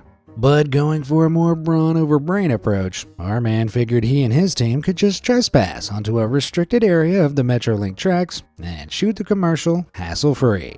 His plan was to run on a set of tracks that were parallel to the trains coming up behind him, so shot from the side it would only look like he was running ahead of the train. But here's the kicker. This particular section of railway was on a blind bend, so until the train was around the corner, there was no way of knowing which set of tracks it would be using. Nevertheless, our model man shouted action and started running, with the train quickly catching up behind him. Despite the blaring sound of the train's horn, our man just kept running in a straight line until the train ran over him. Would this be a bad time to mention that semi-realistic CGI effects are pretty cheap these days? Like, I know a guy who'll edit you into a train chase scene for like $20. No? Sorry. I was too busy over here flexing my brain, not my muscles. Protein powder problems. What? Another gym bro workout supplement related story? Don't mind if I do. Back in February 2022, early in the morning, a young man was driving along a road on the outskirts of San Diego. Without warning, he veered off to the side of the road, hitting a parked vehicle and causing a 6-car pileup. Okay, at this point, I want you to take a guess at why he veered off the road. Was he looking at his phone? Had he fallen asleep? Was he attempting to open a packet of protein powder, take out a scoop and pour it into a cup of water he had in his lap while mixing it with a knife? Well, if you guessed that last one, give yourself a cookie. When rescuers arrived at the scene, they opened the guy's door to find protein powder all over the vehicle. It coated the seats, the dash, the airbag that had deployed after he crashed, and the knife, which, as he'd been distractedly using it to mix the protein drink in his lap, had been propelled back by the airbag and into his body. Fatally. Luckily, no one else was injured. Okay, several takeaways from this story. 1. Don't mix your protein powder while you drive. 2. Don't hold a knife while you drive. And 3. Always take your workout supplements with a liberal dose of common sense. TikTok trouble. A lot of good things have come from the video sharing app TikTok, such as fun dances and wholesome viral stars. But it's also provided the catalyst for a lot of incredibly dumb trends, just for likes and views. Often, the more extreme these are, the more views they receive. But they can be so pointlessly dangerous, many of them have been banned from the platform. But back in November 2022, one wannabe TikTok creator went viral for all the wrong reasons. Deciding he needed to add a little edge to his next TikTok dance, a man from Texas, in all his infinite wisdom, decided to get up on top of an 18-wheeler and then began to record himself dancing while the truck was moving. The driver of the truck had no idea, and so he continued on his route as per usual. This included driving across Houston's US 59 East X freeway, a route with several overpasses. Other drivers soon noticed the TikTok terror, watching as he ducked down to avoid being hit by some of the overpasses. But he was too focused on his dance moves and didn't spot one coming up at speed. He was promptly knocked off the top of the truck and into moving traffic, which obviously he didn't survive. I want to say this was an accident, but part of me wonders if he started the video like, Darwin Award Achievement Check. Lord have mercy on this idiot. There are a lot of people out there who claim to be the reincarnation of the big JC, Jesus Christ, but none have ever definitively proved that they are, which is what one pastor from Zambia was about to change. Back in 2021, this guy promised to prove to his congregation that he was the reincarnation of the Son of God by recreating one of Jesus' famous heavenly abilities. You assume he'd choose something with minimal risk, like turning water into wine or walking on water. No, of course not. He demanded his congregation bury him alive and then dig him up 3 days later, mimicking JC's famous resurrection. So as instructed, the church members dug him a grave, tied his hands together, and buried him. He remained there, as the good book said, for 3 days. And when he was exhumed on the 3rd day, something unbelievable happened. He was alive. He'd done it. He'd really done it. He is risen! He obviously didn't do this. The pastor did not, in fact, survive 3 days buried in 6 feet of earth with no air. Not exactly a surprise. And was very much stuck in the pre-resurrection stage. His congregation members were arrested, with several still on the run for their hand in this prophetical failing. If only he'd stuck to not turning water into wine. Copter chaos. When it comes to big dangerous machines with the power to tear people to shreds, very few people immediately think of helicopters. Well, if at least one more of them had, then they might still be with us. Back in July 2022, news outlets all over the world began reporting on a story from Athens, Greece, where a tourist was struck down by a helicopter rotor after getting too close to the blades while trying to take a selfie with the vehicle. The news outlets quickly ran with the sensational story, but it turned out that they were wrong about one key thing, and the real story was far more baffling. The tourist in question had been riding as part of a group on the helicopter, and after it landed, had disembarked with the others and was chaperoned to a nearby lounge safely.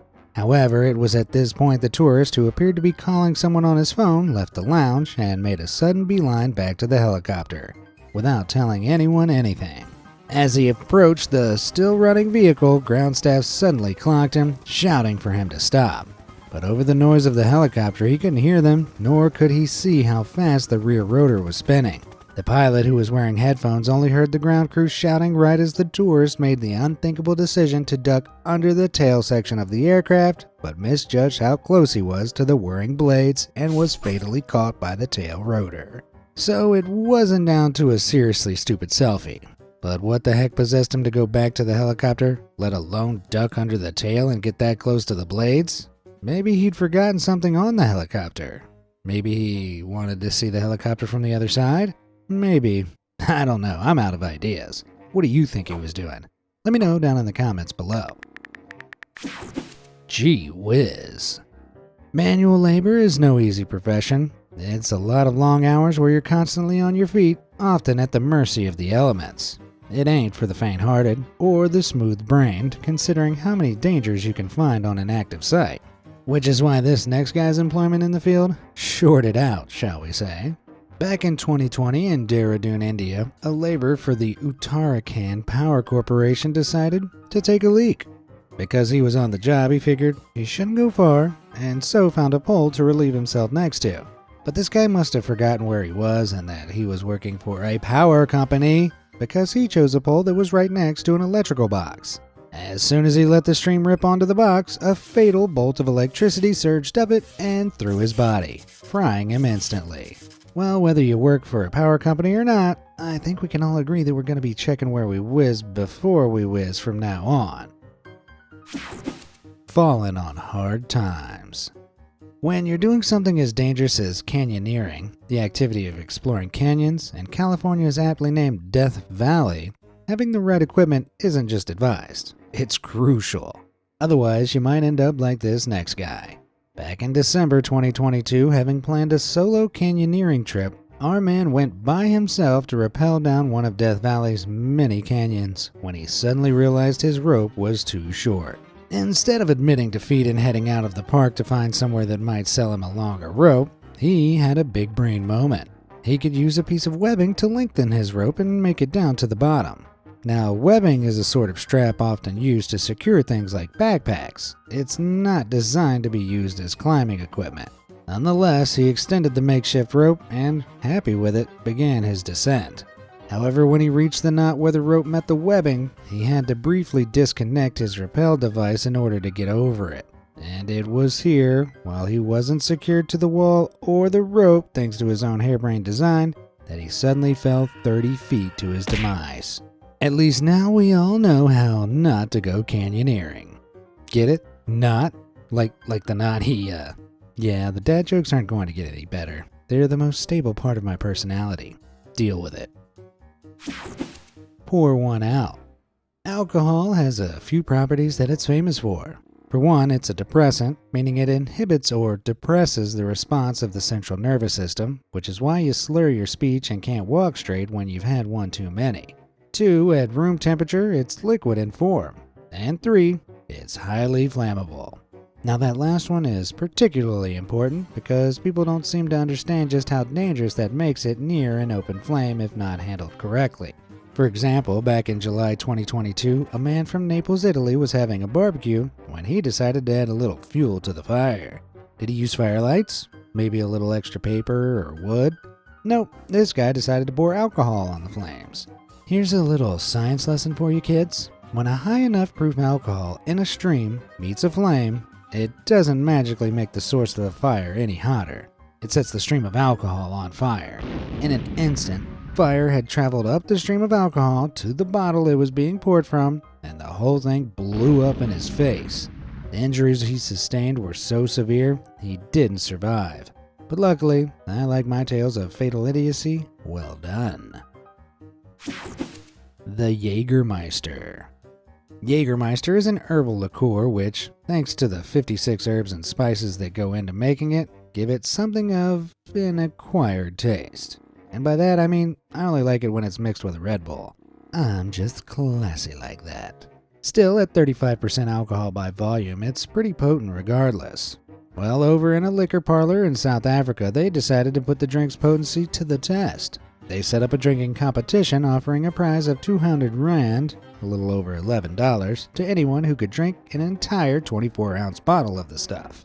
It's unclear whether they thought anyone would actually be dumb enough to attempt the challenge or whether they assumed it just couldn't be done, but several men stood up to the plate. And not only did the winner down every last drop, he also did so in less than 2 minutes. He was awarded his 200 rand prize when all of a sudden he collapsed on the floor. But he wasn't just drunk or asleep, he was gone. Yeah, here's something I assumed I didn't need to explain. Alcohol isn't good for you in massive quantities. It's a toxin which can build up in the blood and literally poison you. In general, your body can process about 1 unit of alcohol per hour. After one drink, your blood will have an alcohol content of roughly 0.04%. After 6 drinks, that'd be around 0.14%. At this point, vomiting is not uncommon. After 15 drinks with a blood alcohol level of 0.3%, unconsciousness is inevitable. But after consuming an entire bottle of Jägermeister in just 2 minutes, our man's blood alcohol content would have shot up from 0% to around 0.44%. A fatal dose. Oh man, I can almost hear the frat boys saying he could have walked it off if only he'd had a couple of Red Bulls to chase it with. Honorable mentions. Okay, so there have been some pretty solid attempts to join the prestigious list of Darwin Award winners over the years, but the idiots in question have tragically survived. However, I'm feeling generous, so to make sure they don't feel left out, here are a couple of honorable mentions to those who almost made the list with some certifiably moronic life choices. To start, we head over to Russia, where back in 2020 an influencer decided to make their birthday a memorable one by inviting some of their friends over to a pool complex they'd hired out. They spent a little time in the sauna, and to ensure the water was extra cold for their post-sauna swim, the influencer had ordered 55 pounds of dry ice, which they then dumped into the pool. Okay, pop quiz. Do you guys know what dry ice actually is? No? Well, neither did the influencer. All they knew was that it was very cold, and when it met water, it produced a cool steam show effect, which would look great on their socials. But here's the thing. Dry ice is the solid form of carbon dioxide, which only stays solid at a temperature of negative 109.2 degrees Fahrenheit. Above this and without the right pressure conditions, it transitions straight into gas, without an immediate liquid stage. So dumping that much in a pool which was not a well-ventilated space released a lot of carbon dioxide, a gas humans famously cannot breathe. Several guests dived in and immediately began to choke. The influencer themselves and a few others managed to get out just in time, but 3 guests suffocated, including the influencer's own husband. Well, that's a birthday they'll certainly never forget. Although that's not the dumbest thing someone's done around a body of water. Back in July 2022, the chief minister of a North Indian state visited the holy Kalibine rivulet, marking 22 years of its cleansing. Despite its historical significance, the rivulet had once been a sewer drain, but more than 20 years of community rejuvenation brought the rivulet back to life. On the heels of a clean water campaign in the state, the chief minister was so keen to prove to everyone at this event that the Kalibine was both clean and safe, he grabbed himself a glass of its water and drank it down. I really hope I don't need to tell you, but just because fresh water looks clean doesn't mean it's safe to drink. Waterborne infections like E. coli, parasites, and raw sewage can contaminate even the freshest looking water sources, which this chief minister found out quickly. The next day, multiple media outlets reported that he was airlifted to a hospital with severe stomach cramps. He attempted to deny it, claiming it was a routine checkup, though I'm not sure how many people need an emergency airlift for a simple checkup. Something smells off, though that might just be the Kalibine. Ride or die. Now, I don't usually have favorites, but this next Darwin Award is just, it's just lacking so many brain cells it's unbeatable in my opinion. Back in 2015, a gentleman and his friend were visiting Cedar Point Amusement Park in Sandusky, Ohio. They decided to get their adrenaline fix on the Raptor, a steel inverted roller coaster which whips riders around at a top speed of 57 miles per hour. As they were riding, our man in question realized his phone had fallen out of his pocket. Once the ride was over, he peered over into the restricted section and saw his phone lying near the coaster's tracks. Completely ignoring the big, do not enter signs, the fences constructed to keep people out, and the fact he knew the ride was currently in operation, having literally just been on it, our man hopped the fence and reached for his phone. To literally no one's surprise, he didn't even bother to check if another cart was coming, and so, as you've probably guessed, he was struck by an oncoming cart. Yep, that's got to your Darwin Award if ever there was one. Big bada boom. Okay, before we dive into this first one, I just need to check real quick. Nope, I'm not going insane. So here's a quick question. If you found some old unstable explosives on a piece of land near your home, what would you do? A. Call the authorities and alert them to the situation. B. Pick them up, cart them around, and attempt to bury them. I'll give you a few seconds to contemplate. Are we done? Cool. So the answer is obviously A, right? No one in their right mind would try to handle them, let alone bury them, unless they knew what they were doing, right? Right? Okay, good. I'm not going insane. Why did I ask? Oh, because back in 2004, a gentleman in Chiavenna, Italy, did just that. He discovered some old sticks of dynamite in an abandoned shack on some land near his vineyard. He'd had some experience of working with explosives before, so decided instead of calling the authorities, he could handle the situation himself. Unfortunately for him, this dynamite had been sitting around for a long time and was sweating nitroglycerin, a highly unstable liquid component of this type of explosive. Unaware of how volatile these explosives now were, our man set about attempting to bury them.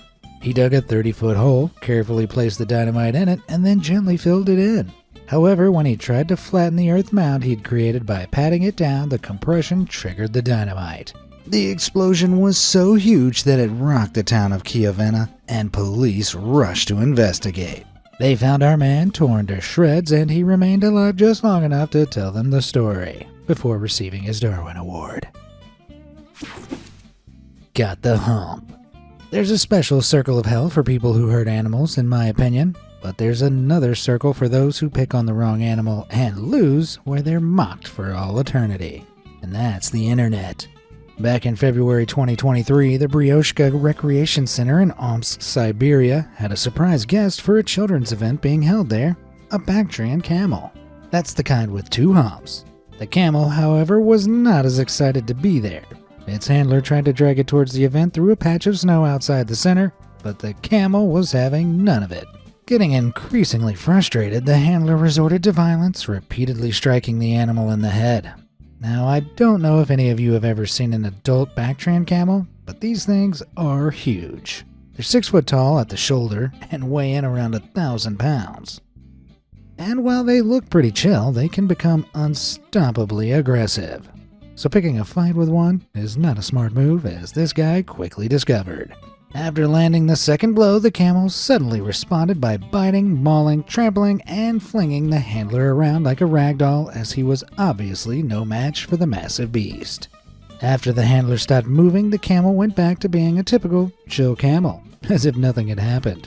Needless to say, after being pummeled by a beast more than 7 times his size, the handler didn't make it.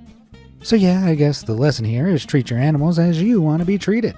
Especially animals much bigger than you that are prone to violence. Fast food fake. You know, considering how many of us indulge in fast food every day, the people flipping your burgers and making your pizzas really don't make enough money. But in a bid to make more cash, one pair of fast food managers ended up getting way more than they bargained for. This was back in the year 2000, when the night and day managers of a Burger King in Indianapolis came up with a plan to stage a robbery of the store they worked for. The day manager would steal $4,000 in cash from the day's takings before tying up the night manager in the walk-in freezer and setting a small fire in a wastebasket, making it look like the robbers had also tried to burn the place down. The fire alarm would go off, and when the fire brigade arrived, the night manager would tell them it was a robbery and no one would think the pair of them had taken the money. This might have been a plan that worked if the day manager hadn't messed up. They set the wastebasket on fire, but it was barely a smolder, which didn't set off any of the fire alarms. It wasn't until the morning crew came in and the rush of air from the open door sparked the smoldering embers to burst into flames that the firefighters were called. and only then did they find the manager in the freezer suffering from extreme hypothermia. As you can guess, she didn't make it to the hospital. But after realizing that the night manager's bindings were loose enough for her to have gotten free and that she could have escaped from the unlocked freezer, they began to suspect foul play. It wasn't long before they approached the day manager, who not only still had the cash on them, but had incriminatingly stashed it in a Burger King bag. Man, if you're going to be dumb enough to try a plan like this, at least be smart enough not to get caught. Cycle blame. Okay, cyclists of the world, listen up. If we want to improve our reputation, we need to do better. Starting with paying attention. Otherwise, you might end up like this next award winner. Back in 1997, a cyclist in Sorocaba, Brazil, put his Walkman headphones on and set off on his bicycle. He was happily listening to his tunes, making his way through the city when he decided to take a shortcut to his destination. Absorbed in his music, he pedaled on, blissfully unaware of his surroundings, when, all of a sudden, he was knocked off his bike by an oncoming plane. Yeah, the shortcut this guy had decided to take led across Sorocaba Airport's landing strip, and with his music blaring, he hadn't heard the twin-prop plane approaching the runway to land. He crossed its path at exactly the wrong time, and, needless to say, he didn't survive. Well, there's at least one important lesson for all cyclists here. Not everything is a cycle lane. Up in flames. Here's a question. What do you use gasoline for? I bet most of you just said, it's fuel, duh. But did you know as a petroleum-based product, it's also pretty good at dissolving oils, making it a decent degreaser. The only obvious issue is that it's also highly flammable, which is why it's not advised to use it as your go-to degreaser. But that hasn't stopped some idiots. Back in 1998, a woman in Texas was cleaning the tennis shoes she was wearing with gasoline to give them that bright white finish. If she'd used an ounce of caution, this would have been absolutely fine. Except she was doing it right next to a candle she had recently lit, which she accidentally knocked over. All of a sudden, the flame ignited the spills of gasoline, leading to her shoes. With her feet on fire, she panicked and ran to her neighbor's house, who rushed for a water hose. But as she did, the polyester dress the woman was wearing, a notoriously flammable material, also caught fire from the flame of the shoes. The neighbor eventually put her out, but not before our idiot joined the many Darwin Award winners before her. Braving the barricade. Back in March 2018, New Jersey was in chaos. A recent storm had downed trees and power lines all over the place, so there was traffic snarling the roads and tailbacks everywhere you looked. Barricades were put up left, right, and center. However, one man who'd been asked by his father to come and shovel his driveway decided these barricades simply did not apply to him. He steered around a set of bright orange traffic cones that clearly blocked the road ahead of him and continued on his way. That was until a downed electrical wire in the middle of the road, which was live and still buzzing with thousands of volts of electricity, struck the car, zapping the driver and setting the entire thing on fire. Oh man, if only there'd been something to warn him of the danger ahead. I don't know, like a set of bright orange cones purposely blocking the road? Be smart. Back in 2002, a farmer from Sao Paulo, Brazil was tasked with removing a beehive from one of his orange trees. He could have hired a professional to take care of it, but he figured the easiest and cheapest way to be rid of them would be to burn the hive himself.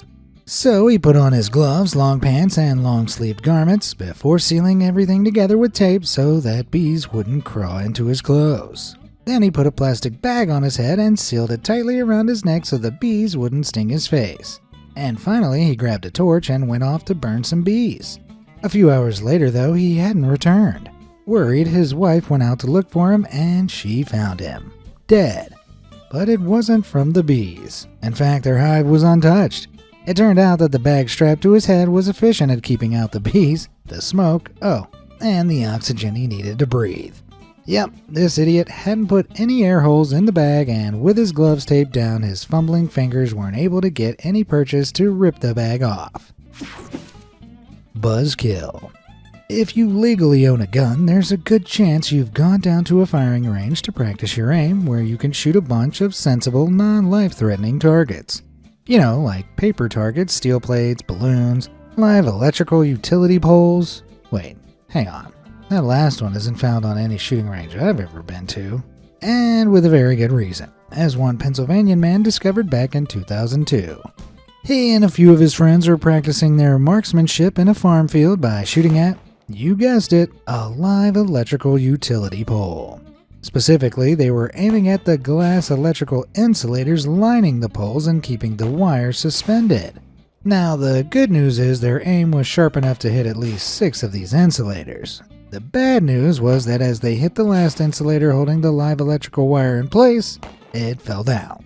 Suddenly, our man became aware that the sun-scorched farmland they were on could catch fire, and so panicked, he grabbed the wire with his hands.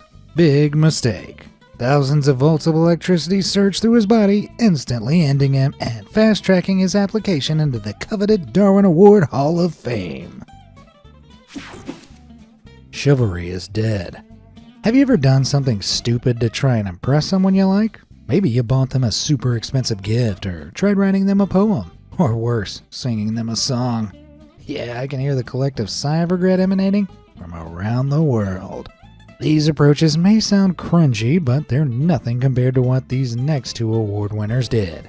Back in 2004, 2 Taiwanese college students met up one evening, and after they'd had a little to drink, they both revealed they liked the same girl on campus. It was at this point things got heated, and so they decided to have a contest to see who between them would get the rights to pursue the girl. And how did they settle this? A nice safe game of rock, paper, scissors maybe? Nope. Seeing as this was a matter of honor and dignity, they decided to joust. But instead of horses, they'd use their scooters. The rules were that they'd ride at each other full speed, and the first one to turn away would lose the contest. So without helmets or any kind of safety equipment, the 2 rode straight at each other, topping out at 50 miles per hour, and crashed. Neither had the smarts to turn away, which cost both of them their lives. Ironically, they could have saved both their lives if they'd just talked to the girl. As it turned out, she hadn't been interested in either of them. And that just makes this pair of Darwin Awards all the shinier. Kitchen nightmares. Is there anything worse than losing the keys to your home? Ugh, it's so annoying. If you're lucky, you might remember that you forgot to lock a window and be able to clamber in that way. But it's usually better to just wait for a locksmith to let you in. Otherwise, your impatience could have some real consequences, like what happened to this next Darwin Award winner. Back in 2004 in Wolfsburg, Austria, an incredibly inebriated gentleman returned home late one evening, only to discover he couldn't find his keys. No matter, he thought, because he could slip in through the kitchen window. The window itself was fixed at the base and tilted out, giving him just enough room to squeeze his head and part of his torso through. And that's when he got stuck. With both his legs off the ground and being a little drunk, he couldn't coordinate himself enough to push through. And then there was another complication. As he'd been struggling to get in, he'd accidentally turned on the tap below him, filling the kitchen sink with water. The more he struggled, the more he exhausted himself until he apparently fell asleep, still stuck in the window. From here, his head slipped into the water, and being as drunk as he was, he didn't wake up, and he drowned. He was discovered the next day, and to really make this a top-tier Darwin Award winner, as they were removing the body, the police found his keys in his pocket. Man, if he'd survived this ordeal, I'm pretty sure he would have died of embarrassment. A bridge too far. It takes some serious kahunas to ride a motorbike. The speeds, the other road users, the lack of airbags, it's a risky way to travel. But even more so when you're a grade A idiot, like this next guy was. Back in 2008, a Floridian gentleman dressed in swim trunks and sneakers was riding along when he noticed the Minnesota Key drawbridge ahead of him was beginning to open. Any sensible rider worth their salt would have slowed down and simply waited for the drawbridge to level again before crossing it, but not this guy. No, instead, clearly thinking he was in a Fast and Furious movie, decided to try his luck and jump the gap. So he increased his speed and shot forward. Unfortunately for him, drawbridge designers anticipate idiots just like this and so build in safety measures to most drawbridges in the form of crossing guards. The guards dropped down before our man had a chance to hit the brakes, clotheslining him off his bike at breakneck speeds and careening him over the side of the bridge. He hit the water, but the impact instantly wiped him out of the gene pool. Ironically, the bike carried on and apparently made it over to the other side. How oddly satisfying. Firework fail. There are a lot of things you shouldn't do with a firework. You shouldn't hold it while lighting the fuse. You shouldn't plant it somewhere dangerous. You shouldn't aim it at people. A lot of pretty obvious don'ts there. But you know which one I didn't think needed saying? Don't put it in your butt. And yet, here we are in Sunderland, UK, a place I can only assume is the Florida of England, back in 2006. It's November 8th, a few days after England's famous Guy Fawkes Night, where bonfires and fireworks are lit to celebrate the day Mr. Fawkes didn't blow up the Houses of Parliament. With a leftover firework, our award winner decided he would let this one off in style, by lighting the fuse, lying down on the ground, and planting the firework, twixt his cheeks. The incident, compromised his junk and his ability to procreate, thus removing any more of his idiot antics from the gene pool. Wow, if I didn't know any better, I'd say Sunderland was challenging Florida for the title of most chaotic place in the world. Some like it hot. There's something about the superhuman abilities on display during competitive endurance sports that you can't look away from. You want to watch a man run 200 miles in 48 hours? Of course you do. You want to see someone cycle 400 miles in less than a day? Absolutely. You want to watch someone step into a superheated hot box and stay in there for as long as possible? Hang on, what? That last one is real? And it's called the World Sauna Championship? Yeah. Founded in 1999, the World Sauna Championship was an endurance competition held in Finland. Each year, many eager sauna-loving competitors would enter the hot box, which was an infernal 230 degrees Fahrenheit, hotter than the boiling point of water and hot enough to cause third-degree burns. Water was poured on the coals inside the sauna every 30 seconds, and competitors would attempt to outlast every other person in there, with their efforts only counting if they could walk out of the box unaided. Not only was this an actual official event, competitors had to sign a legal agreement promising not to sue the event organizers if they got injured. Although that wouldn't make a difference to one of the men who competed back in 2010. After spending 6 minutes in the hellish hotbox and outlasting every other competitor in there, the final 2 remaining competitors passed out and had to be dragged from the box. Both were covered in third-degree burns and blisters and were suffering from convulsions. One was transferred to the hospital where they revealed 70% of his skin was burned, his respiratory system was scorched, and his kidneys failed. He was put into a medically induced coma for 6 weeks before miraculously pulling through. The other guy wasn't so lucky. He passed mere minutes after being dragged from the box. And to really add the shine to this award, both competitors were disqualified. Well, hey, if you enter life-threateningly stupid competitions, I guess you win life-threateningly stupid prizes. What the helmet? If you ride a motorbike or a bicycle, heck even a scooter, you should wear a helmet. Seriously, head versus pavement at high speeds isn't a fight that ends well for any head.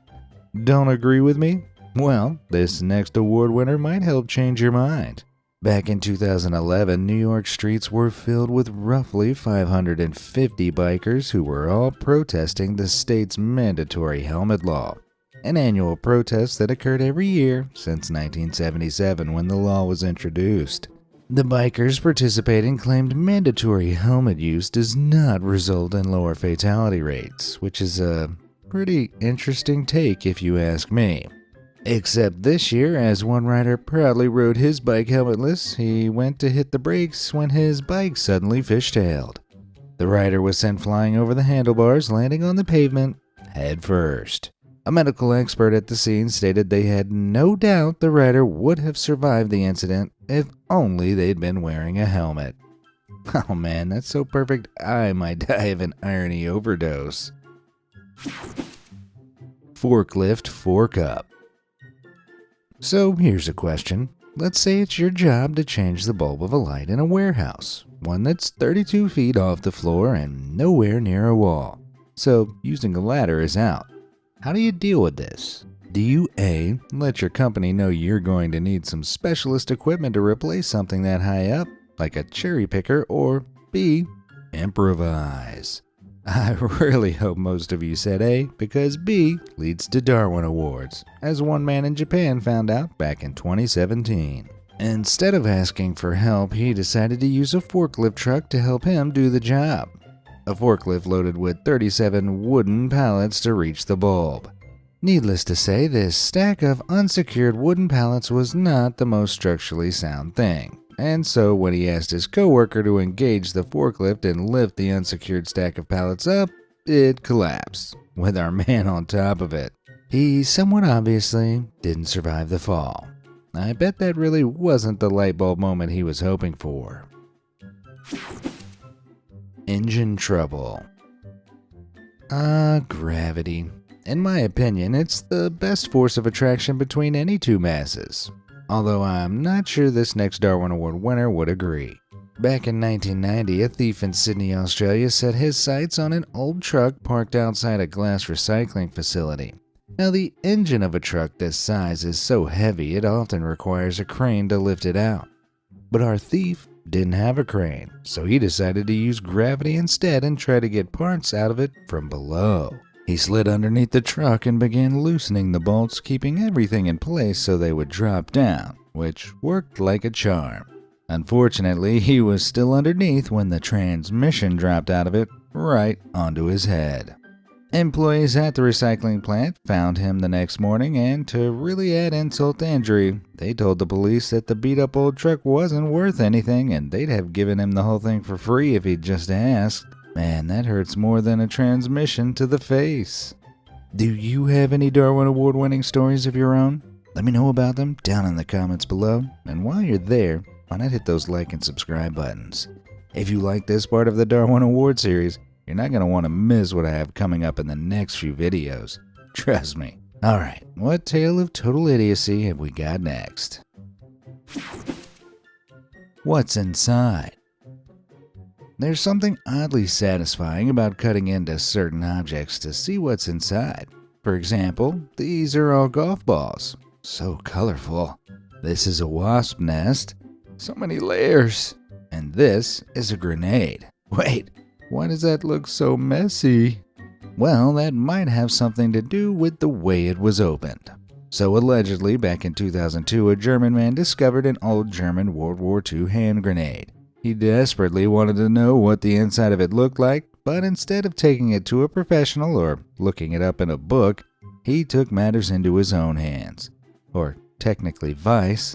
Yeah, he clamped this thing into a vise and then took a circular saw to it. However, he sawed too deep, which sparked the still intact fuse and apparently detonated the grenade, showing the world what the inside of a Darwin Award winner looks like instead. Gun-ho. Okay, this is a question to all the gun owners out there. Do you ever forget that you're carrying a gun? That may sound dumb, but that's exactly what at least one certifiably smart person has done in the past, and the fact he's in this video means it didn't end well for him. In Brazil, back in February 2023, a lawyer, who was also a firearm fanatic, often posting pics of himself with his arsenal of weapons on social media, took his mother to the hospital to get an MRI scan. Now, MRI machines utilize major magnetic forces. Their full name is literally magnetic resonance imaging. So it's important that no one bring anything metal into the room while the machine is on. This isn't a lightly given instruction either. MRI rooms have huge warning signs that are impossible to miss, instructing people not to bring any metal objects inside. But somehow our man either failed to declare or forgot the handgun he had concealed in his waistband, which was obviously made of metal. But once the MRI machine was booted up, it was all too clear he had a gun on him because the magnetic force was so strong, it triggered the gun, fatally wounding the lawyer. So alongside bringing a gun into the room, he'd also brought it in with the safety off. Wow. The family began to try and blame the hospital for failing to adequately warn them of the dangers of the MRI. They shut up pretty quickly when the hospital produced signed safety protocol documents from both the lawyer and his mother, confirming they did not have any metal items on their person before entering the room. So, by willful ignorance or a major memory lapse, this lawyer is guilty of perishing in an incredibly idiotic manner. I rest my case. Wine and dine. If someone throws some food or drink out, that usually means that it's gone bad or there's something wrong with it. Not always, though. I once found an entire hoagie on top of a dumpster. It was only a little, I want to say mud on it, but it kind of added to the flavor. And I was only sick for like 2 weeks afterwards. Worth it. Okay, looking back, that was a dumb decision, so I'm lucky I didn't go the way of this next award winner. Back in 2004 in Georgia, the country, not the state, inspectors at a local convenience dump spotted something inside one of the trash compactors. It appeared to be a bottle of homemade wine. Without questioning it, our winner reached in and, no, this isn't a death by trash compactor story. He fished it out. Our inspector and another man then proceeded to crack the bottle open and swig it. They tried one gulp and then another, but something about this wine was wrong. It really did not taste good.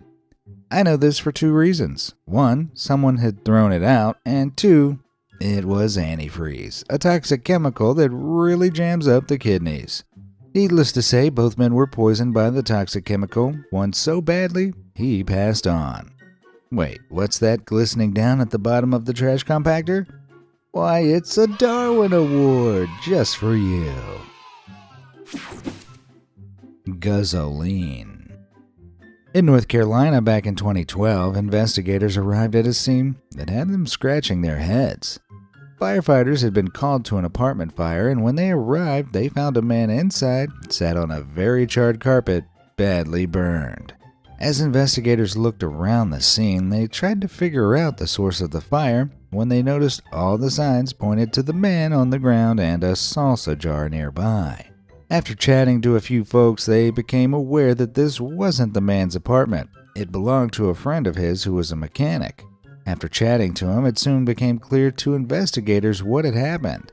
Their man had been chilling in his friend's apartment and noticed the salsa jar on the table, which was full of a strong-smelling yellowish liquid. Thinking it was alcohol, our man had opened it and helped himself to a big glug, before realizing it wasn't booze, it was gasoline. His mechanic friend kept a jar of it around to help remove grease stains from his hands. After spitting it out and dribbling it all down himself, the shock of it all made him reach for a cigarette. Can you see where this is going? Yeah, gasoline is notoriously flammable, and once he sparked up his lighter, he accidentally set himself ablaze. So, what have we learned? Yeah, don't go drinking mystery liquids, unless you want to end up in the next part of this series, that is. Who wants some of this? Alcohol can bring out the best in people, but more often than not it brings out the worst, which is what it did to this next winner. Back in 2004, late one night in Wales, a young gentleman invited a few of his friends back to his apartment after a rowdy night on the town. Drunk as skunks, the party continued when our man thought it'd be really funny to pull down his trousers and present his pee-pee to the world while yelling, "Who wants some of this?" into the street below. Luckily, his friends grabbed him before he could fall out the window, and the next morning he admitted it had been a pretty stupid thing to do and he'd never dream of doing anything like that ever again. Fast forward to that very evening, and our man is once again drunk as a skunk, pulling down his trousers and yelling, "Who wants some of this?" to the world. Not his friends was the answer, as none of them were close enough to him this time to grab him before he tumbled out of the 3-story window, pee-pee first, and into the Darwin Award Hall of Fame. To eat a goldfish. Have you ever bitten off more than you can chew? I don't mean have you ever taken on more work than you can handle or anything metaphorical like that. I mean literally. Have you ever bitten off a mouthful of food that turned out to be more than you could chew? One guy at the back, and not just any guy, a Darwin Award winner. This should be good. Back in 1998, our man here from Ohio, only in Ohio, was watching his friend clean out a fish tank when he noticed one of the fish was particularly large, some 5 inches long. His friend mentioned how this big fish had actually been eating some of his other fish, and so our man decided to give this fish a taste of its own medicine. He'd swallow the fish whole. He picked it up, dangled it over his mouth, and then sucked it down. Or at least he tried to. The fish put up a fight, lodging itself in his throat, and was so slippery that when he started to choke, he couldn't pull it back out. Our man struggled for several minutes, and while his friend tried to help by ringing the emergency services, neither our award winner nor the fish survived. While I'm sure the other fish in the tank were grateful for his sacrifice, I'm not entirely sure this is the solution he had in mind. Taking the plunge. There are some people who will do just about anything to achieve their adrenaline high, including one man from Norwich, UK, who back in 1998 decided he was going to jump off every bridge spanning the River Wensum. Pretty unique hobby there. Well, after completing this goal, his adrenaline itch still wasn't scratched, so he moved on to buildings overlooking the river, starting with a parking lot. Onlookers were baffled at this guy's brazenness and watched as he dived off the top of the 70-foot structure head first. There was just one small problem. He hadn't checked the depth of the water in the section of the river below, which turned out to be all of 3 feet. Yeah, safe to say that was a mistake he only got to make once. Steamy buns. If you're the kind of person who believes in spiritualism and magic, good for you. As long as your beliefs don't hurt anyone else, do what you will. Makes no difference to me. However, it might be wise to check your own beliefs from time to time, otherwise you might end up like this next winter. Back in October 2017, a spiritual Taoist medium in Malaysia was performing a stunt during a festival that he'd successfully done on a number of occasions, something he called a human steaming. He would sit on top of a little wooden structure inside a giant pot with water in the bottom, alongside a variety of rice, sweet corn, and buns. A big lid was then placed over the pot and the entire thing was heated from beneath, with the boiling water steaming both the food and the medium. He claimed the elaborate ritual was very good for his health, except now it definitely wasn't. On this ill-fated occasion, after about half an hour, the lid began moving erratically. When his assistants took it off, the medium was unconscious and covered head to toe in second-degree burns. No amount of magic could bring him back. It's unknown exactly what went wrong, with many assuming he fell unconscious and collapsed against the super hot pot. But honestly, if you're willing to sit in a pot full of steam which can reach temperatures of 212 degrees Fahrenheit and expect nothing to go wrong, the resulting human hot pot is all on you. The Wolf of Fall Street. Florida is a pretty weird place, as it is, but Tampa International Airport is where some of the weirder specimens of humanity can be found. A mix of in-flight booze, jet lag, and Florida makes it the perfect place to find Darwin Award winners. Like this next guy. Back in 2013, a man on the 7th floor who'd had several drinks and chased them with some anxiety medication decided in his inebriated wisdom to wrench open a set of elevator doors. Then he launched himself towards the elevator cables in the shaft in an apparent attempt to slide down them Tarzan style. Except he wasn't Tarzan, and instead he launched himself headfirst down the elevator shaft. This really should have been the end of it, but the embarrassed family of the man were convinced the elevator must have malfunctioned. This was despite them having all seen the CCTV footage of him wrenching the doors open before throwing himself down the shaft. Well, they filed a lawsuit against the elevator company and by extension the airport itself, trying to sue for damages. This meant 18 months later, our award winner was dug back up, only for the findings to cement the fact that he was inebriated and had used his brutish strength to wrench the doors open before yeeting himself into oblivion. So I'm not only awarding our man a Darwin Award, but for trying to capitalize off it, I'm also giving his family a prestigious Dar Loser Award for failing that hard to make money off his demise.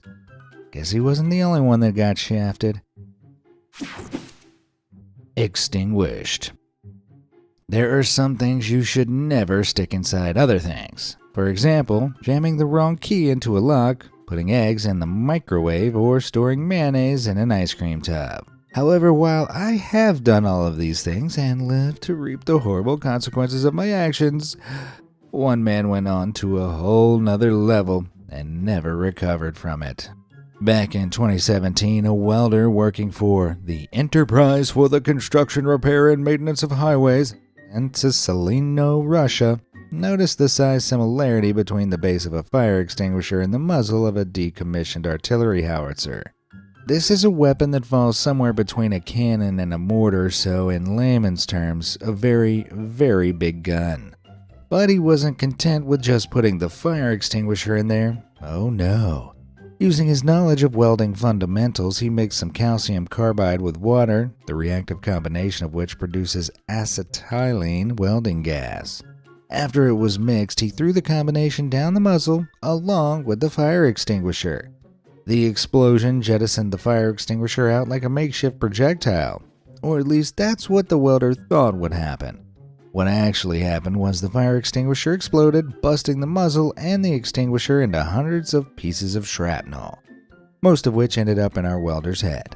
So, moral of this story, just because it can go in the hole doesn't mean you should put it in the hole. Good rule for life there. Trust me. For the gram. Every social media maven's dream is for a picture of theirs to take off online. But one selfie in particular, captured back in 2017, really took off, in a different way. In March of that year, two young women in Mexico were excited to be at the racetrack in the sovereign state of Chihuahua. They decided to get a selfie for social media with the racetrack, but because it was built on flatlands, they needed some elevation to get the full track in the background.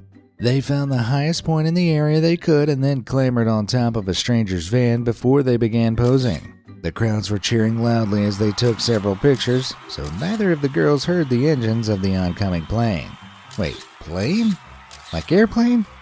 Yep, the racetrack wasn't the only thing built on these rural flatlands. There was a small runway next to the track too. As the plane came in to land, it came down to the same elevation as the girls, hitting them with the wing and sweeping them both off the van. I'd say it was the high point of the day, but seeing as the plane was landing, it was probably a low point. One-way ticket. If there's one thing Germany has mastered above any other country, it's their train system. Not only can they get you just about anywhere in the country, they are always on time. And they're also outrageously cheap. Seriously, it costs as little as $20 to get a direct train from Hamburg to Munich. Literally one end of the country to the other. But this wasn't enough for one German man back in 2017. No, for whatever reason, he decided he had a vendetta against one of the ticket machines outside the Dortmund Shore Horse station and set about planning to destroy it. So at around 2 a.m., after indulging in a few drinks, he began spraying cans of aerosol gas into the machine. And clearly, his sheer hatred of efficient public transport had clouded his judgment. Or maybe it was the booze, because then he ignited the gas while still stood in front of the machine. The resulting explosion apparently rocked the neighborhood, but not as much as it rocked this guy, who was blown back and landed on his head so hard that he earned himself a Darwin Award. Well, that's one way to punch your ticket, I guess. Rooftop rest.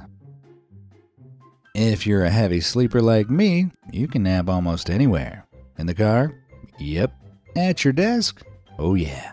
On the roof? That sounds a little dangerous, I'll pass. But not everyone has my superior danger-sensing foresight. Back in the year 2000, a woman and her boyfriend in South Carolina had been smoking the devil's lettuce, street greens, the old hot broccoli, if you get my drift, and decided they wanted to sleep under the stars. Did they do this by camping out on the ground? Nope. Instead, they grabbed their pillows and blankies and headed out onto the roof of the hotel they were staying in. In the morning, the boyfriend was woken up not by birdsong, but by the boots of police officers. As he went to wake up his girlfriend, he realized she wasn't there. In fact, sometime before dawn, she had rolled over in her sleep and off the roof down onto the busy street below. Hence the police officer alarm clock. Well, I guess you could say that high didn't last long. Oh, Jehovah. If you've ever answered the door expecting to see a pizza delivery guy only to find a couple of Jehovah's Witnesses smiling back at you, you'll know it's a unique kind of awkward. This Christian sect is known for its outreach initiatives attempting to convert people by going door to door delivering religious material. However, this approach clearly wasn't effective enough for one splinter group back in the year 2000, as they decided to display just how strong their faith was by standing in the middle of a road. This dedicated display of faith took place on the Interstate 55 freeway, where members would preach to drivers stuck in traffic. However, on this day, the traffic was clearing up pretty quickly, which one witness didn't notice in time. As she was preaching the good book, she was struck not by a revelation, but by an oncoming vehicle. Well, I'm no prophet, but even I could see that one coming. Backseat antics. There are plenty of places in the world where you can safely get frisky. And yet some people feel the need to add adrenaline to their antics by doing the deed in unorthodox places. Take these next two award winners for example, who, back in 2017, decided to get down and dirty in the backseat of their SUV near a lake. The cab started rocking and the good times started rolling. No, literally. The pair were so keen to get nasty, the driver forgot to put the transmission into park, and so, in neutral, the truck rolled forward into the lake. Clearly, both participants thought it must be the heavens and earth that were moving and not them, because even as the truck was submerged, neither of them thought to, stop. I want to say that when water started pouring in, they at least tried to get out, but clearly they were having a good time, so I'm not assuming anything. Suffice to say, neither of them got out in time. Whether they got off is a different question entirely. Super safe.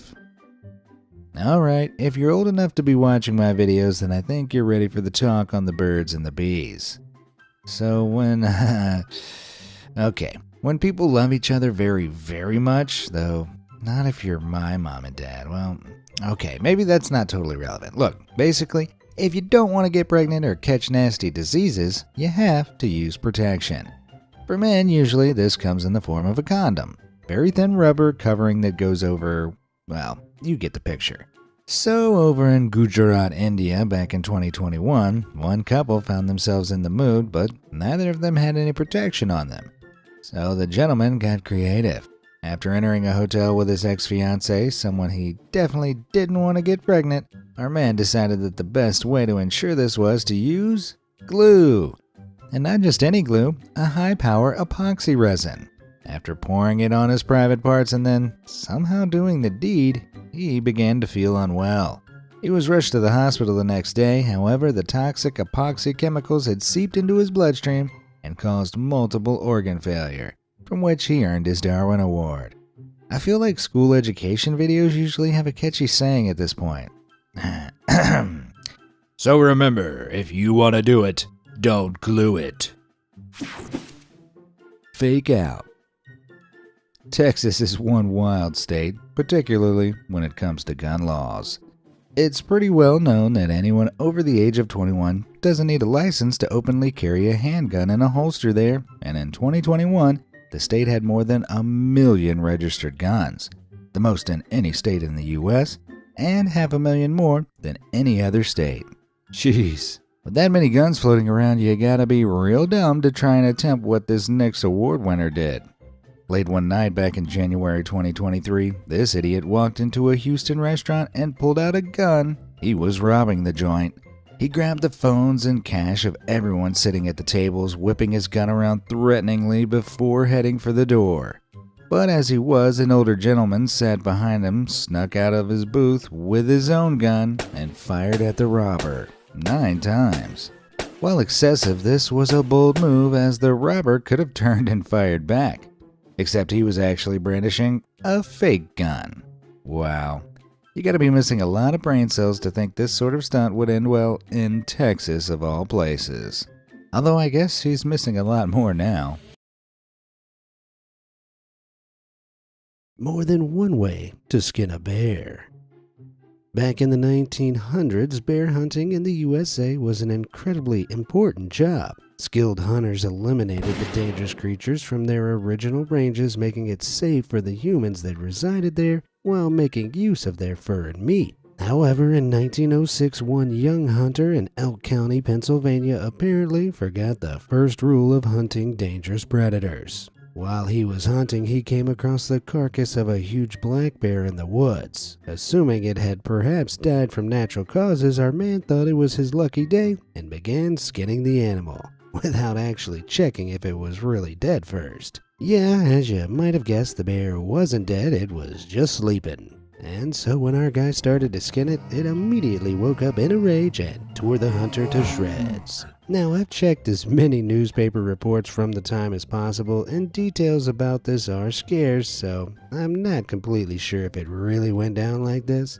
However, this was in Pennsylvania, so those are some pretty high odds. Always ride inside the truck.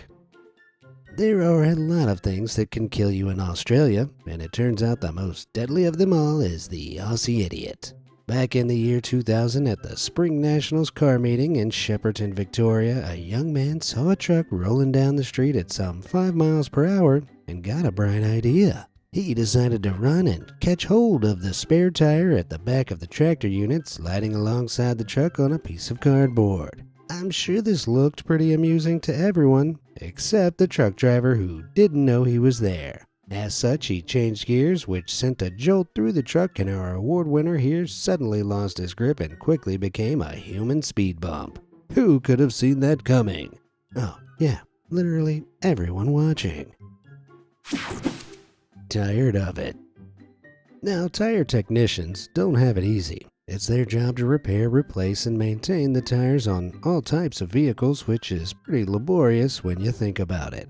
However, trying to shortcut the process doesn't lead to faster results, it leads to Darwin Awards, as this next guy found out. Back in 2000 in Montezuma, Georgia, our tire technician had been working at a wholesale tire company with his brother for over 7 years when a customer came in one day complaining that he kept having to reinflate one of his tires. Our man saw the wheel in question had a crack in the rim, so he and his brother got to work removing the tire, welding the crack, then remounting the tire to the rim, inflated it, and placed it back on the truck. However, water bubbles on the rim indicated there was still a leak. By this point, our man was clearly tired, so instead of going through the whole process again, he took the welding torch straight to the rim with the tire still on it. Now, here's a science question. What happens when you apply a huge amount of heat to a pocket of air?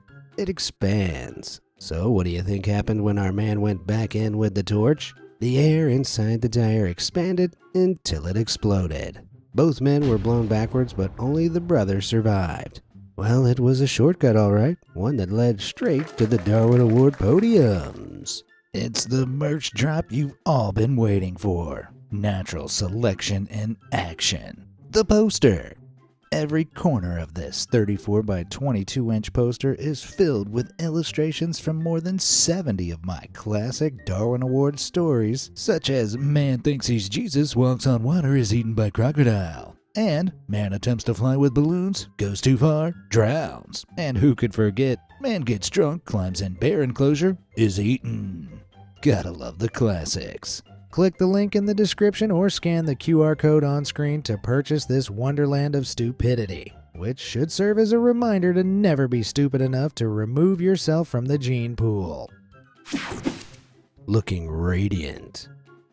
Now, when it became clear back in the 1940s that radioactive elements could be used to make weapons, every country on Earth wanted to get their hands on the research. The US, in turn, had a huge problem with Soviet atom spies stealing their top-secret information. The only problem was that they didn't steal all the information.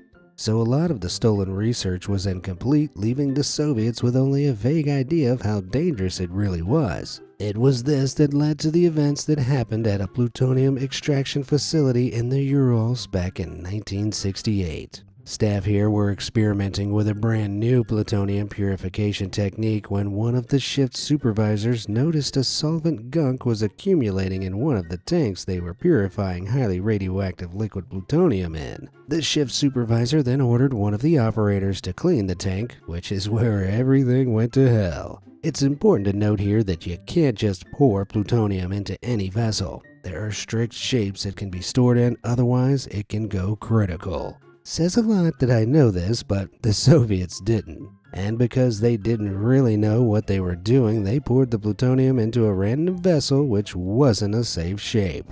All of a sudden, a bright flash and a wave of heat hit the operator. They triggered a chain reaction and a burst of deadly radiation. The operator dropped the vessel and ran out of the room, which is when the shift supervisor made the single craziest choice in human history. Instead of, saving himself, he tried to cover up the accident by pouring the rest of the solution down the drain. Fun facts, drains also aren't safe shapes for liquid plutonium. So can you guess what happened next? Bam! Another even bigger, fatal burst of radiation hit the shift supervisor. He didn't survive. The operator, on the other hand, did, but thanks to that first immense burst of radiation, he suffered from acute radiation sickness and had both of his legs removed. Don't worry, pal. These 2 Darwin Awards should replace those. Welcome to Glasgow. Terrorism isn't exactly a hard crime to commit. Terror offenses happen worldwide every day. The main problem is the people committing these offenses aren't the brightest bulbs in the box, as proven by what happened at Glasgow Airport back in 2007. It was here that 2 men determined to bring terror to Scotland decided the best way to do this would be to fill a car with as many propane tanks as possible, then drive the car through the front doors of the airport and into a wall where the impact would set off the canisters into one giant fireball of chaos and destruction. Seemed simple enough. What could possibly go wrong? Well, it turned out neither man had actually scoped out their target before driving headlong at the airport doors because the airport was surrounded by security bollards, specifically designed to stop things like, a car laden with explosives from driving into the building. Nevertheless, they persevered, hitting the bollards at speed and successfully triggering the propane tanks to explode 30 feet from the actual airport. But that's not where it ended. Both men, while badly injured, managed to escape from the burning vehicle, apparently forgetting they were in Glasgow. As onlookers figured out what had just happened, they fearlessly began attacking the would-be attackers, with a Glaswegian man famously kicking one of the offenders so hard in the balls, he pulled a tendon in his own foot. At the end of the day, only one fatality came from the incident, and it was one of the offenders. I'm surprised the other didn't die of embarrassment. Time bomb. If you're still not convinced that people who purposefully commit terror offenses are complete morons, then I have another story that will definitely change your mind. Back in 1991, over in Makati in the metropolitan area of Manila, the capital of the Philippines, the Thomas Jefferson Cultural Center became the target of 2 agents of terror. Their plan was to plant an explosive device outside the building at night, set a timer to delay the explosion so that they had time to get away, and then watch the resulting destruction from a distance. Seemed like a simple enough plan, but because it was so dark, their only source of light came from a small lighter one of them was carrying. So in the dark, they fumbled with the digital timer, set it to 1 minute, and hit the button. Now, usually a 1 minute countdown would go 59, 58, 57, and so on, but the timer suddenly shot up to 60 minutes. Huh? Then 80 minutes? Then low? What did low mean? Then all the way up to 90 minutes. What the hell was going on? Well, in the darkness, these idiots had accidentally set the device's timer backwards instead of forwards. So instead of 1 minute to get away, they'd given themselves a grand total of 10 seconds. Once they'd realized their mistake, they desperately tried to defuse the bomb, but their time was up. A huge explosion ripped through the city, but there was only one fatality. Yep, one of the idiots. And if that wasn't so funny, it'd almost be tragic. Squeaky clean. Back in 2004, over in Taiwan, the country was in the grips of a SARS, or Severe Acute Respiratory Syndrome, epidemic, which is when one woman was found by her family in the bathtub, deceased. But they were confused. Her head was above the water, so she hadn't drowned. She didn't have SARS, and there was no sign of injury. What had happened? That was when they smelled the bathwater. Yeah, smelled. Because as tests later showed, it was made up of 40.5% ethanol, a type of very strong alcohol. Now, most people think you can only get drunk if you drink alcohol, but nope. While it can work as a powerful antiseptic, it can also be absorbed through the skin. So as this woman took the single dumbest bath in history in an attempt to apparently cleanse her very soul of the possibility of SARS, she was actually poisoning herself. Her final blood alcohol concentration was 1,350 milligrams per 100 milliliters. For perspective, 400 milligrams per 100 milliliters is considered a fatal amount. Well, at least the world's also been cleansed of that stupidity. Man versus chicken.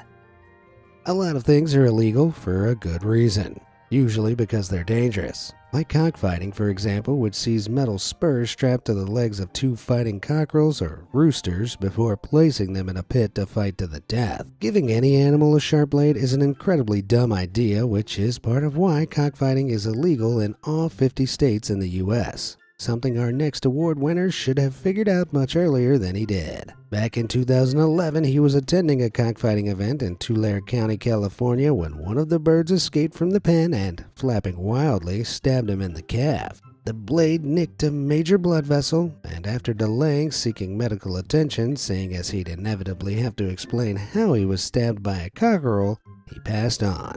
Well, he may not have won his bet, but he has won this Darwin Award. Booked boyfriend. Going viral on YouTube is not easy, trust me. It's gotten so hard, in fact, that some people resort to making deliberately shocking or risky content just to get a reaction from the YouTube community. The only problem is that more often than not, it's idiots that attempt these shocking stunts, like one couple who ran a family vlog channel back in 2017. Their cutesy, wholesome family videos weren't getting them the views they wanted, so they changed it up a notch and started filming prank videos. They saw an increase in viewer numbers and so figured that to get more viewers they needed to make their videos more extreme. How extreme? Well, they decided to get guns involved. A Desert Eagle handgun to be precise. One of the most powerful handguns in the world. And what did they decide to do with the handgun? Test out how bulletproof a 1.5-inch hardback encyclopedia was, by having the boyfriend hold it in front of his chest and having the girlfriend fire at it from 1 foot away. Wow, they filmed the whole thing with an audience of people watching. Can you guess what happened? Consequences. Consequences happened. The bullet went straight through the book and into the guy's chest. The woman quickly called the police and claimed she'd accidentally shot her boyfriend. Amazingly, the stunt did go viral, as in the idiotic attempt made headlines worldwide. Not exactly the kind of fame they were gunning for. Losing your head. Back in 2008 at Six Flags Over, Georgia, our next Darwin Award winner was riding the Batman roller coaster when his hat apparently flew off. He was clearly very attached to that hat because as he left the ride, onlookers claim he saw it on the roller coaster's tracks and made a beeline for it. Did he stop when he scaled up the first 6-foot fence and saw a sign reading, "Do not enter"? Obviously not. Did he stop when he hopped the second 6-foot fence and saw a sign reading, "Danger"? Also obviously not. Do you know when he stopped? When he was reaching for his hat on the tracks and was suddenly hit by one of the roller coaster carts traveling at some 50 miles per hour. Gee golly, Batman, it's almost like all those signs and 6-foot fences were there for a reason. He is sunken. Every year it seems that at least one person comes forward claiming they're the reincarnated Son of God, Jesus Christ. To prove it, they'll sometimes attempt one of the impossible miracles that Jesus himself was fabled to have achieved. Do they try something useful like feeding the 5,000 or turning water into wine? Nope. It's often just walking on water, which tends to go wrong, as one pastor in Gabon apparently discovered. Back in 2006, this evangelist pastor apparently told his congregation of followers that he could repeat the biblical miracle and would prove it in front of all of them by walking across the Como estuary. So as everyone stood around with bated breath, the pastor stepped out into the water. Several minutes later, though, he was under the water and flailing. Because not only could he not walk on water, he also couldn't swim. Now, this struck me as beyond stupid, so I did a little digging. The story is featured in multiple tabloids and websites, but didn't mention the name of the church the pastor was from, nor the location of the church, which leads me to believe this is probably a hoax. What do you think? Let me know in the comments below. starving for attention.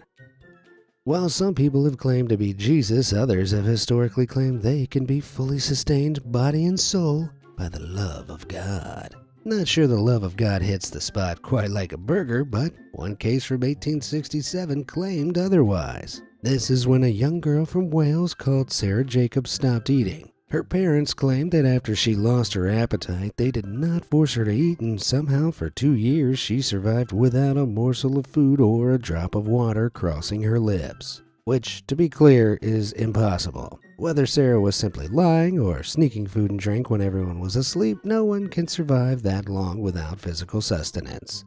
However, Sarah attributed this miracle to her strong faith, claiming God was sustaining her. But it was so unbelievable, a local vicar wrote to the Welshman paper in 1869 and called for doctors to investigate the case. Eventually, 7 doctors and 4 nurses were called to watch Sarah day and night to examine how such a feat was possible. So at this point, Sarah was trapped, where before she might have been able to sneak food while her parents weren't looking, she was suddenly being watched all the time. Now, the doctors and nurses never denied her food and made sure it was always accessible if she wanted it, but they didn't force her. They even worriedly informed her parents on the 6th day of this observation that if she didn't eat something soon, she'd pass on. So Sarah had 2 options: fess up that she'd been secretly sneaking food and water, or starve to death. Can you guess which one she chose?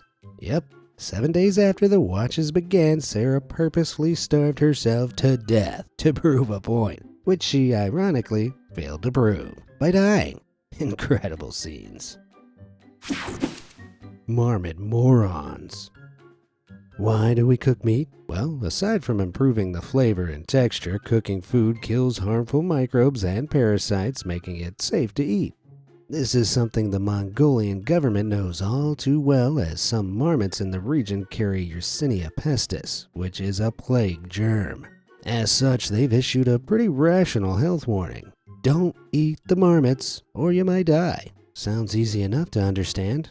The only problem is, not all people think their beliefs are affected by science, as one Mongolian couple discovered. Folk remedy in Mongolia makes people believe that eating marmot innards is good for your health, kind of like the apple a day keeps the doctor away myth, except in Mongolia it's raw marmot kidneys. Blech. As such, back in 2019, this couple decided to eat up a raw marmot kidney in the name of good health. Ironically, it was this uncooked kidney that was carrying the bubonic plague germ, which they then both quickly contracted and died from. Guess they should have stuck to apples. Escalator to heaven. Now, at the end of these videos, I'll usually ask if you have any stories of your own, and man, did a few of you deliver in part 17.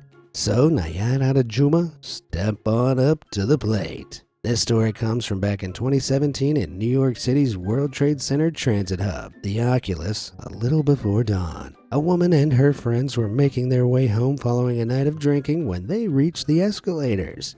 Now, according to reports from The Sun and the Daily Mail, our woman here decided in her inebriated state to lay prone on the escalator's handrail, pretending to be flying like a superhero. The only downfall was a literal downfall, in that being drunk, the woman lost her balance and fell 34 feet to her demise. However, not all the tabloids agreed that that's what happened. I did a bit of digging, and it seems this superhero role-playing happened before she fell. Some claim after she got off the handrail, the woman was playing with her friend's hat. What is it with Darwin Award winners and hats? When it went over the side of the escalator, and in a drunken effort to retrieve it, that's when she went over. Okay, not as dumb, but still Darwin Award dumb. Have you seen a story that you think belongs in this series? Then send it to me at stories@beamazed.com. Who knows, you might make it into part 19. And speaking of stories you guys sent in, losing your cool.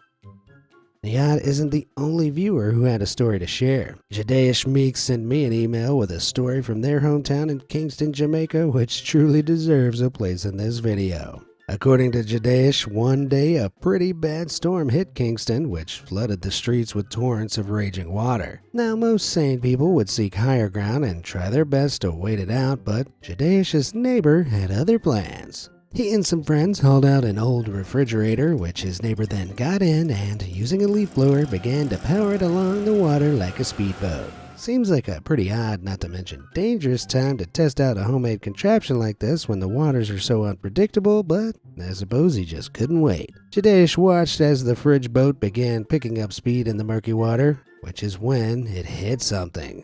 All of a sudden, the fridge tipped and the neighbor was trapped underneath it. As no one else was able to reach him because of how turbulent the water was, the neighbor's hastily designed boat quickly flooded and suddenly became his coffin. Well, if you ever needed a reason not to try using a refrigerator as a boat, that kinda covers it. For Pete's sake.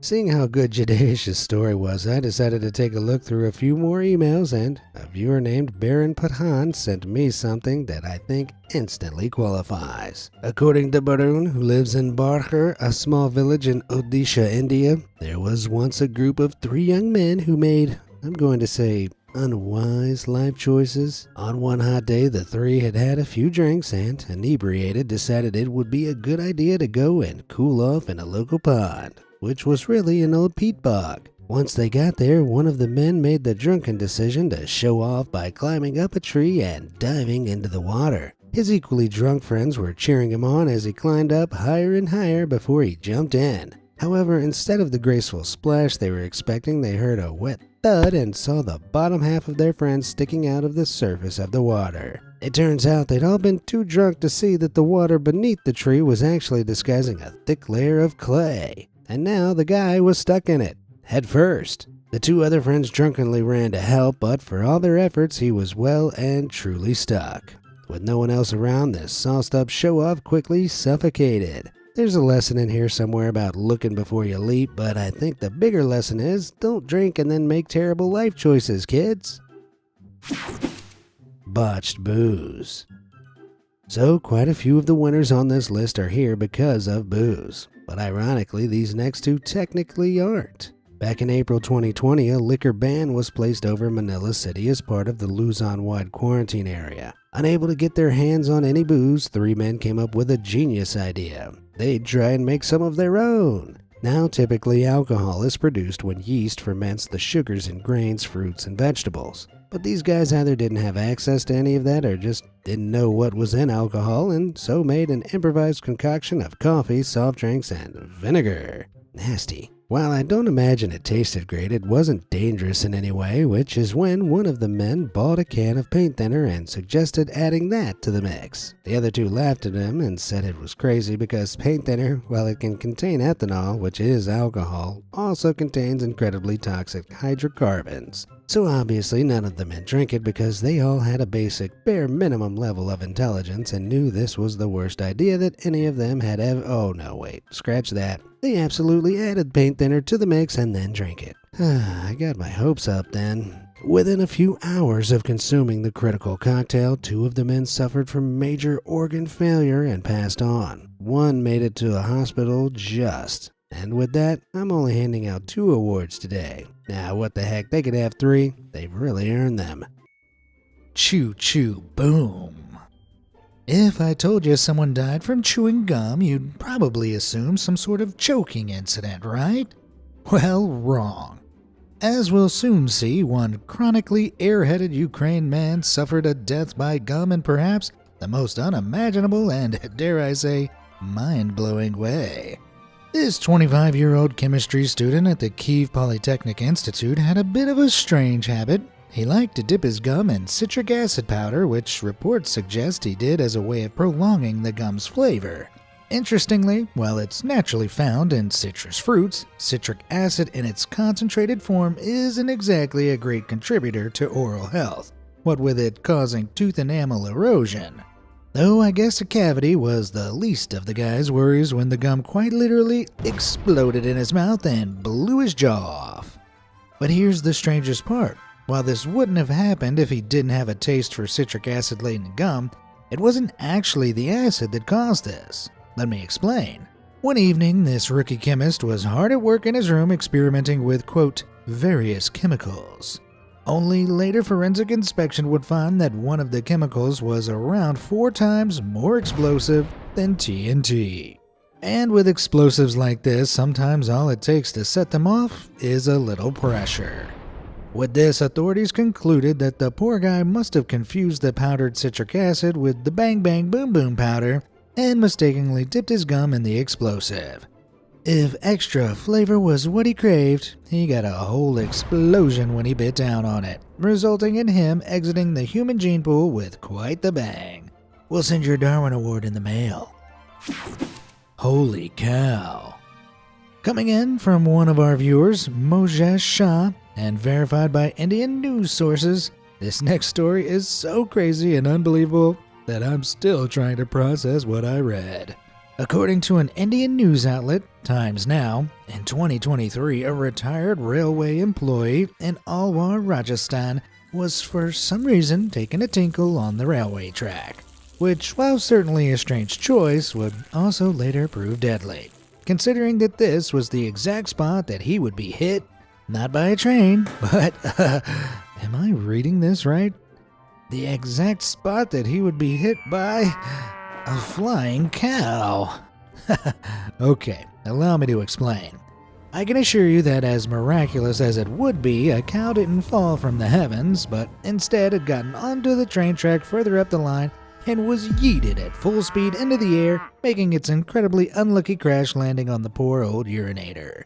I mean, it's like my late grandmother always used to say to me, "Watch out for those flying cows while taking a pee on train tracks." She was always full of so much wisdom, and here I was thinking it was just her medication talking. Beauty and the Boat. In the age of social media and internet, it seems that the growing extremities of vanity have reached a new peak. So much so, vanity is now even proven deadly, as it cost two influencers their lives.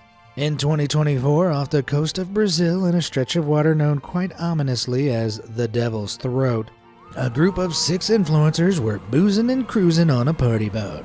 As the 6 of them loaded onto the boat with a maximum capacity of 5, they thought, 5 schmive, what could possibly go wrong? Well, spoiler alert, a lot. But let's rewind a little bit, why don't we? Turns out overloading the boat was only part of their moronic demise, what with 2 of the women refusing to wear life jackets. Why, you might ask?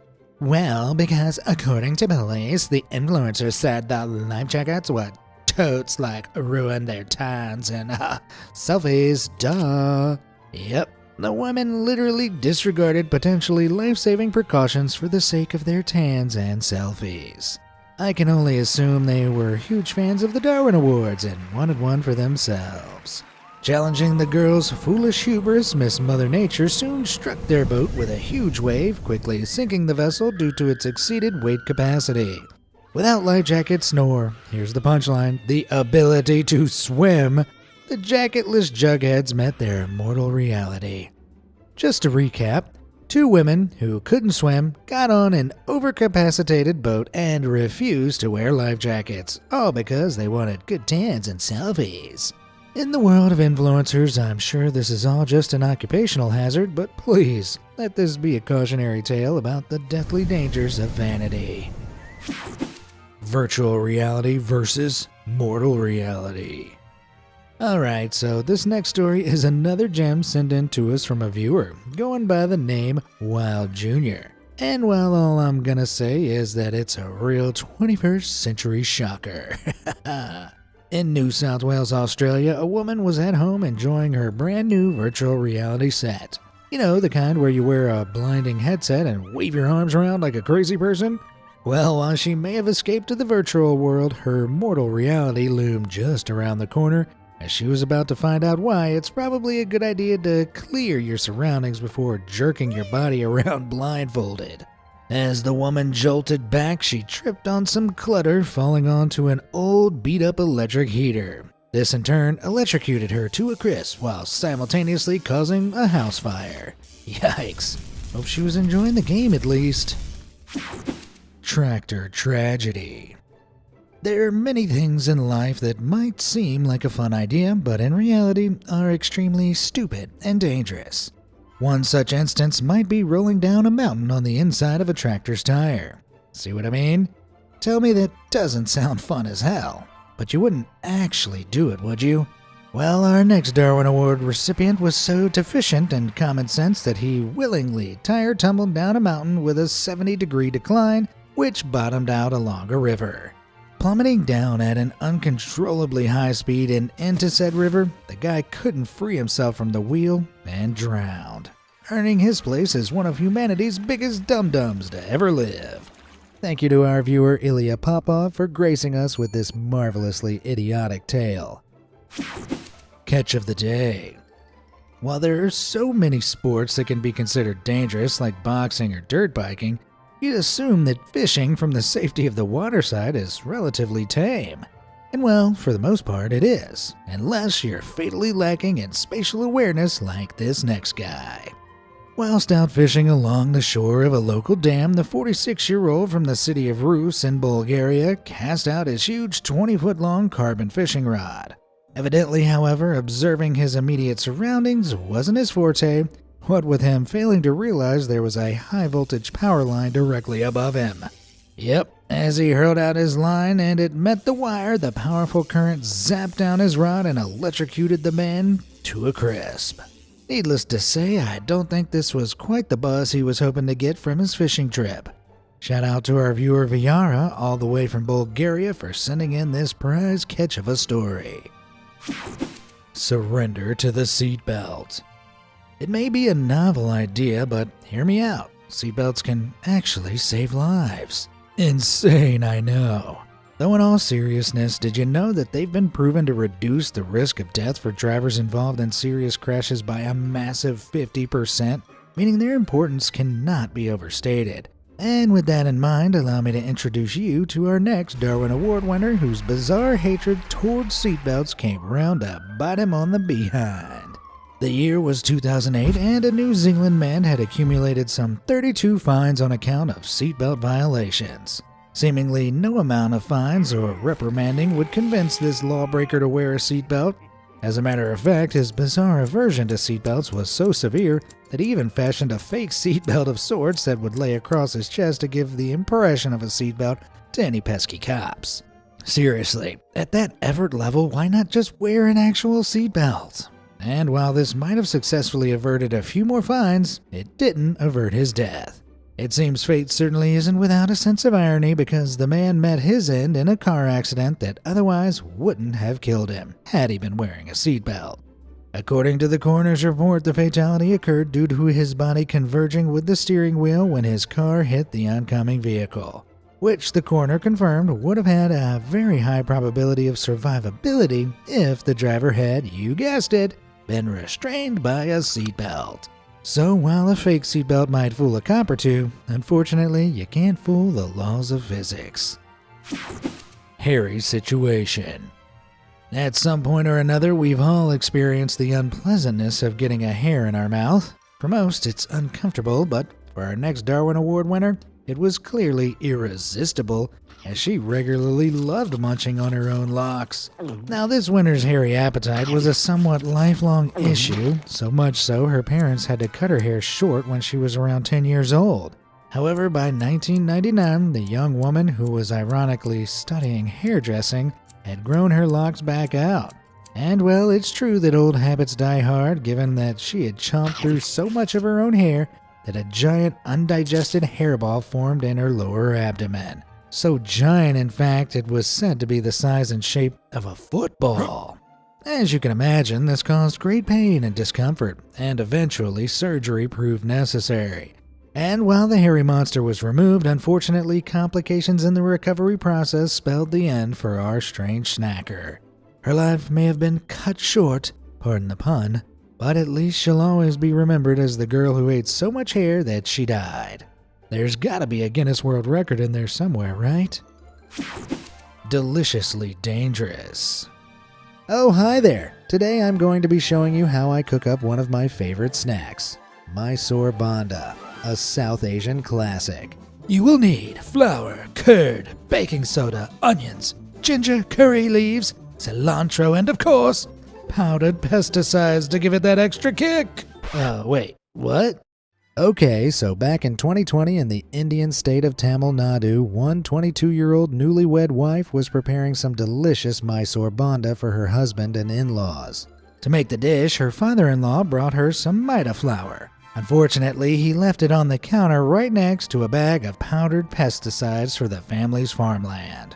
Despite the flour and pesticides being in what we can only assume to be very different packaging, the clueless cook mistook them both for being flour and got to cooking with them. Having literally poisoned the food, it's hardly surprising that shortly after the family fell severely ill and was rushed to the hospital. Fortunately, the in-laws somehow managed to survive the lethal dose of pesticides. However, the newlywed couple weren't so lucky. Hard to believe that someone could be dumb enough to confuse pesticides with flour, but this innovative chef is living proof. Well, was. A special shout out to Gautam Ashanganadam, who suggested this brilliant story to us via email. If you know of any Darwin Award-worthy stories, email it to us at stories@beamazed.com, and we might just feature it in our next installment. Fish supper. Packed with protein, vitamins, and omega-3 fatty acids, it's no wonder that fish is such a popular choice of cuisine. I don't know how you like your fish, but I personally prefer mine to be dead before I eat it. Seems obvious, but in 1998, one 23-year-old was hanging out with his friends when he was challenged to a dare. His task was simple: swallow a live fish. And well, everyone knows that the first rule of dares is that you simply cannot turn down a dare. Besides, he had reportedly performed this party trick before anyway. With a 5-inch fish in hand, our man gulped down his live supper, but in doing so, the fish got lodged in his throat, causing him to choke his way into the great beyond.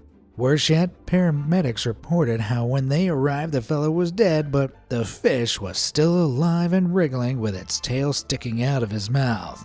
But hey, at least he was a good sport, right? But while we're on the topic of people dying from eating animals that probably shouldn't be eaten, our next Darwin Award winner had more of an appetite for amphibians. It was 2017 and a group of South Korean men were out at a reservoir when they decided to hunt some edible bullfrogs to eat later on.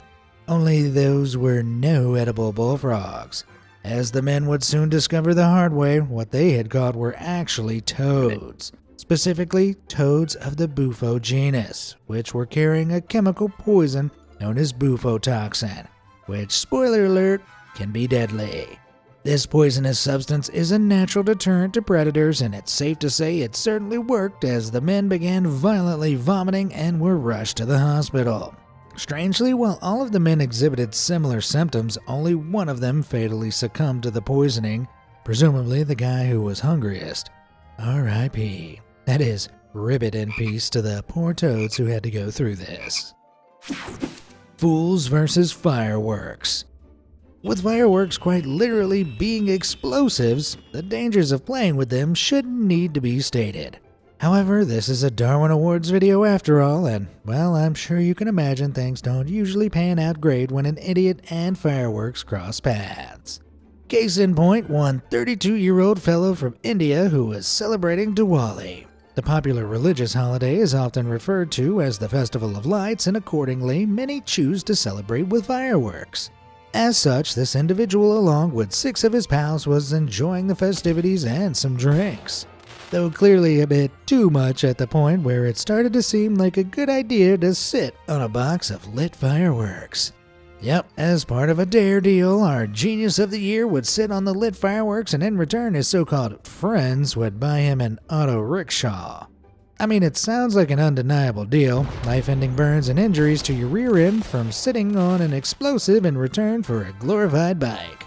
Who could say no? With this level of stupidity, it was only a matter of time before natural selection took its course in some way or another, and in this case it was one hell of an explosive finale. Flattened fate.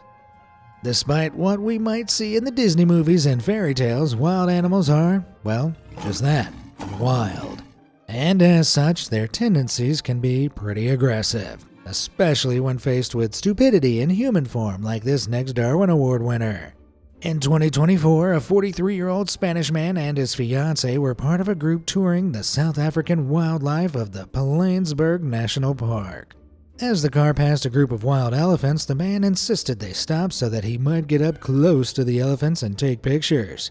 Now, to you, me, and everyone in the car with him, this sounded like a terrible idea, so they strongly tried to advise him not to do it. What do they know, I'm sure the guy thought as he approached the giants with his camera, painfully ignorant of the stampede that was about to ensue. Well, the elephants were clearly feeling under threat by the uninvited approach because they charged towards the man, knocked him to the ground, and quite literally flattened him as they repeatedly stomped on his tenderized meat suit. Yeah, I don't remember this part of Dumbo. I can only imagine this guy's last words were, "Honey, get my pictures developed." Fatally greedy. People often ask me, "Gee, be amazed, what do you think the funniest food is?" And to that I say, while tater tots and fish sticks are close contenders, the prize has to go to hot dogs. I mean, come on, wieners? What more do I need to say? One person who didn't find hot dogs quite so funny, unfortunately, was the South Dakota man who succumbed to the wiener back in 2014 when he was participating in a hot dog eating competition. Things took a turn for the bratwurst after this dog gobbler wolfed down so many wieners that his body couldn't keep up and he soon began to choke. Despite attempts at CPR by the event's support staff, it was too late. In response to the dude's doggone demise, the contest sponsor said, quote, "We are at a loss for words." So was he. Well, he may never have won the hot dog eating competition, but do you know what he did win? That's right, a Darwin Award! Subway Surfers. We've all probably seen or even played the phone game Subway Surfers. Simple concept. Kid runs on top of moving trains, hopping from one to the next. And as thrilling as that might seem, I think we can all agree that doing it in real life probably isn't a great idea. Not least deadly. Well, proving yet again how common sense isn't actually all that common, in 2024, a group of young men in Austria decided to play some live-action Subway Surfers. Thrill-seeking, they somehow managed to get atop of a train moving at around 30 miles per hour. Not exactly extreme speed, but still fast enough to be life-threateningly dangerous nonetheless. All of this whilst filming everything for a TikTok. The youth of today, am I right? Shockingly, it wasn't long until disaster struck. As the train approached a tunnel, the guys flattened themselves to the roof, leaving mere inches to spare. But just as the tunnel was exited, two of the fellas got up and turned towards the camera, unaware of the oncoming railway bridge that was about to knock them into another dimension. One of the surfers made his final departure, if you will, while the other miraculously survived. The two who were wielding the cameras were unharmed and filmed all the details before posting it to TikTok. My faith in humanity truly is at a record low. No strings attached. For many thrill seekers, taking to the bungee rope is perhaps the ultimate adrenaline rush as they hurl themselves hundreds of feet through the air. But as we're about to find out, bungee jumping probably isn't the best idea if you are, well, an idiot. Back in 2021, a 25-year-old woman and her boyfriend were bungee jumping for the first time in Colombia. As the amateur daredevils took to the platform 150 feet in the air, they began to get harnessed up to the safety equipment. Having been fully harnessed and attached to the platform, the boyfriend was given the go-ahead by the instructor, but for some reason, eager beaver girlfriend, who was not yet attached to the harness equipment, presumed the signal was for her. So over she went. As expected, gravity had a few things to say about that decision. Let's just say this wasn't a tumble she could just walk off. Blowhole buffoonery. Ever heard of a blowhole? For those who don't know, these are, in simple terms, naturally occurring geological structures that form when sea caves grow inwards and under the land, causing a vertical shaft to form between sea and surface. These geological oddities can be unpredictable, not to mention deadly, as our next Darwin Award winner found out the hard way. It was 2002 and a young man was goofing around a blowhole in Hawaii, completely disregarding the warning signs which advised a safe distance. This adventurer was peering over the opening when a blast of seawater burst up right through it. It knocked him 5 feet into the area, after which the current of the returning water sucked him deep down into the blowhole, where it's believed he got trapped in the uneven rocky interior and eventually ran out of air. Yikes, pretty terrifying way to go. And of course, entirely avoidable, as all the best Darwin Award winner demises are. So remember, be smart, be careful, and stay alive, because I wouldn't want to have to tell your story in this series. What on flat Earth? If there's a group of humans for whom it's not a massive surprise that they'd be stupid enough to end up featured on a video like this, it would have to be flat earthers. Believing that the Earth isn't spherical but rather somehow a flat disc, these folks gather in their masses on the internet and IRL, relentlessly trying to prove their belief. But as we're about to see, one idiot's, flat earthers' attempted demonstration didn't exactly go as expected. This story takes place in Canada, 2012. Thomas's neighbor, who for simplicity's sake we'll call Bill, was an out and proud flat earther. Being from Saskatchewan, an area with a relatively flat landscape, only perpetuated Bill's belief. So one day, in a bid to prove the flat earth theory once and for all, Bozo Bill took to the outdoors with his camera attached to a long metal pole, and what I'm assuming was an attempt to get an aerial view of, the entire freaking Earth. Anyway, with his totally foolproof genius experiment, Bill got to waving his huge camera apparatus in the air, but the pole was too long and heavy to balance, so it soon began to fall down. And well, a little word of advice for anyone planning to wave a huge metal stick in the air: it's best to make sure your surroundings are clear of power lines with live electrical wires. Yep, as you can imagine, Bill's pole failed to defy the laws of gravity as it crashed down into a nearby power line, frying Bill medium to well done with a deadly dose of electricity. But hey, at least he died a hero serving a totally worthwhile cause, right? Right? Right, yeah. Of course. Crazy in love. They say that love is blind and can make you do crazy things. And speaking as someone who recently got married online to a so-called Nigerian princess and was scammed out of my life savings, I'd have to agree. Anyway, our next Darwin Award winner is a woman who was so crazy in love that it caused her own demise. The year was 2010, and a couple who for simplicity we'll call Stephanie and Bill were in the midst of a blazing argument. As tempers reached a fever pitch, 49-year-old Stephanie dramatically stormed out of Bill's California house. Soon enough, however, Stephanie had calmed down and returned to Bill's with the hopes of kissing and making up, unaware that he'd left the house in the meantime. Banging on his door to no avail, Stephanie presumed Bill was still upset and was ignoring her, which is when she hatched a plan that would sadly spell her own demise. But before we get into the nitty-gritty, I'd like to just point out that Stephanie was a literal doctor, i.e. someone you'd expect to be intelligent and sensibly rationalize situations. And yet, even with a medical degree, the maddening power of love made Stephanie think it'd be a great idea to break into Bill's house via chimney. Yep, climbing up to his roof with a ladder, Dr. Stephanie plopped herself down the chimney and shimmied her way down feet first. Though shimmy as she might, it wasn't long before she reached the end of her life's proverbial tunnel as the chimney narrowed near its base. Working against gravity, Stephanie's chest quickly became so compressed that she was unable to breathe, and she soon succumbed to suffocation.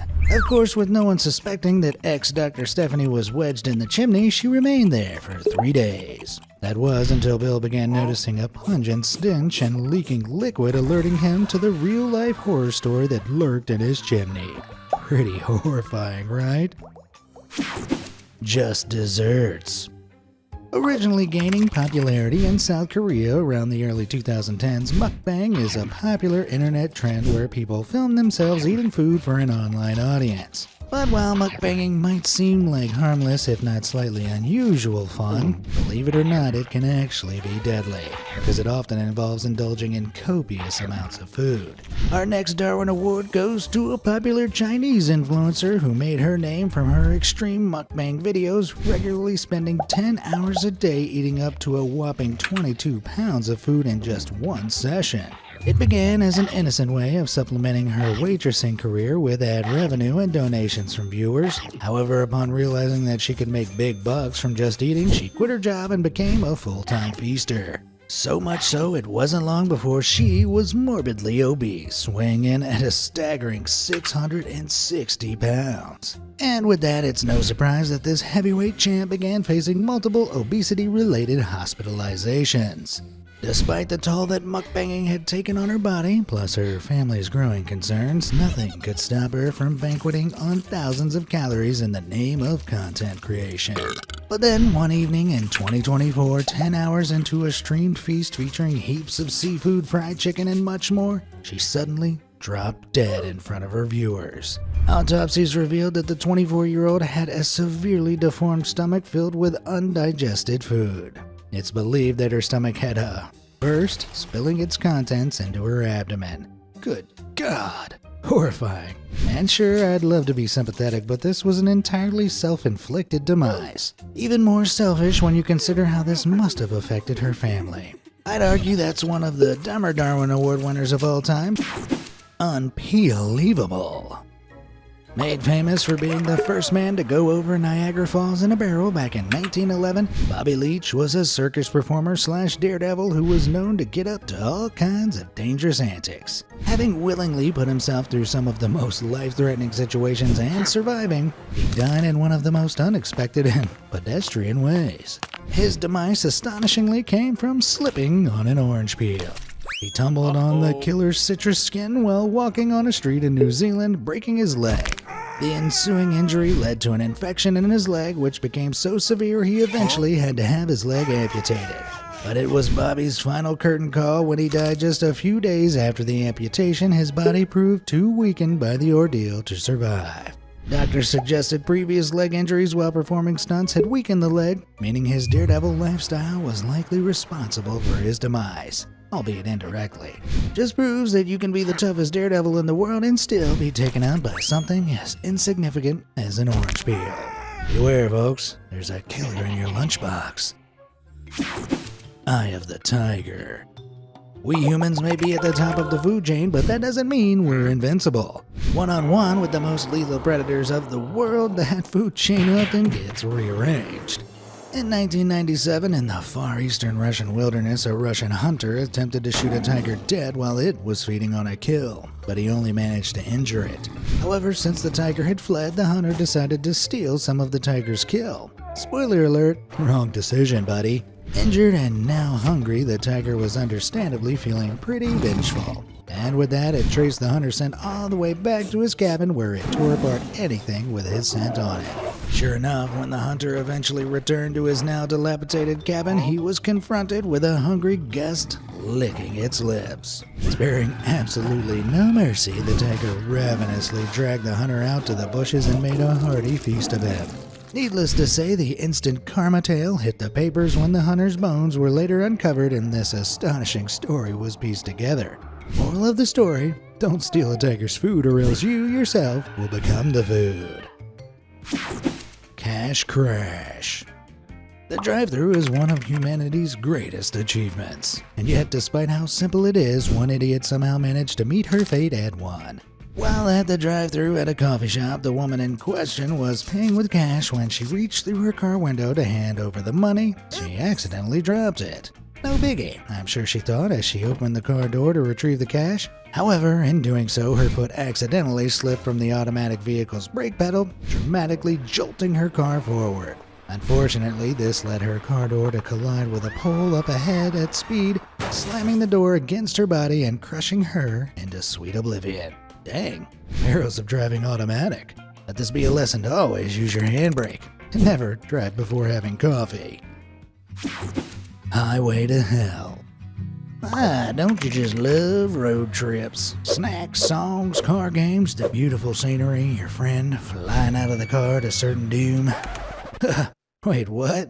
Yep, turns out road trips aren't all that fun when you and your pals are idiots. Back in 2020, a college student who we'll call Becky and her pals were driving through the Great Smoky Mountain National Park in Tennessee. Being on the passenger side, Becky strangely thought it might be a good idea to perch herself on the window with her legs in the car and her hands holding on to the roof rack. Because you know what could possibly go wrong. With the wind blowing through her hair as they cruised down the road, Becky had not a care in the world. That was until the roof rack, which she was hanging onto, detached from the car and took her with it. Gone with the wind, it was bye-bye Becky as she hit the ground at speed. Although it was brainless Becky's stupid behavior that led to her demise, you've got to question the intelligence of her pals. Like, who the hell allows their friend to flail their body out of a moving car? It's concerning that these people walk, or rather drive, among us. Train pain. How is it that old saying goes again? Don't stand in front of trains because you will probably get hit and die? Alright, so maybe that isn't an actual saying, but as we'll soon see, it's probably some good advice to heed. In 2024, a 29-year-old Mexican woman was admiring a vintage steam train known as the Empress that was passing through the town of Napala de Villagrán, northwest of Mexico City. In fact, she was so loco for the locomotive that she wanted to snap a selfie with it, seeing it as a good idea to get right up next to the train track with her phone in the air and her back turned to the oncoming train. In a totally not at all shocking turn of events, the train turned out to be considerably wider than the tracks and struck the woman square in the head, sending her on a one-way trip to the afterlife. Ironically, it was reported that she was telling children to stay a safe distance away from the train beforehand, some advice she might have done well to listen to herself. I certainly hope the killer selfie was worth it. Don't play with fire.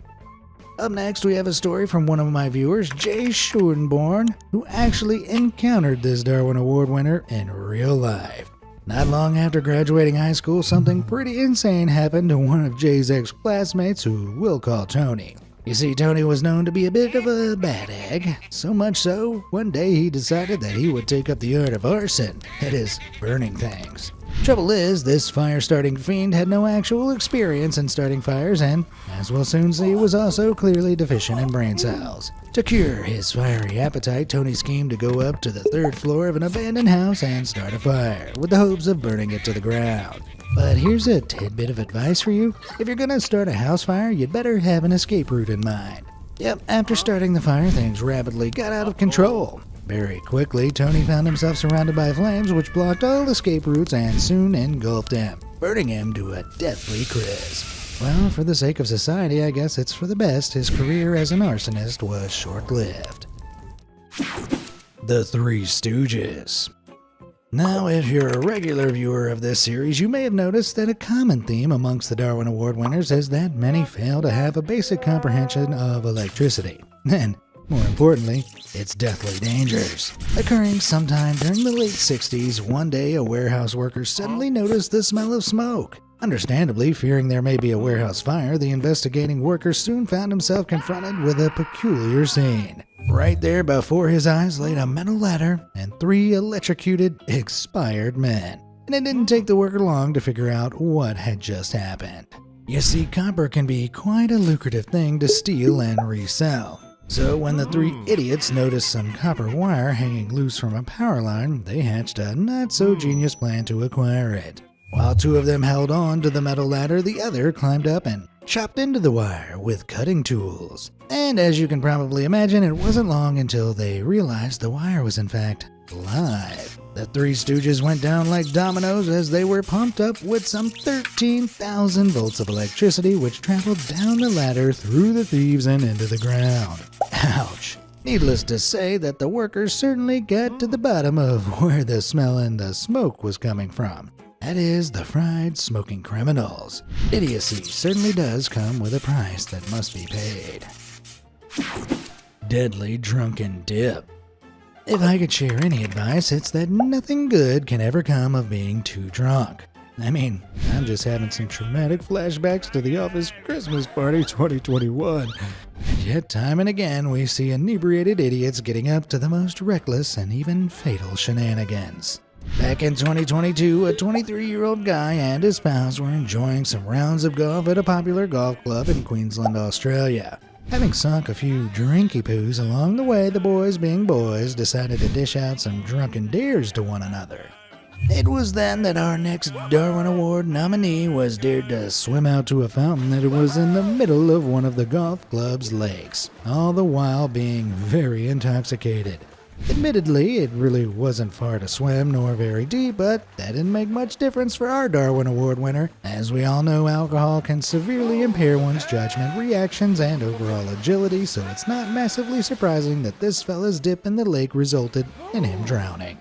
And you think you've had some bad hangovers? Remember, if you know of any Darwin Award-worthy nominees, then please do let me know by either commenting on the video, emailing stories@bmas.com, or my preferred option, carrier pigeon. Dropping the ball. Now, you and me, we know that hurricanes are very dangerous, and therefore we should stay inside when one is raging outside. However, in Jamaica in 2024, one soon-to-be Darwin Award winner decided to play soccer with his pals during Hurricane Beryl, a Category 5 hurricane, aka the most dangerous kind. What could possibly go wrong? As Hurricane Beryl did her worst, wreaking devastating havoc in parts of the US and the Caribbean, some dingbat and his friends grabbed a ball and headed out. To paraphrase the great Albert Einstein, the difference between stupidity and genius is that genius has its limits. Anyway, the fellas kicked off until their ball landed in a flooded gully. Proving Einstein right, Dumbo Prime exceeded science's previously understood limits of stupidity by going in after the ball to retrieve it. To pretty much no one's surprise, the man was sucked into the gully's hurricane-driven currents, pulled under, and, well, you can imagine the rest.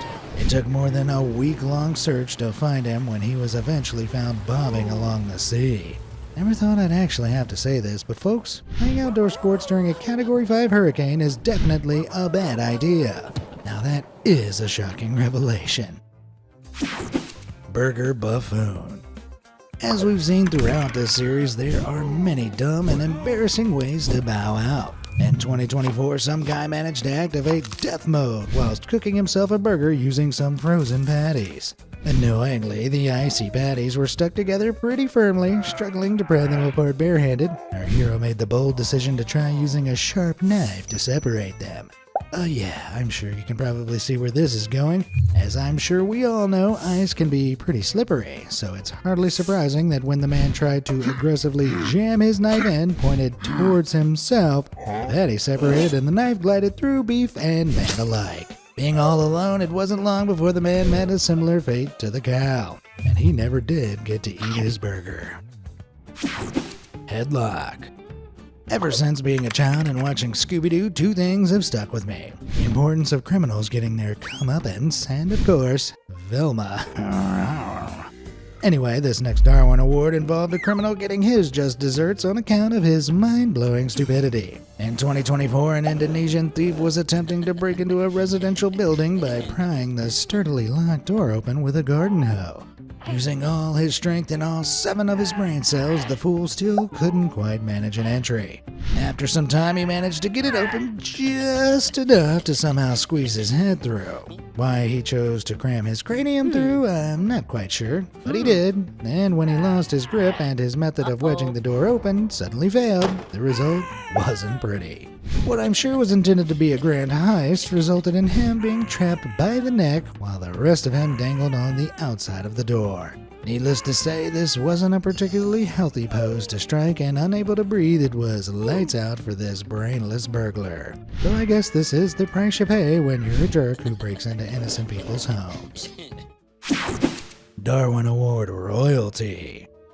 This next story was submitted by viewer Krishnavini Medida and inspired me to develop an entire section I'd like to call Darwin Award royalty. You'll soon see why. Humayun was a Mughal emperor who ruled over India during the mid-16th century. His life story was one of epic proportions, and while his initial reign was ended when he was ousted and forced into exile, Humayun eventually managed to reclaim his throne and once again ruled what is today India and its surrounding lands.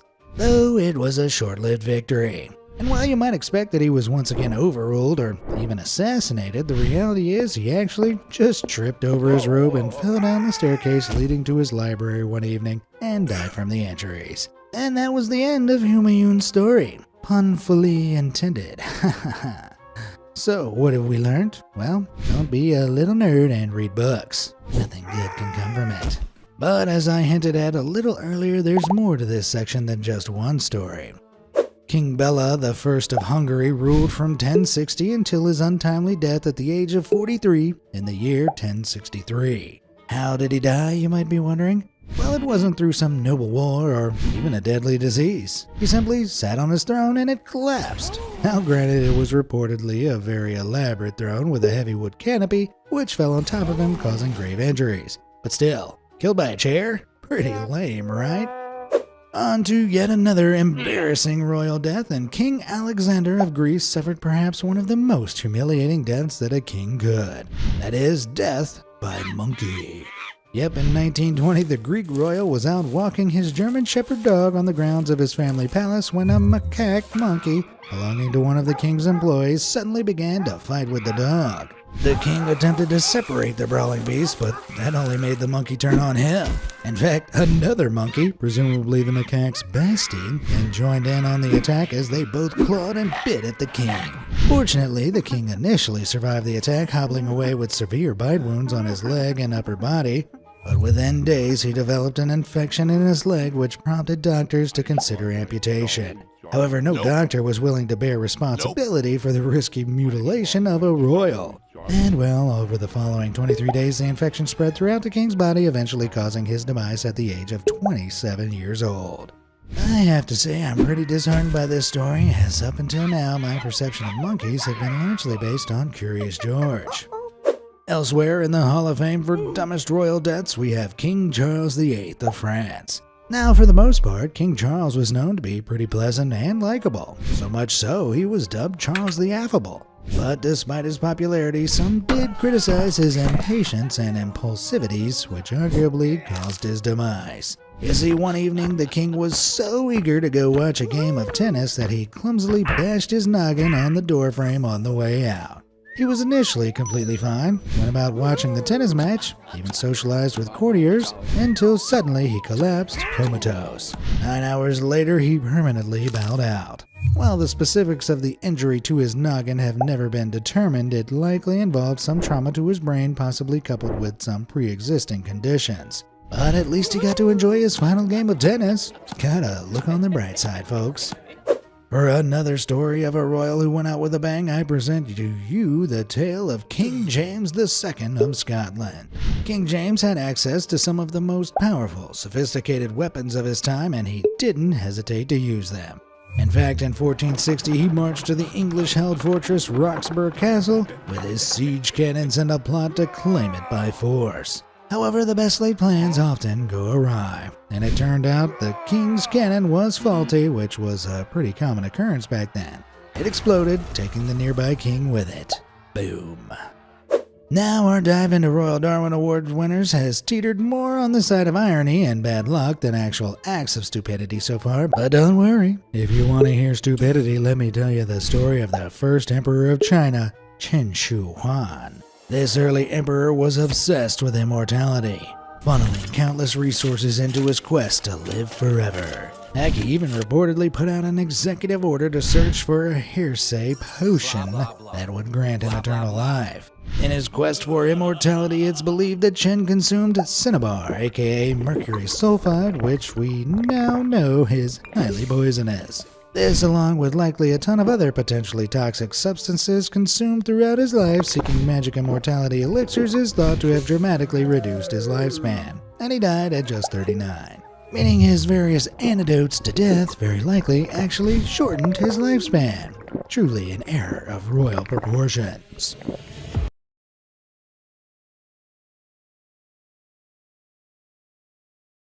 It's been fun, but now I've got to go. Life